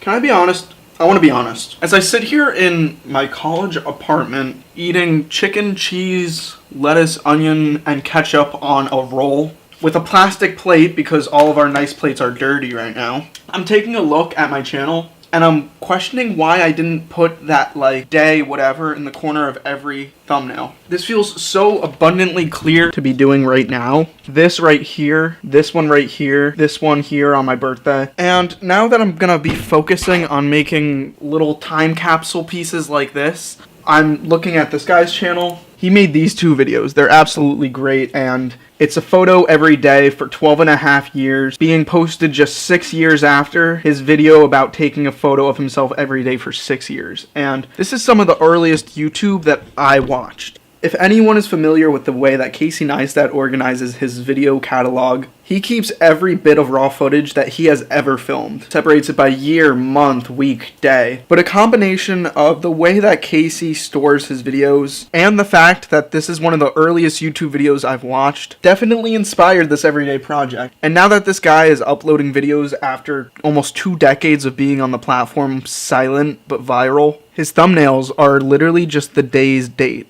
And I really like how Noah kind of captures it. Boom, your boy has a backpack. Stop playing with me. His bag is bigger than him.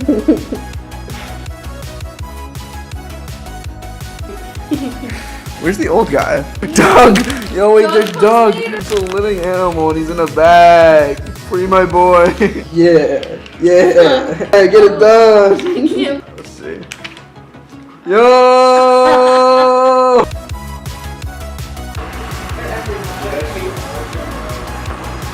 On bag 3, it's your boy Doug. You're free. You're free. Let's go. So here's me opening the annual Future Me letter from last year and the year prior. I feel like I should react to my Future Me email. Oh my god.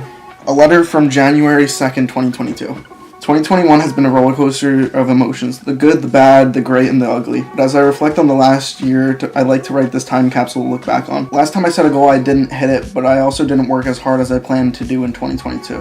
Let me know how that went. There you go. I'm also very proud of what I did in 2022, just mentally and in terms of videos. School had kicked me hard in the first semester. Super fun, eventful, big school, always busy. But being close to people is difficult in such a large school. I have a lot of friends, but I know I shouldn't compare them to my friends at home who I've known for 8+ years. This is the 7th yearly email I've done, and with the days starting to... This is the 7th yearly email I've done, and the days start coming and they don't stop coming. I smash mouth myself there. When you read this, you'll be over 1,000 days into your project. Congratulations for sticking with it. The last few years have brought my highest highs and my lowest lows. It's not easy, but I know having the bad days are needed to appreciate the good ones. So live it and learn, and time will tell. Best wishes in the new year. Take it easy. Michael, January 2022. I've done this for 7 years and every time it still catches me off guard. It's so easy to say like I was naive last year, but I didn't know what this last year would have in store for me. I'm really proud of what I've done in the last year, and I know I'll be able to look back and say the same about 2023. So, here's to a year of just doing your thing. And here I'll just speedrun the email I got on New Year's Day 2022. 2020 was absolutely wild, and I can't wait to see what my videos look like during the second year of the decade-long project. I guess if there's one thing to look back on this year, I want to know how COVID is going. Luckily, it's not an everyday thought anymore. I hope by now you're able to live on college campus after graduating high school, and I'm very excited to graduate. Even more excited to be on campus. I made 19 videos this year, and I'm hoping that I could match that. I recently finished watching Breaking Bad. What are the odds that I'm still obsessed with the show 1 year later? You're still obsessed with that show 4 years later, so yeah. I'm starting to feel like these future me emails get outdated very quick, but I guess that's the point of capturing the time I have. It feels like now that I'm taking a video every day of my life, these emails are just a drop in the bucket when it comes to snapshotting each point of my life. I don't know how this 10-year project will look like at the end of 2021, and I'm sure it's not how I expected them to come out by this point. Today is officially the 366th day of this project, and the 10% mark of its completion. At the time, I was only aiming to record every day of my life for 10 years. Now I don't really see if there's an end. This is what I love doing, and even though I'm up to day 1500 right now, something like that, and I still have another, 1700 to go, I'm really excited, and almost more excited than I was on day 366 when I sent this email. I pretty much then talk about how I got new games for Christmas, what my view counts and subscriber counts looked like at the time so that I can compare them. But I ended the email by saying, after everything that happened this year, I just want to pick up my feet and keep moving. Best wishes, Michael from January 1st, 2021. Something I realized recently is that I'm coming down to really my last year of college. And this might be just the freest period I have in my life before I become a full adult. I turn 21 in a couple months. I graduate college in a little more than a year. And for the same reason that I film every day, and for the same reason that I make these videos to look back on, I want to remember and get the most out of my time. Even if, sometimes it's just a relaxing day, sometimes it's a work day, sometimes I'm working on videos. But I'm really happiest when I'm working on videos. It's the same reason why delaying this video got me anxious about the future. Time is passing by really fast, and it's hard not to feel like I'm not using my time wisely, but in terms of making videos, this is the most time I'll have to do that for a while, for a while. And I want to be able to make the most of it. So 2024, I want to make more long-form videos, even if people don't watch to the same point that you're at now. But I'm really enjoying this, and I'm having a lot of fun. And if I want to grow this channel and my second channel, this is the last year I could really put my foot on the gas and film college while I'm still here. My letter from the past sent to 2021 talks about how I was typing the email 12 hours into the new decade. All I can think about is how I'll accomplish the goal of recording a few minutes of video every day for the rest of this decade. Hopefully by the time you're reading this, you're 10% done with your goal at this point. Knowing how you are, you'll commit to it, and if you didn't, well, then the Michael from the past is very disappointed. I talk about what videos I published during that year, and I talked about how I wanted to record more so I would have more to look back on, which I think since then I have successfully done for over 1,000 days. I ask if I'm still posting daily on Instagram, which at that point I did for 156 days. I since gave up on that project in place of the Film Everyday project. And I have a short paragraph about talking about how I hope I find myself, how I want to act, what I want to do, who I want to be, and hopefully that I was in college and working towards something bigger than that. The final line of that paragraph stating, "Man, did that time go fast." At the point of me reading this, the email is already 4 years old. I even added a final paragraph about breaking out of my shell and wanting to become the best version of me, and I think I'm doing a lot better, and concluded by saying I'm looking forward to the next decade. Hope all is well and off to a great start. I know you'll do something great. Michael from January 2020. Recently, I've watched, actually I'm gonna move over so I could edit something here. Recently, I watched Through My Eyes, which is a film about a guy who was really trying to just, in short, find his way around his life, film every day of his life, and then build a story around it, which is exactly what I'm trying to do, but he did it when these camcorders were the main source of filming. It wasn't a big camera that everyone had, it wasn't an iPhone in the highest quality, it was these little digital cameras. Look, what I'm trying to explain to you is Noah's work of taking a photo every day inspired me to do this project here. That one video of the guy talking to his past self, he puts the VHS into the TV and talks to it as like it's a live conversation, is something that also inspired me to do something like that. The way Casey Neistat organizes his storage is how I organized the last 1.5 terabytes of my life, or 13 years really. And now that I'm doing this everyday project and I'm actually doing it, I really want to put something into it that makes it my own. Everyone I just listed has their own little traits, their specialty, and I think I'm still looking for mine. How many days has it been since January 1st, 2020? It was 1,485 days ago. Today is January 25th, 2024, and take it easy, future me. The letter I received from my past self in January 2019 talked about how I was hopeful about moving to a new house. I was in the middle of moving, and for some reason took note that PewDiePie is at 79 million subscribers, because I guess that's a piece of history that I wanted to compare. I asked if Kanye or Oprah actually ended up running for president, which to nobody's surprise didn't actually happen. And I set my resolutions to be drink more water, take a single photo a day, which I don't think I really kept up with that year, and changed my style in terms of clothing and how I want to express myself going forward, which feels like it aged like a fine wine. I don't know why, but I ended this email saying, "Anyways, thanks for being a rad guy. Good luck in 2020. And finally, the letter that I received from my past self on January 1st, 2018, from when I was just 13 years old, reads that this is the 3rd letter that I've sent annually. I talk about how I just started a side channel that I ended up abandoning. I talked about the fact that I had 1,700 subscribers. I had just got a new camera, I was setting new YouTube goals and different goals for school, and I also just got the Nintendo Switch, to which I asked myself, did the new generation of Smash Bros come out? I mentioned that I have a letter in my drawer that says, do not open until 2019, which I ended up opening and pretty much found the equivalent of these Future Me emails, but in physical form. I don't know where that paper is anymore, but knowing me, I'm sure I kept it somewhere. And the best part about this email, if you plan on making a video about this, which I know you are because I know how you think, you may want to start it with, I always look forward to what the future has in store for me, but I like to capture what's happened in the past. And that concludes all the emails that I really wanted to share with you. Time passes really fast, and having a little snapshot of time from my past self when I was more naive and 13, 14, 15 years old, where I'm now almost 21 years old, it's something I really appreciate the fact that I could look back on.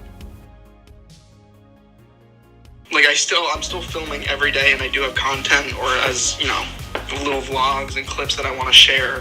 So I think I'm just gonna have to do that during the week, do shorts, and then spend my Friday mornings / like the weekends just editing Bloomfilms. And whenever that comes out, it comes out, because Bloomfilms is a creative project for me. I kind of like need to do it for my own sanity, because I love posting. I'm okay with that if it means that all my creativity can still funnel into my channel. It may have a different value prop for the viewer, but it has a different value in my life. And you know what? I'm gonna film this voiceover with my camera, and you'll see it in the next video. Casinos. Big winners, broken dreams, and a layout that's so confusing that you can't find your way out. Seriously though, most casinos are just a giant circle in order to keep you in there longer. This weekend I went to my first ever boxing event where I got to see a really good couple matches.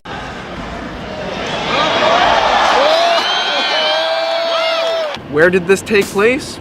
A casino resort. Now, as a first-time gambler, I was going into this weekend thinking, YouTube ad revenue was a little bit more than what I expected last month, but I'm only gonna throw in what I'm okay with losing. Right? Yeah, sure, a couple dollars, what the hell. And let me just tell you now, the amount that I left the casino with, so I learned all about it just by throwing in my first $20. I knew it was just gonna disappear into thin air, but I wanted to learn how they work. Put in money, it gives you a balance on the machine, you gamble how much you want, and then you cash out and it gives you a paper voucher. But I wasn't playing at any of the table games. Poker, blackjack, I was just playing the slots where, by the way, it makes up more than 95% of the casino. It's all just the same thing, but reskinned with different textures. I mean, what else would slot machines really be? Which is why when I went with Natalia, she said to just feel out the machines that had good vibes, or feel the most satisfying to you. I'd pass by a machine and I'd be like, not that one, but that one? Yeah, not that one. But that one?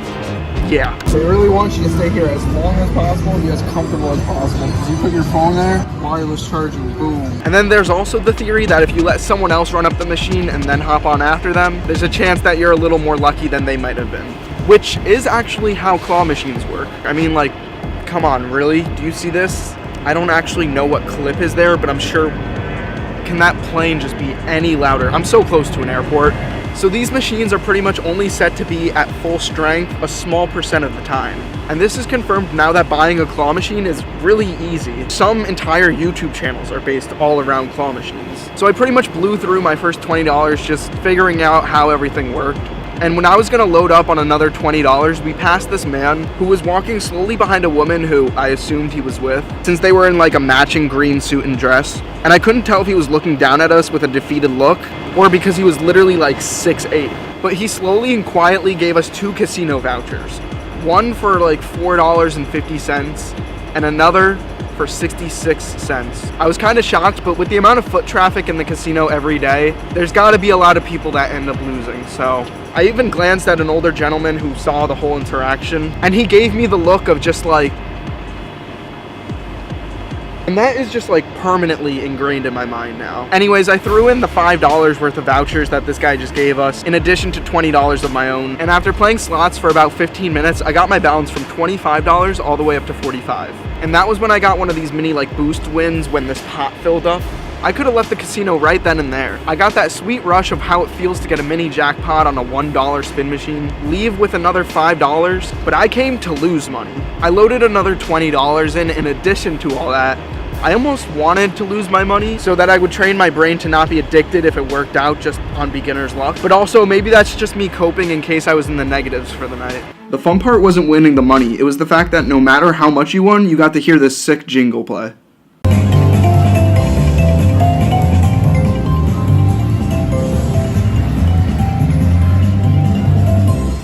But long and behold, it was about 2 a.m. and I cashed out with a $16 voucher of the $65 that I put in. I just wanted to sleep on the decision to add more money if I was going to at all. But I woke up the next day and hit slots on the way out of the hotel. I wasn't gonna add any more money. Whatever I had, I was gonna leave with. So I spun away all $16. It went up and down. At one point I was up by 10, down by 15, up by 10 again, and finally I left with a whopping 57 cents. If I went over to the machine to cash out, I would have only gotten coins and not a single dollar bill, so at this point this is worth more to me. But this isn't always the case. One time my friend's last dollar won him $90, and that was after entering the casino with only 40. Afterwards, he bought me a Starbucks cake pop, so you know what? Sometimes you do win. Look, I'm usually optimistic in most places, but in casinos it's hard not to be when, at the end of the day, the house always wins. It felt like Dave & Buster's, but kinda sad. If I loaded $70 onto a Dave & Buster's card, at least I'd be playing skee ball, shooting hoops, playing Flappy Bird on a TV, and maybe leave with a mug and a Tootsie Roll if I was lucky. But instead, I found myself feeling like this gif of when people are just mindlessly button spamming. On a different note, I only gambled $60. That's nothing in the grand scheme of things, and power to these people for spending their free time and retirement money on that. Overall though, the weekend was great. I saw a couple really good boxing matches. I got to scream as one guy was leading for 11 rounds and then tripped up in the last 30 seconds of the 12th, and a new featherweight champion being crowned in the last 30 seconds of a half-hour card.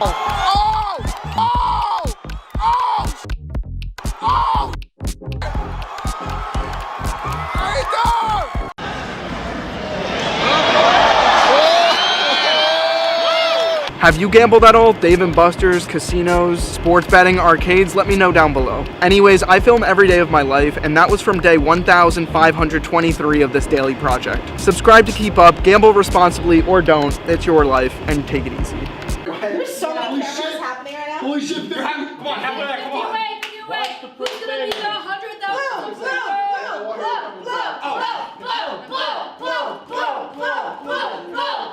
400 people in one live stream. How many are in that one? 200. Damn, Yo, we can do it. Everybody subscribe right now. Guys, subscribe. Oh my god. Everybody subscribe. It's not that hard. I mean, like, what else are you doing? Get the boys. Get the boys. Come on. Yes. Oh yes. Yes. Oh my god. 34. Oh my god.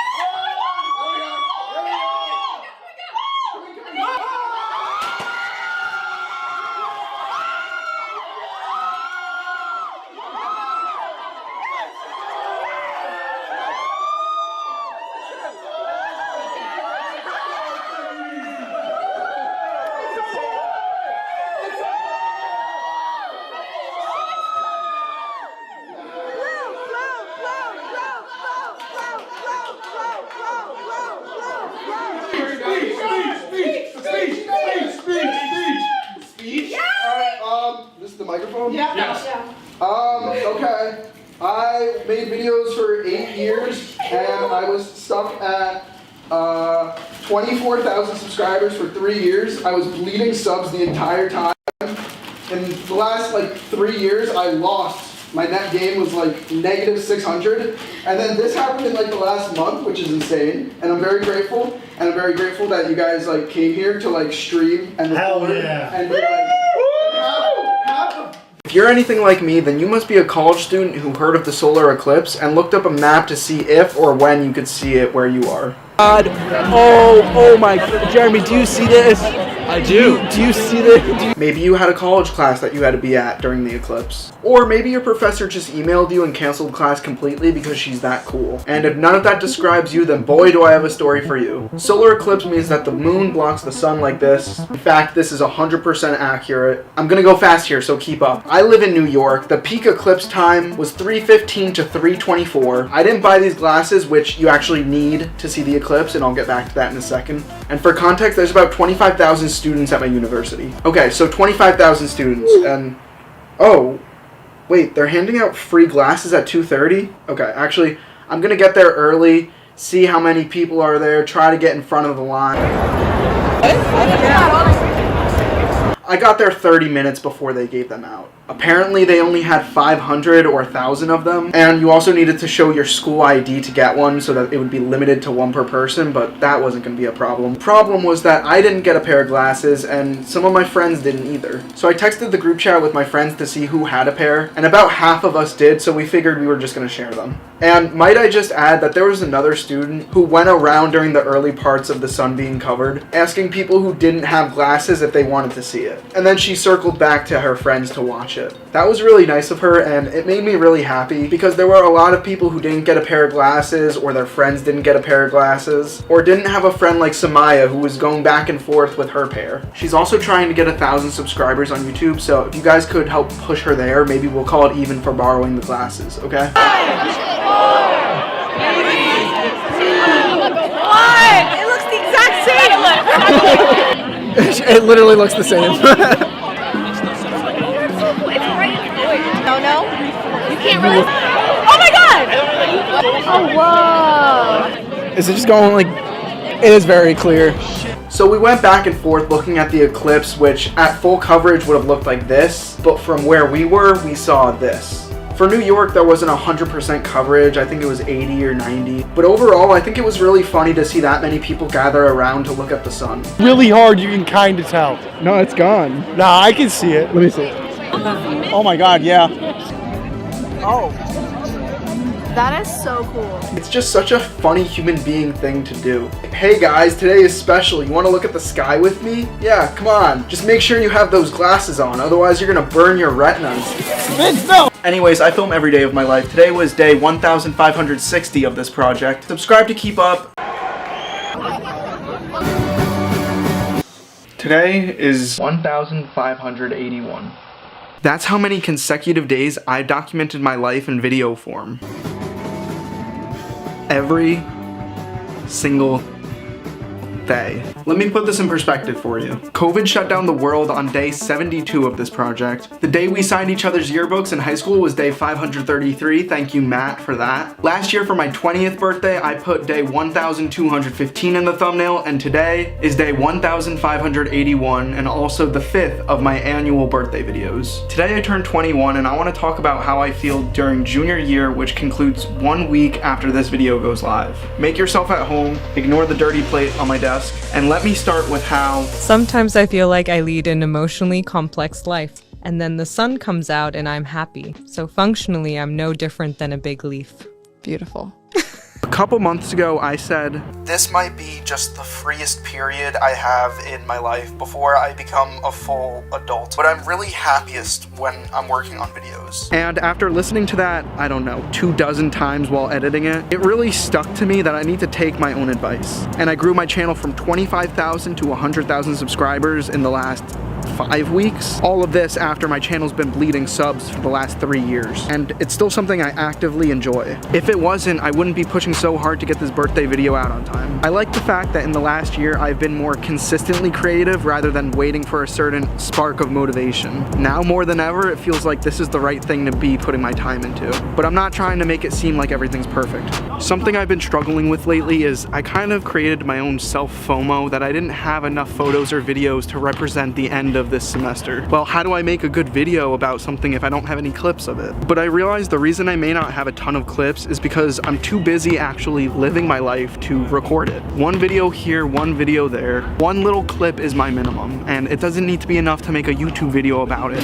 I've had friends tell me, oh, do the daily vlog. You have so much footage, why don't you do this with it? And while thank you for the ideas, it's not the purpose of this. I don't feel the need to post a video of everything I've ever recorded. Maybe I'll do a week of daily vlogs on my shorts, but I'm already posting 1 to 2 times there, and that's more than enough for me. But trust me with 100% honesty that I would still be making these videos whether I have 10,000 people watching or 10. In fact, the solar eclipse video that I just posted is the best performing video I've had in years. And despite that, I was still uploading when just a month prior, my videos were getting 80 to 90 views in a month. Recently, I've been more present than I have been in the past. I just don't have the evidence to prove it. And that might sound like something that comes from a very social media poisoned brain.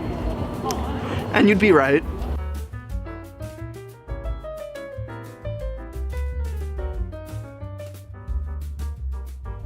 I know as the year progresses it feels like it gets faster, but I really just hyper-focused on videos for a couple months and now I'm 21. How did that even? Every year of college so far has had a distinct theme to it. In fact, this goes back even before college when I made my first birthday video in high school. But if you go through all my birthday videos, you can find these little mental checkpoints of things I learned throughout the years. Things can go pretty fast, and sometimes you could blink before you even realize it happens. This year, I say do one thing every day that excites you. This year, well, I learned that trying new things never goes underlooked. This year, I say the best way to happiness is by trying things that you don't expect to give you joy, and accepting the fact that people are gonna have a different perception on you based on when and where you meet them. This year, I think the theme is making sure that your actions are aligned with your goals, and if they're not, check yourself. I say this in terms of YouTube goals, mental and physical health, relationships, academics, career, pretty much everything at my age. I'm constantly readjusting for the results I want to see in my life, but the journey on how to get there is consistently changing. And it's also super stressful, but it keeps my days constantly interesting. And even though I haven't graduated from college yet, I hope that this isn't just a phase. Oh, what's that? Life after college sucks. Wait, life gets even better after you graduate college? Well, one of those has to be correct, so subscribe to find out, because I graduate 1 year from now and I'm gonna be filming every day of my life until then and beyond. Oh no, you're a human with emotions, and now that I'm turning 21, I'm getting a lot of sentimental feelings. It's my first time being alive. Cut me some slack, alright? In the next year, it seems like my challenge is trying to balance my sanity with something that I'm literally getting paid to do. I love doing it, but a lot of screen time is a lot of screen time, and that's admittedly not a boundary I've set for myself lately. One thing that was a wake-up call for me was that when I was looking through my hard drive of all the videos I took from this semester, a lot of them were taken in this room. I was editing videos for my university, trying to get my shorts off the ground, make longer videos, and I was so honed in on my work that time really just flew by. And on top of that, an 18-credit semester. And I don't regret this at all because the last 8 years that I've worked on this channel has led me to all of my explosive growth in the last few weeks. I always said that I never wanted YouTube to be a job for me, and I'm not sure if that was me coping with the fact that I was averaging -2 subs a day, or if I stopped caring because this channel became my creative outlet. I'm just really appreciative that year after year people are still watching these silly little birthday videos that I put out, this being number 5. After every New Year's Eve party and every annual birthday video, I wondered if it was finally going to be the year that I hit 100,000 subscribers. Coming into 2024, I knew this was going to be the year, and I told myself I would do anything it takes. But more about that in my 100,000 special. I just wish I put my friends in my videos a little more this semester, because I became an introverted little hermit, which helped with my workflow. But I think one way I show my friends how much they mean to me is by including them in the fun little segments of my videos. So hopefully more of that in the future. But for now, I just wanted to acknowledge all that in my 2024 time capsule. If you're watching this beyond 2024, congrats. You're the reason this video exists. Come to think of it, over the course of 10 years, these videos are probably gonna change a lot from me talking to the camera to me talking about my experiences for the day to actually recording the experiences. I'm only gonna be this young once, so after 10 years I'll look back at this and just want to put on record that day 2 out of 3,653. I make these mini films which became the backbone of my channel, and I think it's fun to make public time capsules. And so starting this project is how I stayed present in 2020. That still keeps me in check today, 4 years later. And it's evolved from me filming everything to me becoming more mindful about when to film and when to be fully present. For example, at a concert, instead of holding up my phone like this to record and have my phone take up a quarter of my view, I started a voice memo and I put my phone back in my pocket. Concert videos take way too much space, you're never gonna rewatch them, and there's a good chance that there's a higher quality version of it somewhere on YouTube. But having the voice memos of being able to repeat my favorite song live, I guess I was being present while archiving, and obsessive, yeah, but that version, that MP3 file that I have on my phone or my hard drive, that was my unique experience, my live performance, and I didn't have to go like this and watch the entire concert through my phone to get it. So it's not the craziest thing of all time, but am I a genius? Okay, pause. I'm editing this video right now, and I'm realizing I'm a bit of a hypocrite because sometimes at concerts, if I want to record videos, it's 10-20 seconds at a time. I don't like being that person who's holding up their phone for a half hour and not only blocking the view of the person behind you or next to you, but looking at the entire concert that you paid to see through a screen. But once in a while, I'll just kind of hold my phone like this. You know, I'll get the point of view of me watching. I'm nodding my head like there's actual music playing. But yeah, I just wanted to include this little snippet because I literally have live streams on my channel. So yeah, anyways, I watched a video when I was 10 years old that really stuck with me throughout the years. It was a video of 100 people ages 90 to 100 where they asked what their biggest regret was. And it really sums up to, I wish I did what I wanted, I wish I embraced my feelings, and I wish I kept in touch with people. So I guess this project is how I stay mindful of those things as I get older, and this birthday video is yet another one of those little checkpoints. I don't have to share them, but I make them, and I feel like they're the type of video that I would want to watch. I don't really know what I'm doing at this angle, I just thought it would be a change of pace. I've been doing this for 5 years now. Well, 8 on this channel, but 5 years actually working at it. And again, if I wasn't uploading them, I promise I'd still be making them. I've actually always been making them. In one way or another, I've always filmed and captured how I felt within a certain time period. My iPod Touch filmed some of my first YouTube videos. My parents' camcorder has some of the earliest video of me operating a camera. And I guess now that I'm older, I'm just doing more of it. And it feels really good to have something so consistent as a hobby. Not to mention the new lowest barrier to entry that there ever has been. It's really underappreciated to realize that we have the amount of tools that we do between devices and softwares to be making these videos. Sure, a lower barrier to entry might come with some low quality videos. You're gonna find those random videos of 5-year-olds posting on their mom's phone, but to me it feels good to just make something. It's also why one of my worst videos has almost 800,000 views. Because the barrier to entry was so low that at the age of 14, I would create a video that would haunt me for years to come. What I'm about to say is something that I wish I would have heard last year. But no matter what, keep your inner child alive. And I know that's so cliche and cheesy and sentimental, but the desire to explore the world around me physically and digitally is a fire that I'm trying to rekindle. My younger self was full of wonder and creativity, which may or may not have been suppressed over anxiety and self-doubt over the years. Or maybe it's the fear of the real world or outgrowing my interest. But the one interest I never outgrew was making videos. I think making videos and including my friends is a way that I bring back little Mikey sometimes. It's the one thing that has been consistent since my childhood is making these goofy little internet videos. Or back then home videos, I guess. And by home videos, I mean I just picked up a camcorder and ran away from my parents. I don't know, I just filmed everything. I know more now than I did then, and I'm sure I'm gonna be saying the same thing in my next year's birthday video. In fact, this feels like something I probably said last year. Oh, it is, okay. For me, it's not about the numbers, and it's not about trying to get anyone's approval or validation. I genuinely just enjoy making videos. At the end of the day, if I either spent time filming or editing, it always feels happily productive, no matter what the return is. It's always satisfying, and it just makes me feel good, okay? I don't know why I'm trying to justify this. I want to just help people, whether it's my cliche storytelling with these children's storybook-like lessons, or if it's in other ways. I just feel good about the future. And I think if the 2020 version of me making my birthday video when I was turning 17 could see my video now when I turned 21, he'd be proud, but not in the ways that he would have expected back then. And I'm saying he as if it's not me, but then I say me back then as him. I'm just talking too much.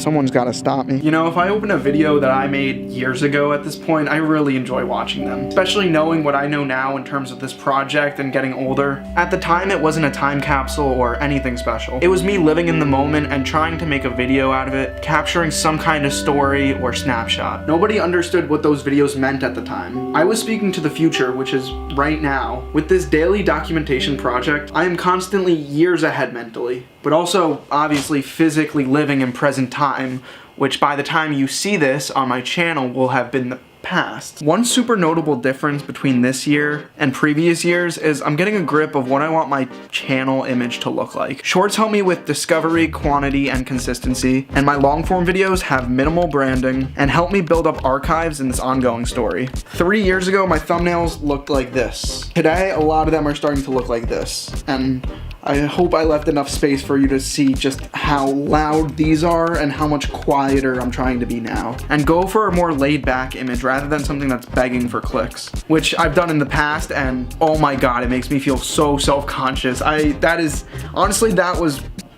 the most embarrassing period of my YouTube journey. When I was making thumbnails that were very bright and saturation turned all the way up and Mr. Beast like, whoa! I absolutely hated that, and it didn't work either. It did work.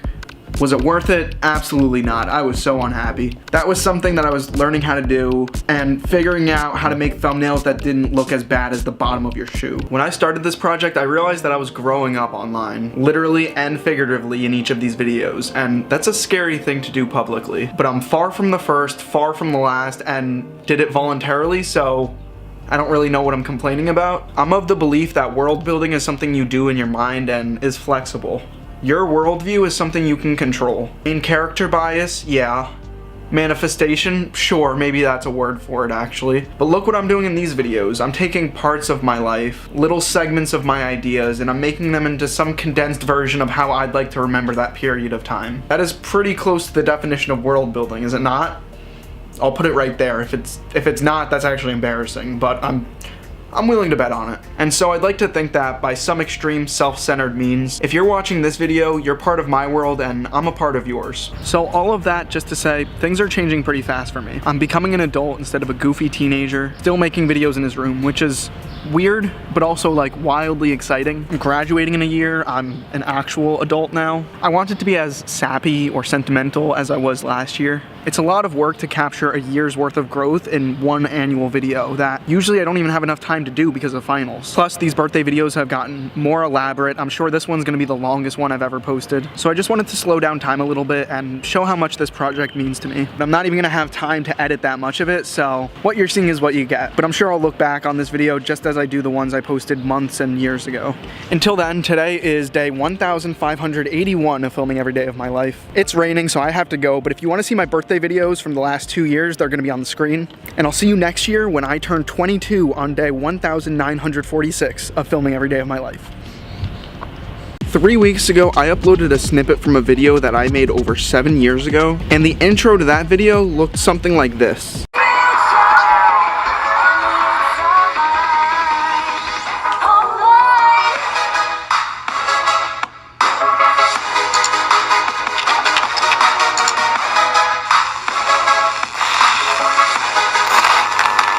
Now, I didn't think much of this YouTube short when I uploaded it. I just held up my phone and recorded my old intro. And I know YouTubers still have their intros, their jingles, but I thought it was borderline comedic, just the way this whole thing was so ridiculous and so loud. But it was fun and it was creative, and a lot of comments seemed to agree with me. Well, that video also ended up getting over 3 million views, and I set the goal in the comments that if for some reason the video hit 100,000 likes, I would recreate that intro 7 years later, but a lot better because now I have more editing skills and I think my videos have gotten a lot better. But again, that's only if it hits 100,000 likes, because that's a lot. And oh my god, okay, 300,000 likes. I guess I'm recreating it.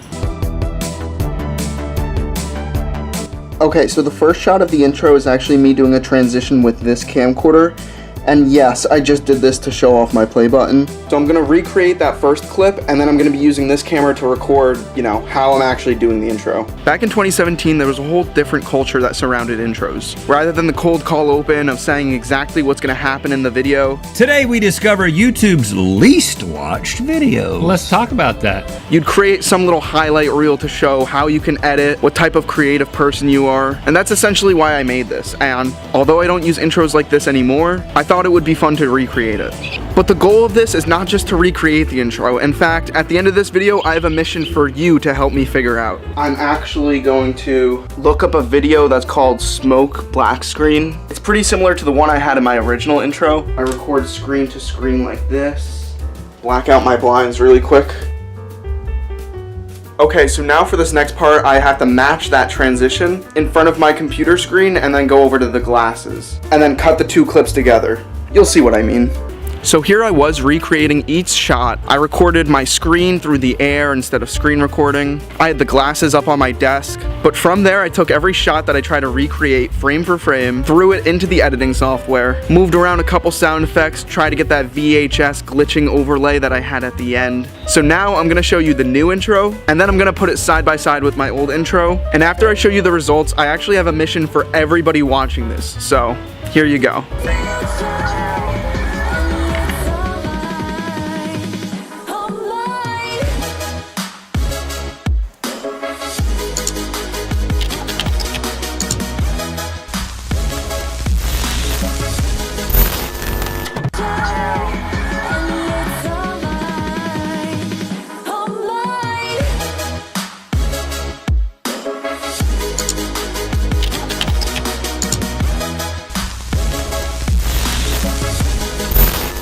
Okay, so that was just part one. Now that I've recreated the intro, I need your guys' help. The only trace I have of this song being used in the intro is my video from 7 years ago. I tried to type in the lyrics. I could see the future in my eyes. I am blind. I could see the future. It's bright. I could see the future. It's alright. And knowing how I was in 2017, being, what, 2 years into making videos, I probably just looked up some hip-hop, no copyright, royalty-free music to try to use. So this is where you guys come in. I need your help finding that song. I don't know what comes before the soundbite I used or after, but for any person who can help me find that exact track and comment the song name, I'm gonna pin your comment to the top. Okay, so I actually solved this mystery even before the video was posted. I used Shazam, which detects which song is playing, and after deciding to look it up, not only did I find the copyright-free music version of it, which I absolutely called myself out for, by the way, I found the video. So we can finally confirm that the concrete lyrics for that song is...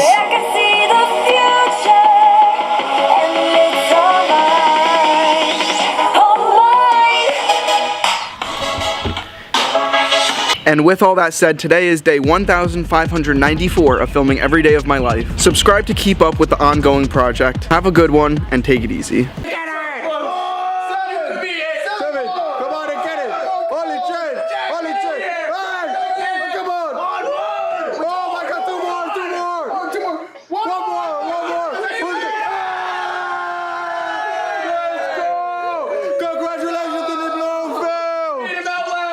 Let's go! Damn.